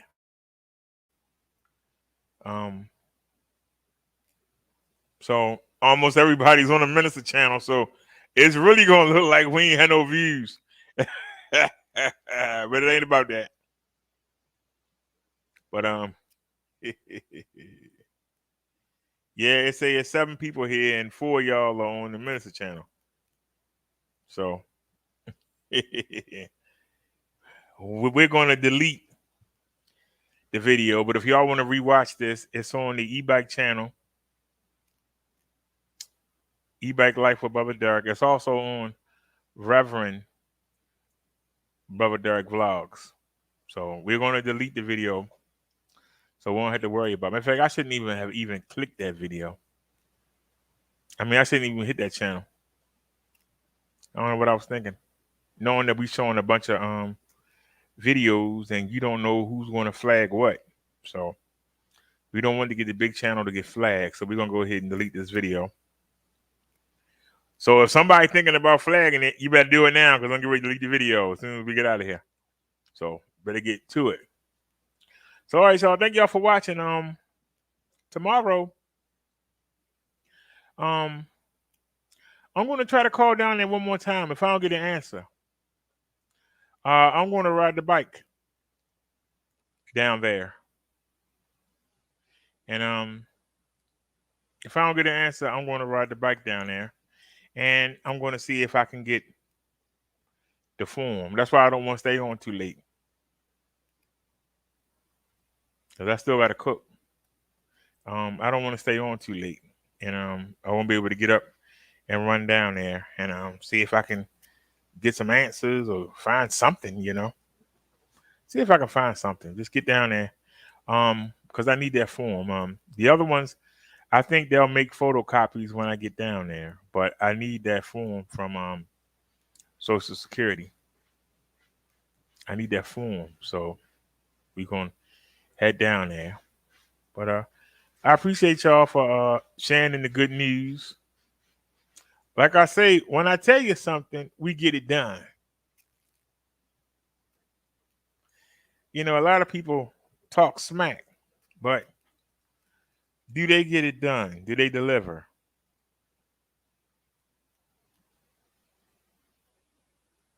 You know, you're always going to have naysayers. But like I said, I challenged the guy. He told me to get a hustle. I told him I had one. Why don't you hit the Cash App? See, he didn't hit it. Because, see, they ain't going to never help you get nowhere, but they forever telling you what you should do. But they'll never help you get there. They'll tell you what they think you should do. The fact that he say he got $6,000 a month in expenses,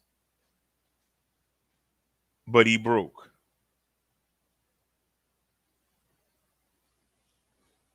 I wouldn't know what I would do with $6,000 a month. I don't even know if I could spend $6,000 a month. I'm sure I could learn how.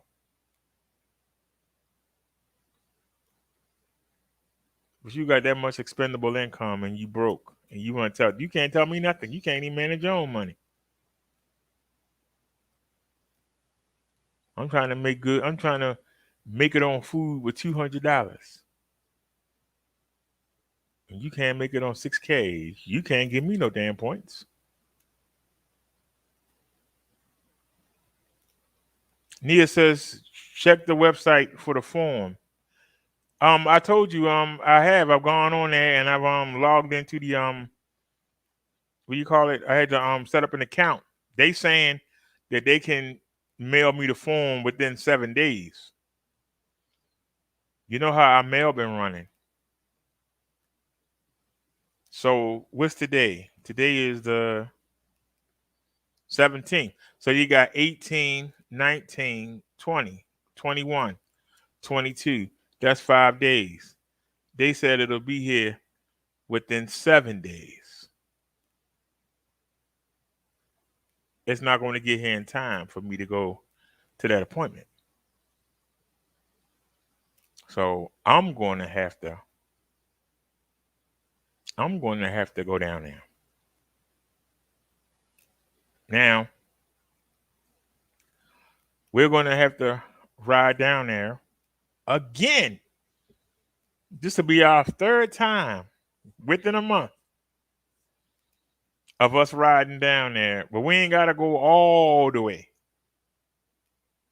But we're going to ride down there again on the 22nd. So that's got to be Wednesday. Is that Tuesday or Wednesday? Friday the 25th. So it's going to be on a Wednesday, right? Yeah, because Thursday would be the 24th. No, the 22nd. I think is it Tuesday? It's either Tuesday or Wednesday we got to go. Well, I don't have a printer.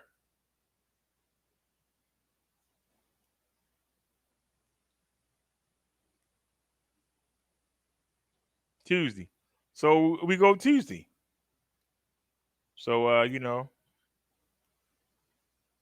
could BS around and then try and run up there Monday, or we could do the right thing and go down there tomorrow or Friday and take care of it before the weekend. Just knock it out. Because, see, I could have BS and not went down there the same day when they asked for another copy of my ID. I could have BS'd around. But no, we went and we handled it. And that's why we got the fast appointment. So, can't really say. I mean, shoot. Can't beat that. So, instead of 7 years, we're going to get it in 19, 20, 21, 22. We're going to get it in 4. That's good. I'm glad that they not in the state that they was what them ladies were talking about. God darn. But if it was, we going to go in there and get it cracking. We're going to go in there. We're going to get it clean. We ain't going to worry about that. Because, see, people talk. Those people that talk, let them talk. Those people that dream, let them dream. But then you got people that quietly do. They don't get the fanfare. They don't get the attention. But those are the people that make the world go around. And like I told you, it's better to be stable than it is to be up. Better to be stable than it is to stay down. But when you stable, you all right. No matter what happens, you all right. And those are the people that make the world go around. Because for all those people that's out there chasing something, when they get in trouble, who they call? The people they call boring. Who bails them out? The people they call lame. Who gets them an attorney? The people they call scrubs. Because while they up and down, up and down, up and down, you stay stable. So that when somebody do need your help, you're able to help them. Why? Because you're stable. Can't be a blessing to somebody if you're not stable. And I've been fighting for stability. I've been fighting for it. I've been fighting for stability since 2017. It's a long haul. There's been a lot of roadblocks in the way. We've just gone around them, went under them, jumped over top of some. But the goal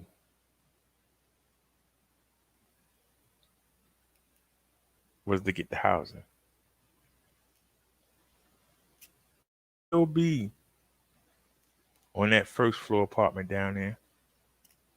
We could still be in that little cramped second floor apartment over there. But now we in an apartment. So we doing all right. And whether or not I get an efficiency or one bedroom, whether or not I'm in the high rise or in the low rise, I'm good. Because I'm going to be all right. I'm a child of God. We make it anywhere. If we got to go in and put our stamp on something, that's what we do. If I got to go clean that whole building out, if I got to clean the side I'm living on, if I got to clean the floor above me and the floor beneath me, whatever I got to do, I'm going to do.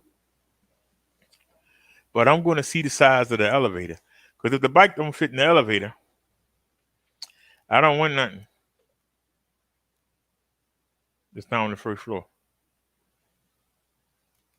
And this is the beauty of having something already. Because see, when you got something, you ain't got to take the first thing they offer you. Because if they don't have anything that I'm cool with, I ain't got to take it. I can tell them I'll wait for something else better to open up. Because see, I got a place to come home to. I'm not living with grandma. I'm not living with my friend.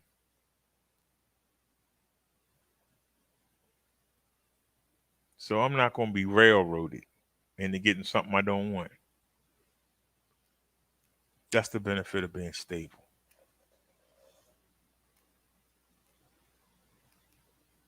Taking your time, step by step. I ain't got to let them just put me wherever they want to. I said I ain't picky, but I am about some things. Like I said, if the elevators are small and the bikes won't fit in them, ain't no need. I ain't carrying the bike on them damn 9 flights of stairs. If the bikes don't fit in there, I ain't taking it. Give me a low rise then. Give me a low rise with a ramp, or give me a low rise with the, what was it, 2 steps and then 1 step to go in. That's good. Because I can wheel it down when I come out. And I can wheel it up. I got to go a step to get in the door, to get into the lobby. And then to get into the second part, I got to bring the bike up 3 steps. And I don't carry it. I just walk it up. So I don't have no problem taking it up 3 steps. But 3 steps is not 14. Trying to walk a bike up 14 flights is a whole lot different. That's why I just carry it. But I'm getting older. I might can carry that bike up the steps for another 5-6 years. Then what? Suppose the arthritis come and all that other stuff. Nah. That's why I say the beautiful part is I don't have to worry, because I'm not coming with nothing. See, if you're coming with nothing, you got to worry. You got to take whatever they give you. You grateful. We in a position that if I don't like what I see, hey, keep me on the list and let me know when you got something better. Because I can tell you right now, I'm glad it ain't Gilmore. I'm glad it ain't Cherry Hill. I'm glad it ain't Rosemont. That's the worst if you ask me. Rosemont is the worst. That's just my opinion.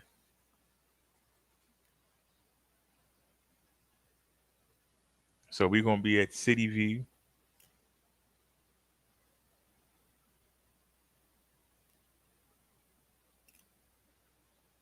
I used to work in that area. Never stayed in it, but I worked in it. I used to drive people up and down the road. I probably driven some of them people around. So I'll go down there. Hey, I know you. I don't know your name, but I know you. And they'll say it to me. Hey, I know you. How you been? So it ain't like I'm going to be a stranger. Some of them people know me. I recognize some of the people in the video. Hopefully they ain't there when I go. If they are there, get along with them. You know. Nia says the elevator should be pretty big. It's the only way furniture and things had to be transported to the units. Yeah, I hope so too. I ain't even think about that. Man. But I tell you one thing. It sure be nice to put that on in the elevator and let it take it. Yeah, because we got the box springs are easy for a king size bed. The mattress is the heavy part. Like I said, you can let it slide down the steps, put it on the truck. And then when you get there, you just got to make it up to the door, put it on the elevator, and let it ride.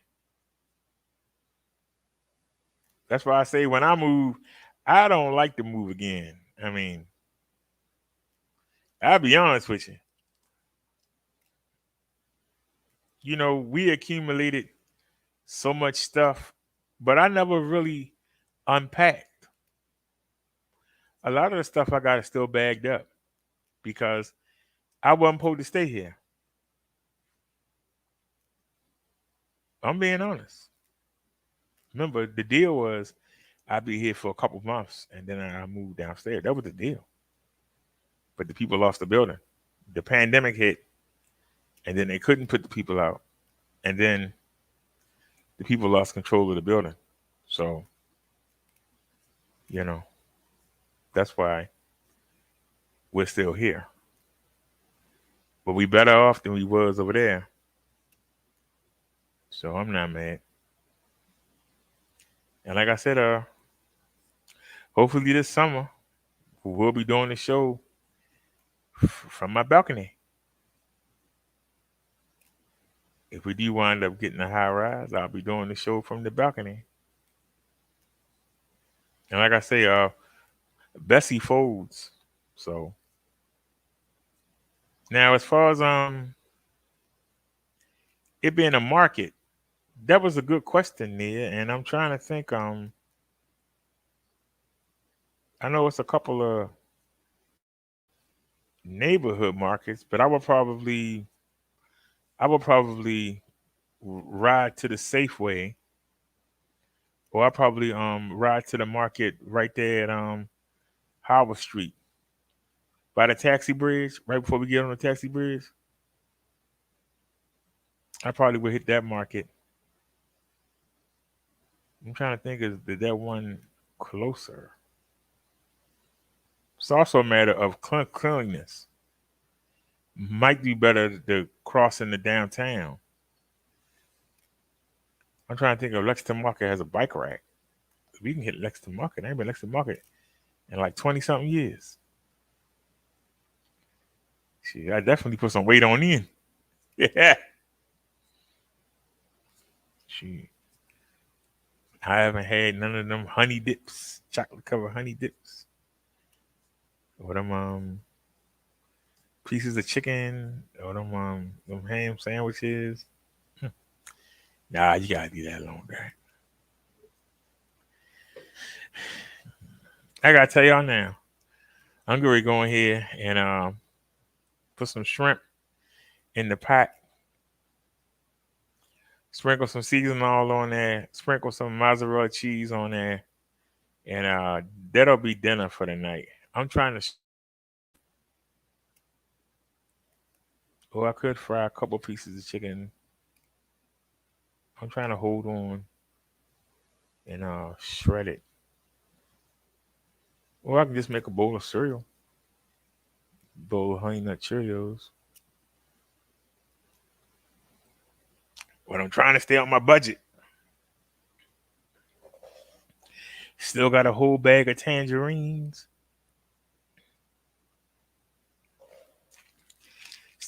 Still got plenty of nuts to nibble on. Y'all see me nibble on. And we just gonna maintain. Like I said, we not hitting the market to the weekend. And today's Wednesday. I thought it was Tuesday, so that's good. It's Wednesday. I thought that's a day less. But we're gonna hit the market, and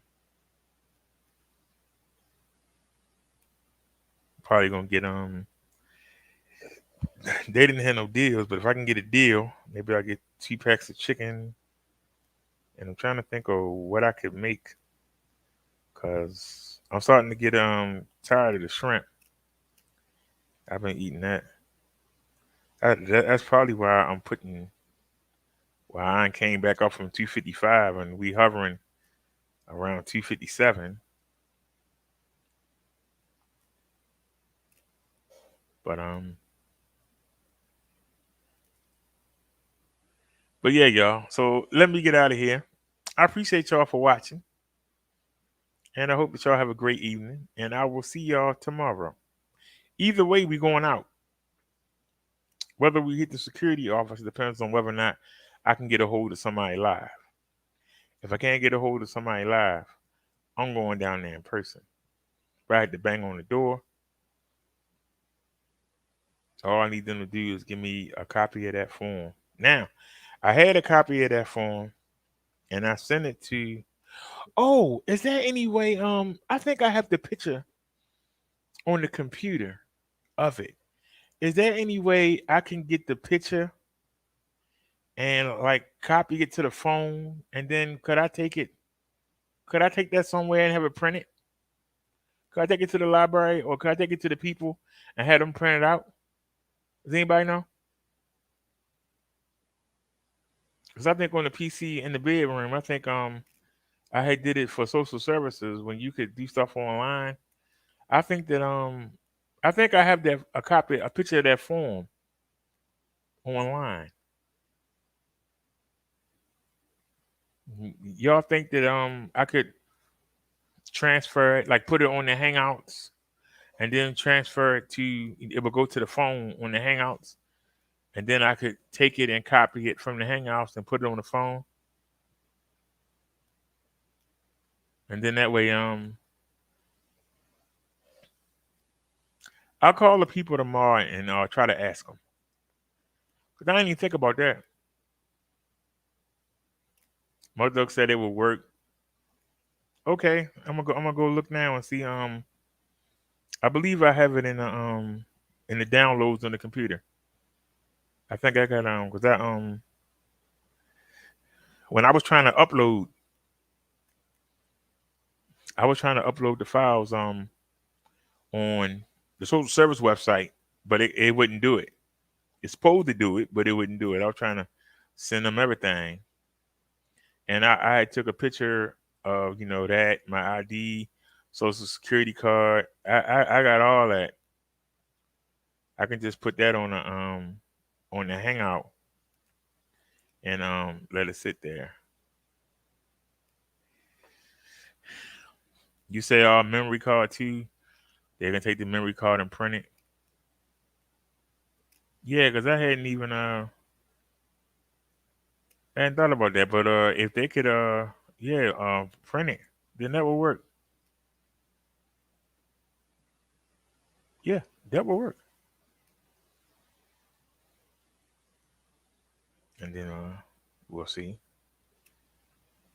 Yeah, I mean that's a pretty good idea. If I can put it on the phone and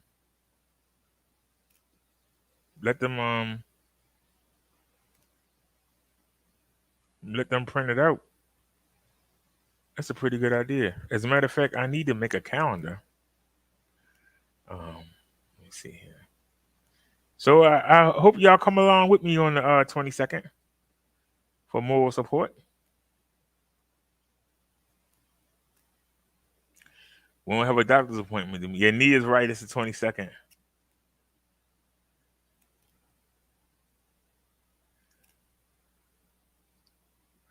Title: public housing.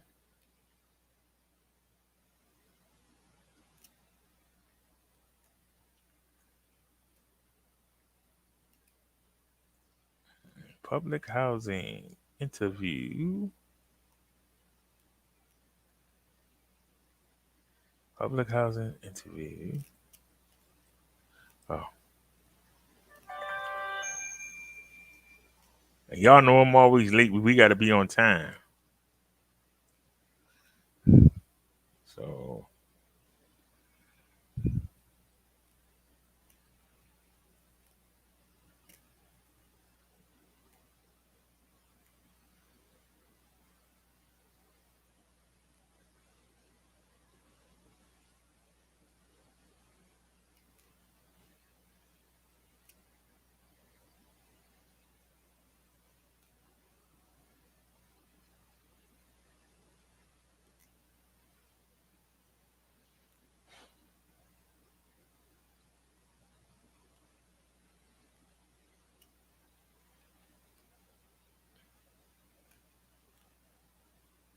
All right, and hit save. All right, so it's saved on the calendar. Don't let me forget, y'all. We'll let something come up and try and make us forget, but I ain't gonna forget. We're gonna make it happen. So, all right, y'all. Once again, as Nia would say, see you soon. As Chung Lee would say, don't leave home without the wasp spray. And y'all know where I'm going. I can't leave home without it. As I say, I'll see y'all tomorrow. Y'all have a great night. Peace, everybody. And we out. I guess 1 a.m. Thanks for watching, everybody, and we out. Don't forget, deleting the Minister channel, but we still got the Reverend and the E-Bike Life. The video is going to stay up on those two channels. They're not monetized. Peace, everybody. We out.